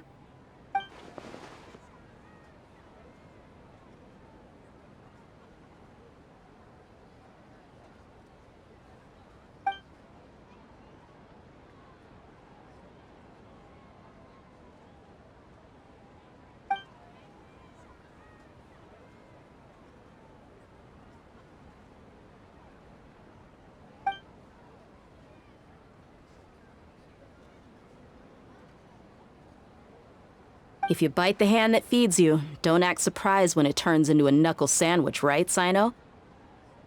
Perhaps I shouldn't say this, but their treatment of Lesser Lord Kusanali calls for a more severe punishment. You could simply tell Lesser Lord Kusanali that you wish to have Azar and his accomplices severely punished. I respect our deity's decision, and won't interfere in any way. While we're on this topic, why didn't you accept the Academia's invitation to become the Grand Sage? Are you trying to say that I'm fit to be a sage? Not at all. But every person handling the selection process has said that you are the most suitable candidate to lead the Academia right now. Why? Because he dethroned Azar from power? Could you try to put it another way? This is a good thing, yet you're making it sound like I overthrew Azar for my own personal gain. But seriously though, I always wondered if you had some personal motives behind it. I did have my own motive, but it had nothing to do with being a sage. If the rules of our nation were suddenly cast by the wayside, then it wouldn't be long until chaos ensued. I had no intention of letting their dreams disrupt my life. By that, you mean your life working as the Academia's scribe. Precisely. Wait, is that all? So, that's the only reason why you joined us and came up with all those plans? It's reason enough. You've certainly got quite the personality. You flatter me. All right then. How about you? You've already resumed work as the General Mahamatra, right? That's right. Will you be happy with that life? It's not about being happy. There are merely a lot of things that I must do. Even so, keep your spirits up and try to be happy, okay? And try to smile more every day, just like I'm doing now. Thank you. I'll keep that in mind.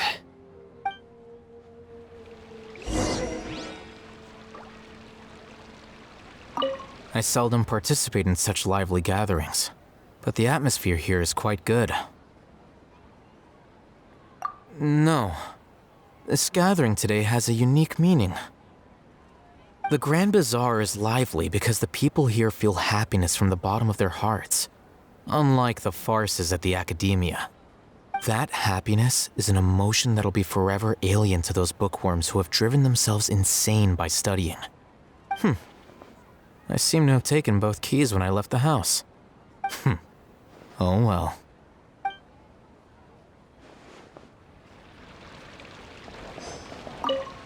My lady, the grilled meat over there is delicious. Have you tried it? Yes, I also tried some fruit just now. Oh, they're very sweet.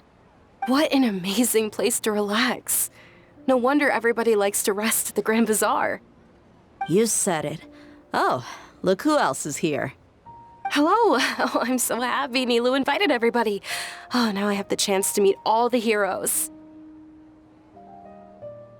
Hey, less of that polite chit-chat and more eating and drinking. The feast is about having fun, not stuffy formalities.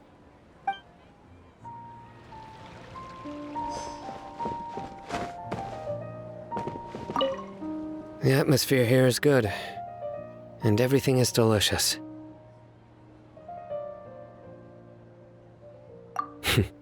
Yeah. I don't often come to such places, but it feels quite good. I have a lot to handle these days. Otherwise, I could show you around. There's always next time. We're friends after all. This feast is pretty good. I like it.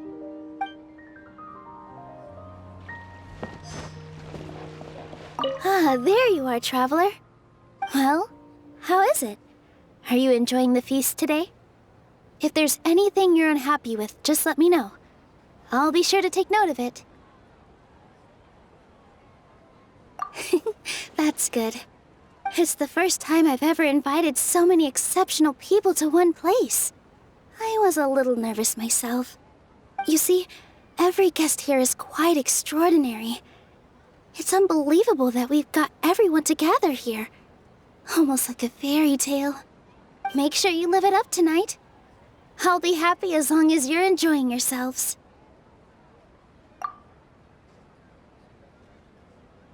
I'm honored to have her think of me this way. If I have a chance in the future, I would really like to invite her to one of my performances. I can't explain why, but I just feel elated right now. Thank you.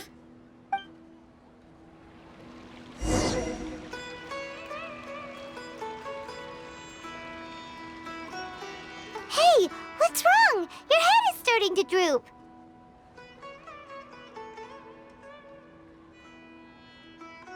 Hey, you can't just fall asleep here.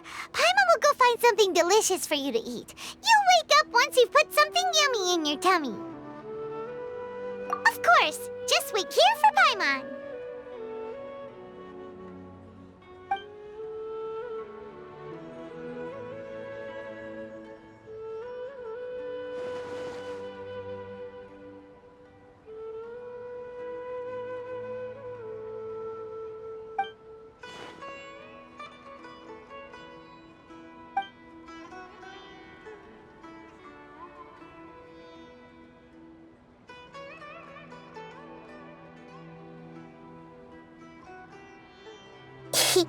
It's me.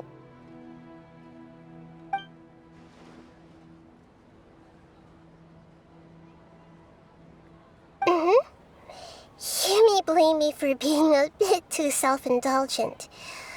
I was thinking about talking with you, and the next thing I knew, I had made a connection with you. The connection between us is amazing. It's like flora and the fence it grows upon. I heard there's an amazing celebration feast today at the Grand Bazaar. I wanted to have a look for myself, so I snuck in.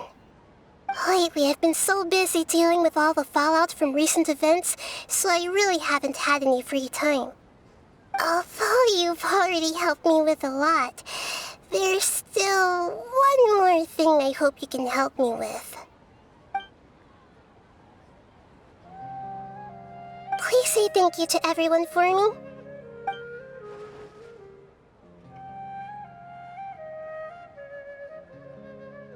Oh, is it not convenient for you to do that for me?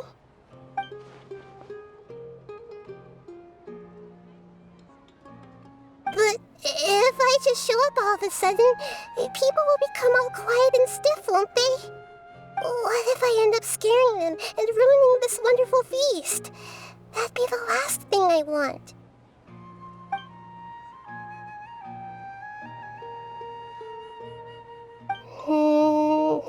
Let me think about it.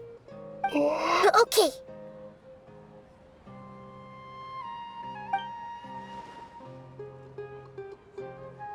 Yes, I have.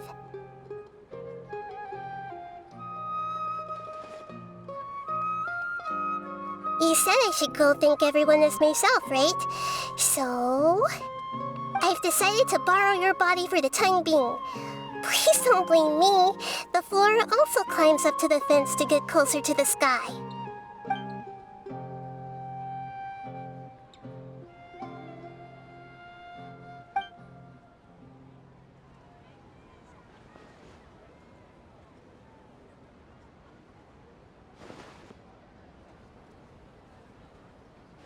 Everyone! Are you awake now? Paimon was just about to bring you the food. It's me. Huh? That voice. Nahida? Hold up. What's going on? I didn't expect to have a conversation with the consciousness of Lesser Lord Kusanali in the Grand Bazaar. Interesting. Is this also a part of the feast? No, of course not. Are you... Lesser Lord Kusanali? Hello, Nilu. You know who I am? Yes, I already know every one of you. Nilu, Alhaitham, Sino, Dia, Paimon, and Dunyarzad.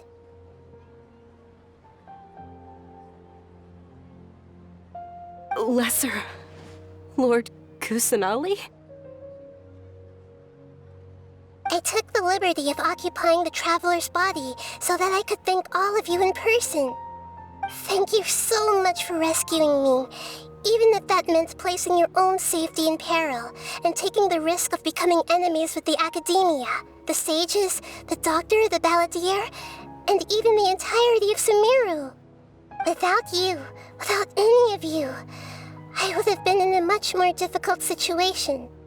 Had you not helped me to resolve the crisis, not only I, but Sumeru and even the entirety of Tevat would have suffered great misfortune. People refer to you as the heroes who managed to rescue a god. I'm quite fond of this name. It not only explains your identities, but also bears witness to your relationship with me. Please, allow me to present to you my most sincere gratitude. Lesser Lord Kusanali, you have done so much for Sumeru, and I didn't even have a chance to do anything for you. You don't have to do this. Dunyarzad, the suffering you endured during your illness is also proof of you being with me and praying for me. Thank you. You don't need to be so ceremonious. It's always been my duty to protect you. This is how the relationship between the Academia and Dendro Archon should be. We just did what was necessary and set things back on the right path. You're an Archon, but you act so humble. You really don't need to be so polite with us. I'm honored to have been able to take part in this plan. I hoped you liked the dance I dedicated to you. Thank you, all of you. Thank you so much.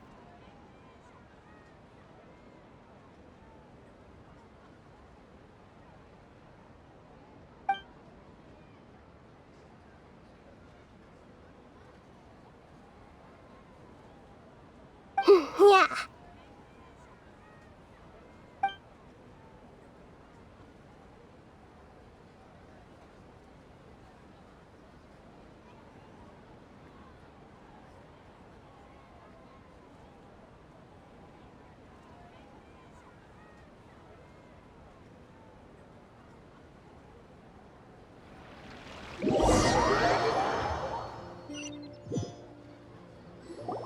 Are you awake?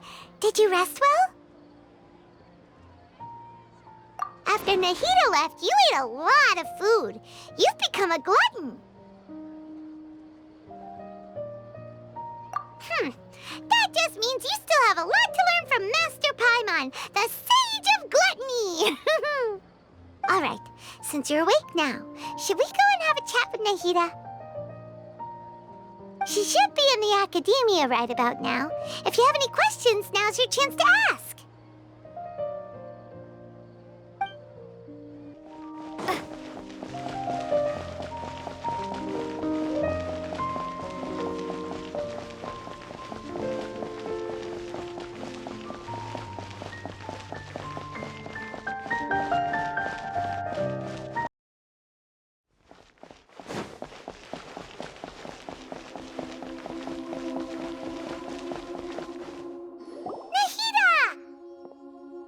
Hello, Traveler and Paimon. What a fantastic night. I'm still immersed in all the happiness and joy, like a candle floating on water. So are we, and that's why we're here to talk with you. Is there anything you want to know? After recent events, the Akasha can no longer function as it used to. I've given it some thought, and have decided to shut it down permanently. But this is definitely not a bad thing. Even from the beginning, I've been planning to shut it down.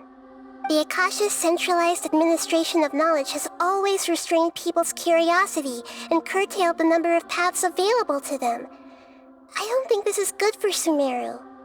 Although people may initially feel a little uncomfortable with the loss of the Akasha, they will soon understand that this life is more suitable for them.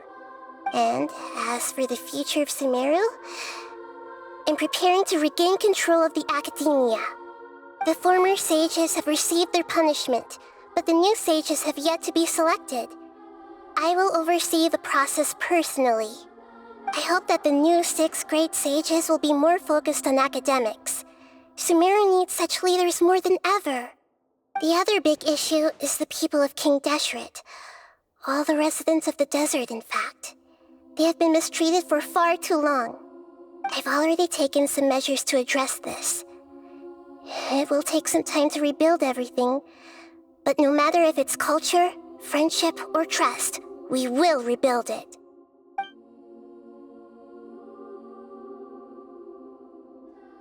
You mean, what happened after the doctor put you to sleep? You guessed correctly. The top-ranked Fatui Harbingers, up to number 3, possess power comparable to that of gods. I was no match for him in that kind of situation. However, in spite of the bad situation, I still managed to make a fair deal with the doctor. I'm sure you remember the entity that changed your fate, the Heavenly Principles. In fact, the Heavenly Principles has been quiet since the Conria disaster 500 years ago. I used this point as leverage against the doctor. I told him that the Heavenly Principles may be awakened if I destroy the Gnosis. Although it's just a bluff, he still fell for it. I assumed that the Heavenly Principles wouldn't just stand by and let such extensive damage to its laws take place. And as for what I exchanged for the Gnosis, The exchange served as both punishment for the doctor, as well as a boon of new knowledge that I couldn't refuse as the god of wisdom. He's still in a coma. I've hidden him like how one would hide a feather. I know you have many misgivings about him, but as someone who had become a god, he has retained a number of very useful features. Don't worry, I'll keep an eye on him and make sure he doesn't do any evil. In addition, there are still some mysteries left in him. Some things may be very clear from my perspective, but he is still yet to understand them himself. His future will be determined by fate.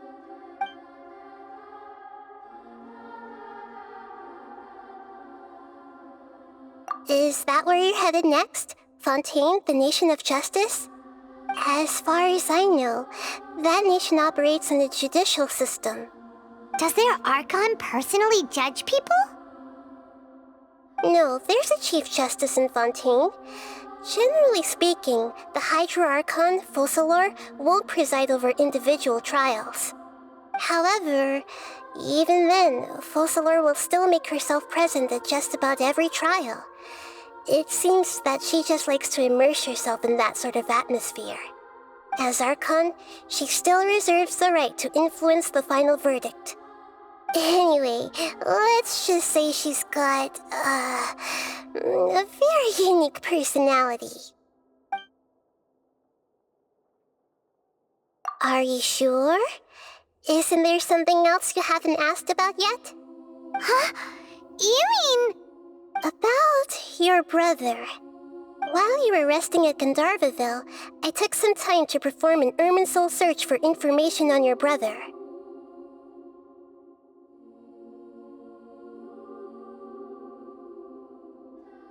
Yeah! Isn't Irminsul a repository for all the information and memories of Teyvat? So there shouldn't be anything on her or her brother. This is true in your case. Irminsul indeed does not have any information on you. However, there must be something different about your brother. Because as it turns out, the world has recorded information on him after all. What? There's only one possible explanation. He belongs to this world.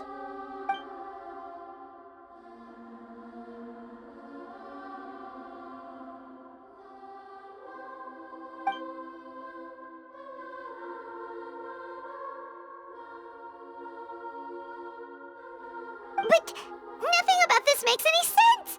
Wasn't this your first trip to Teyvat?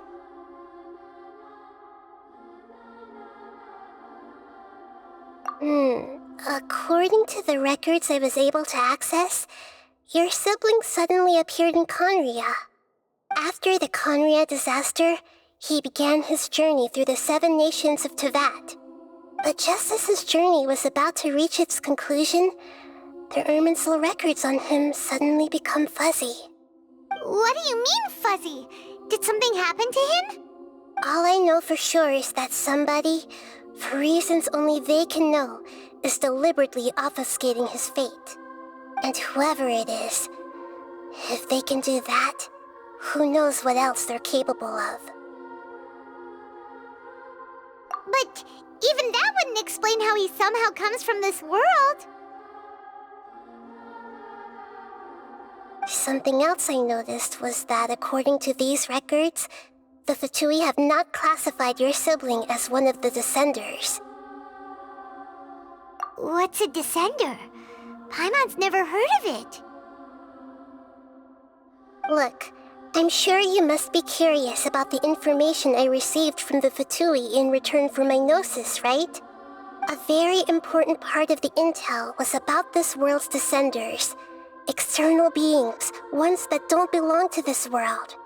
Traveler, you are Teyvat's 4th Descender. Huh? So the Fatui count 3 other Descenders before the Traveler, and her brother isn't even one of them? That's right. My current hypothesis is that the first Descender was likely what we now call the Heavenly Principles. As for the other Descenders, I still need to verify their existence.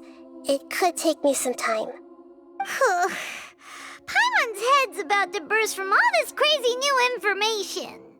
And yet, even knowing all this, I'm sure you must still have a lot of unanswered questions. I must say, I truly regret that I can't help you more as the God of Wisdom. There are many questions in my heart as well. I will need some time to go through each one of them. And soon, you'll also begin your journey anew and depart from Sumeru. I'm very interested in your future. It's a journey that can't be observed or recorded by this world. If fate is the ultimate knowledge, then your future will be the ultimate fate. Paimon's sure glad we got to meet you, Nahida. The pleasure is all mine. I can't thank you enough. Alright, that's enough talk for today.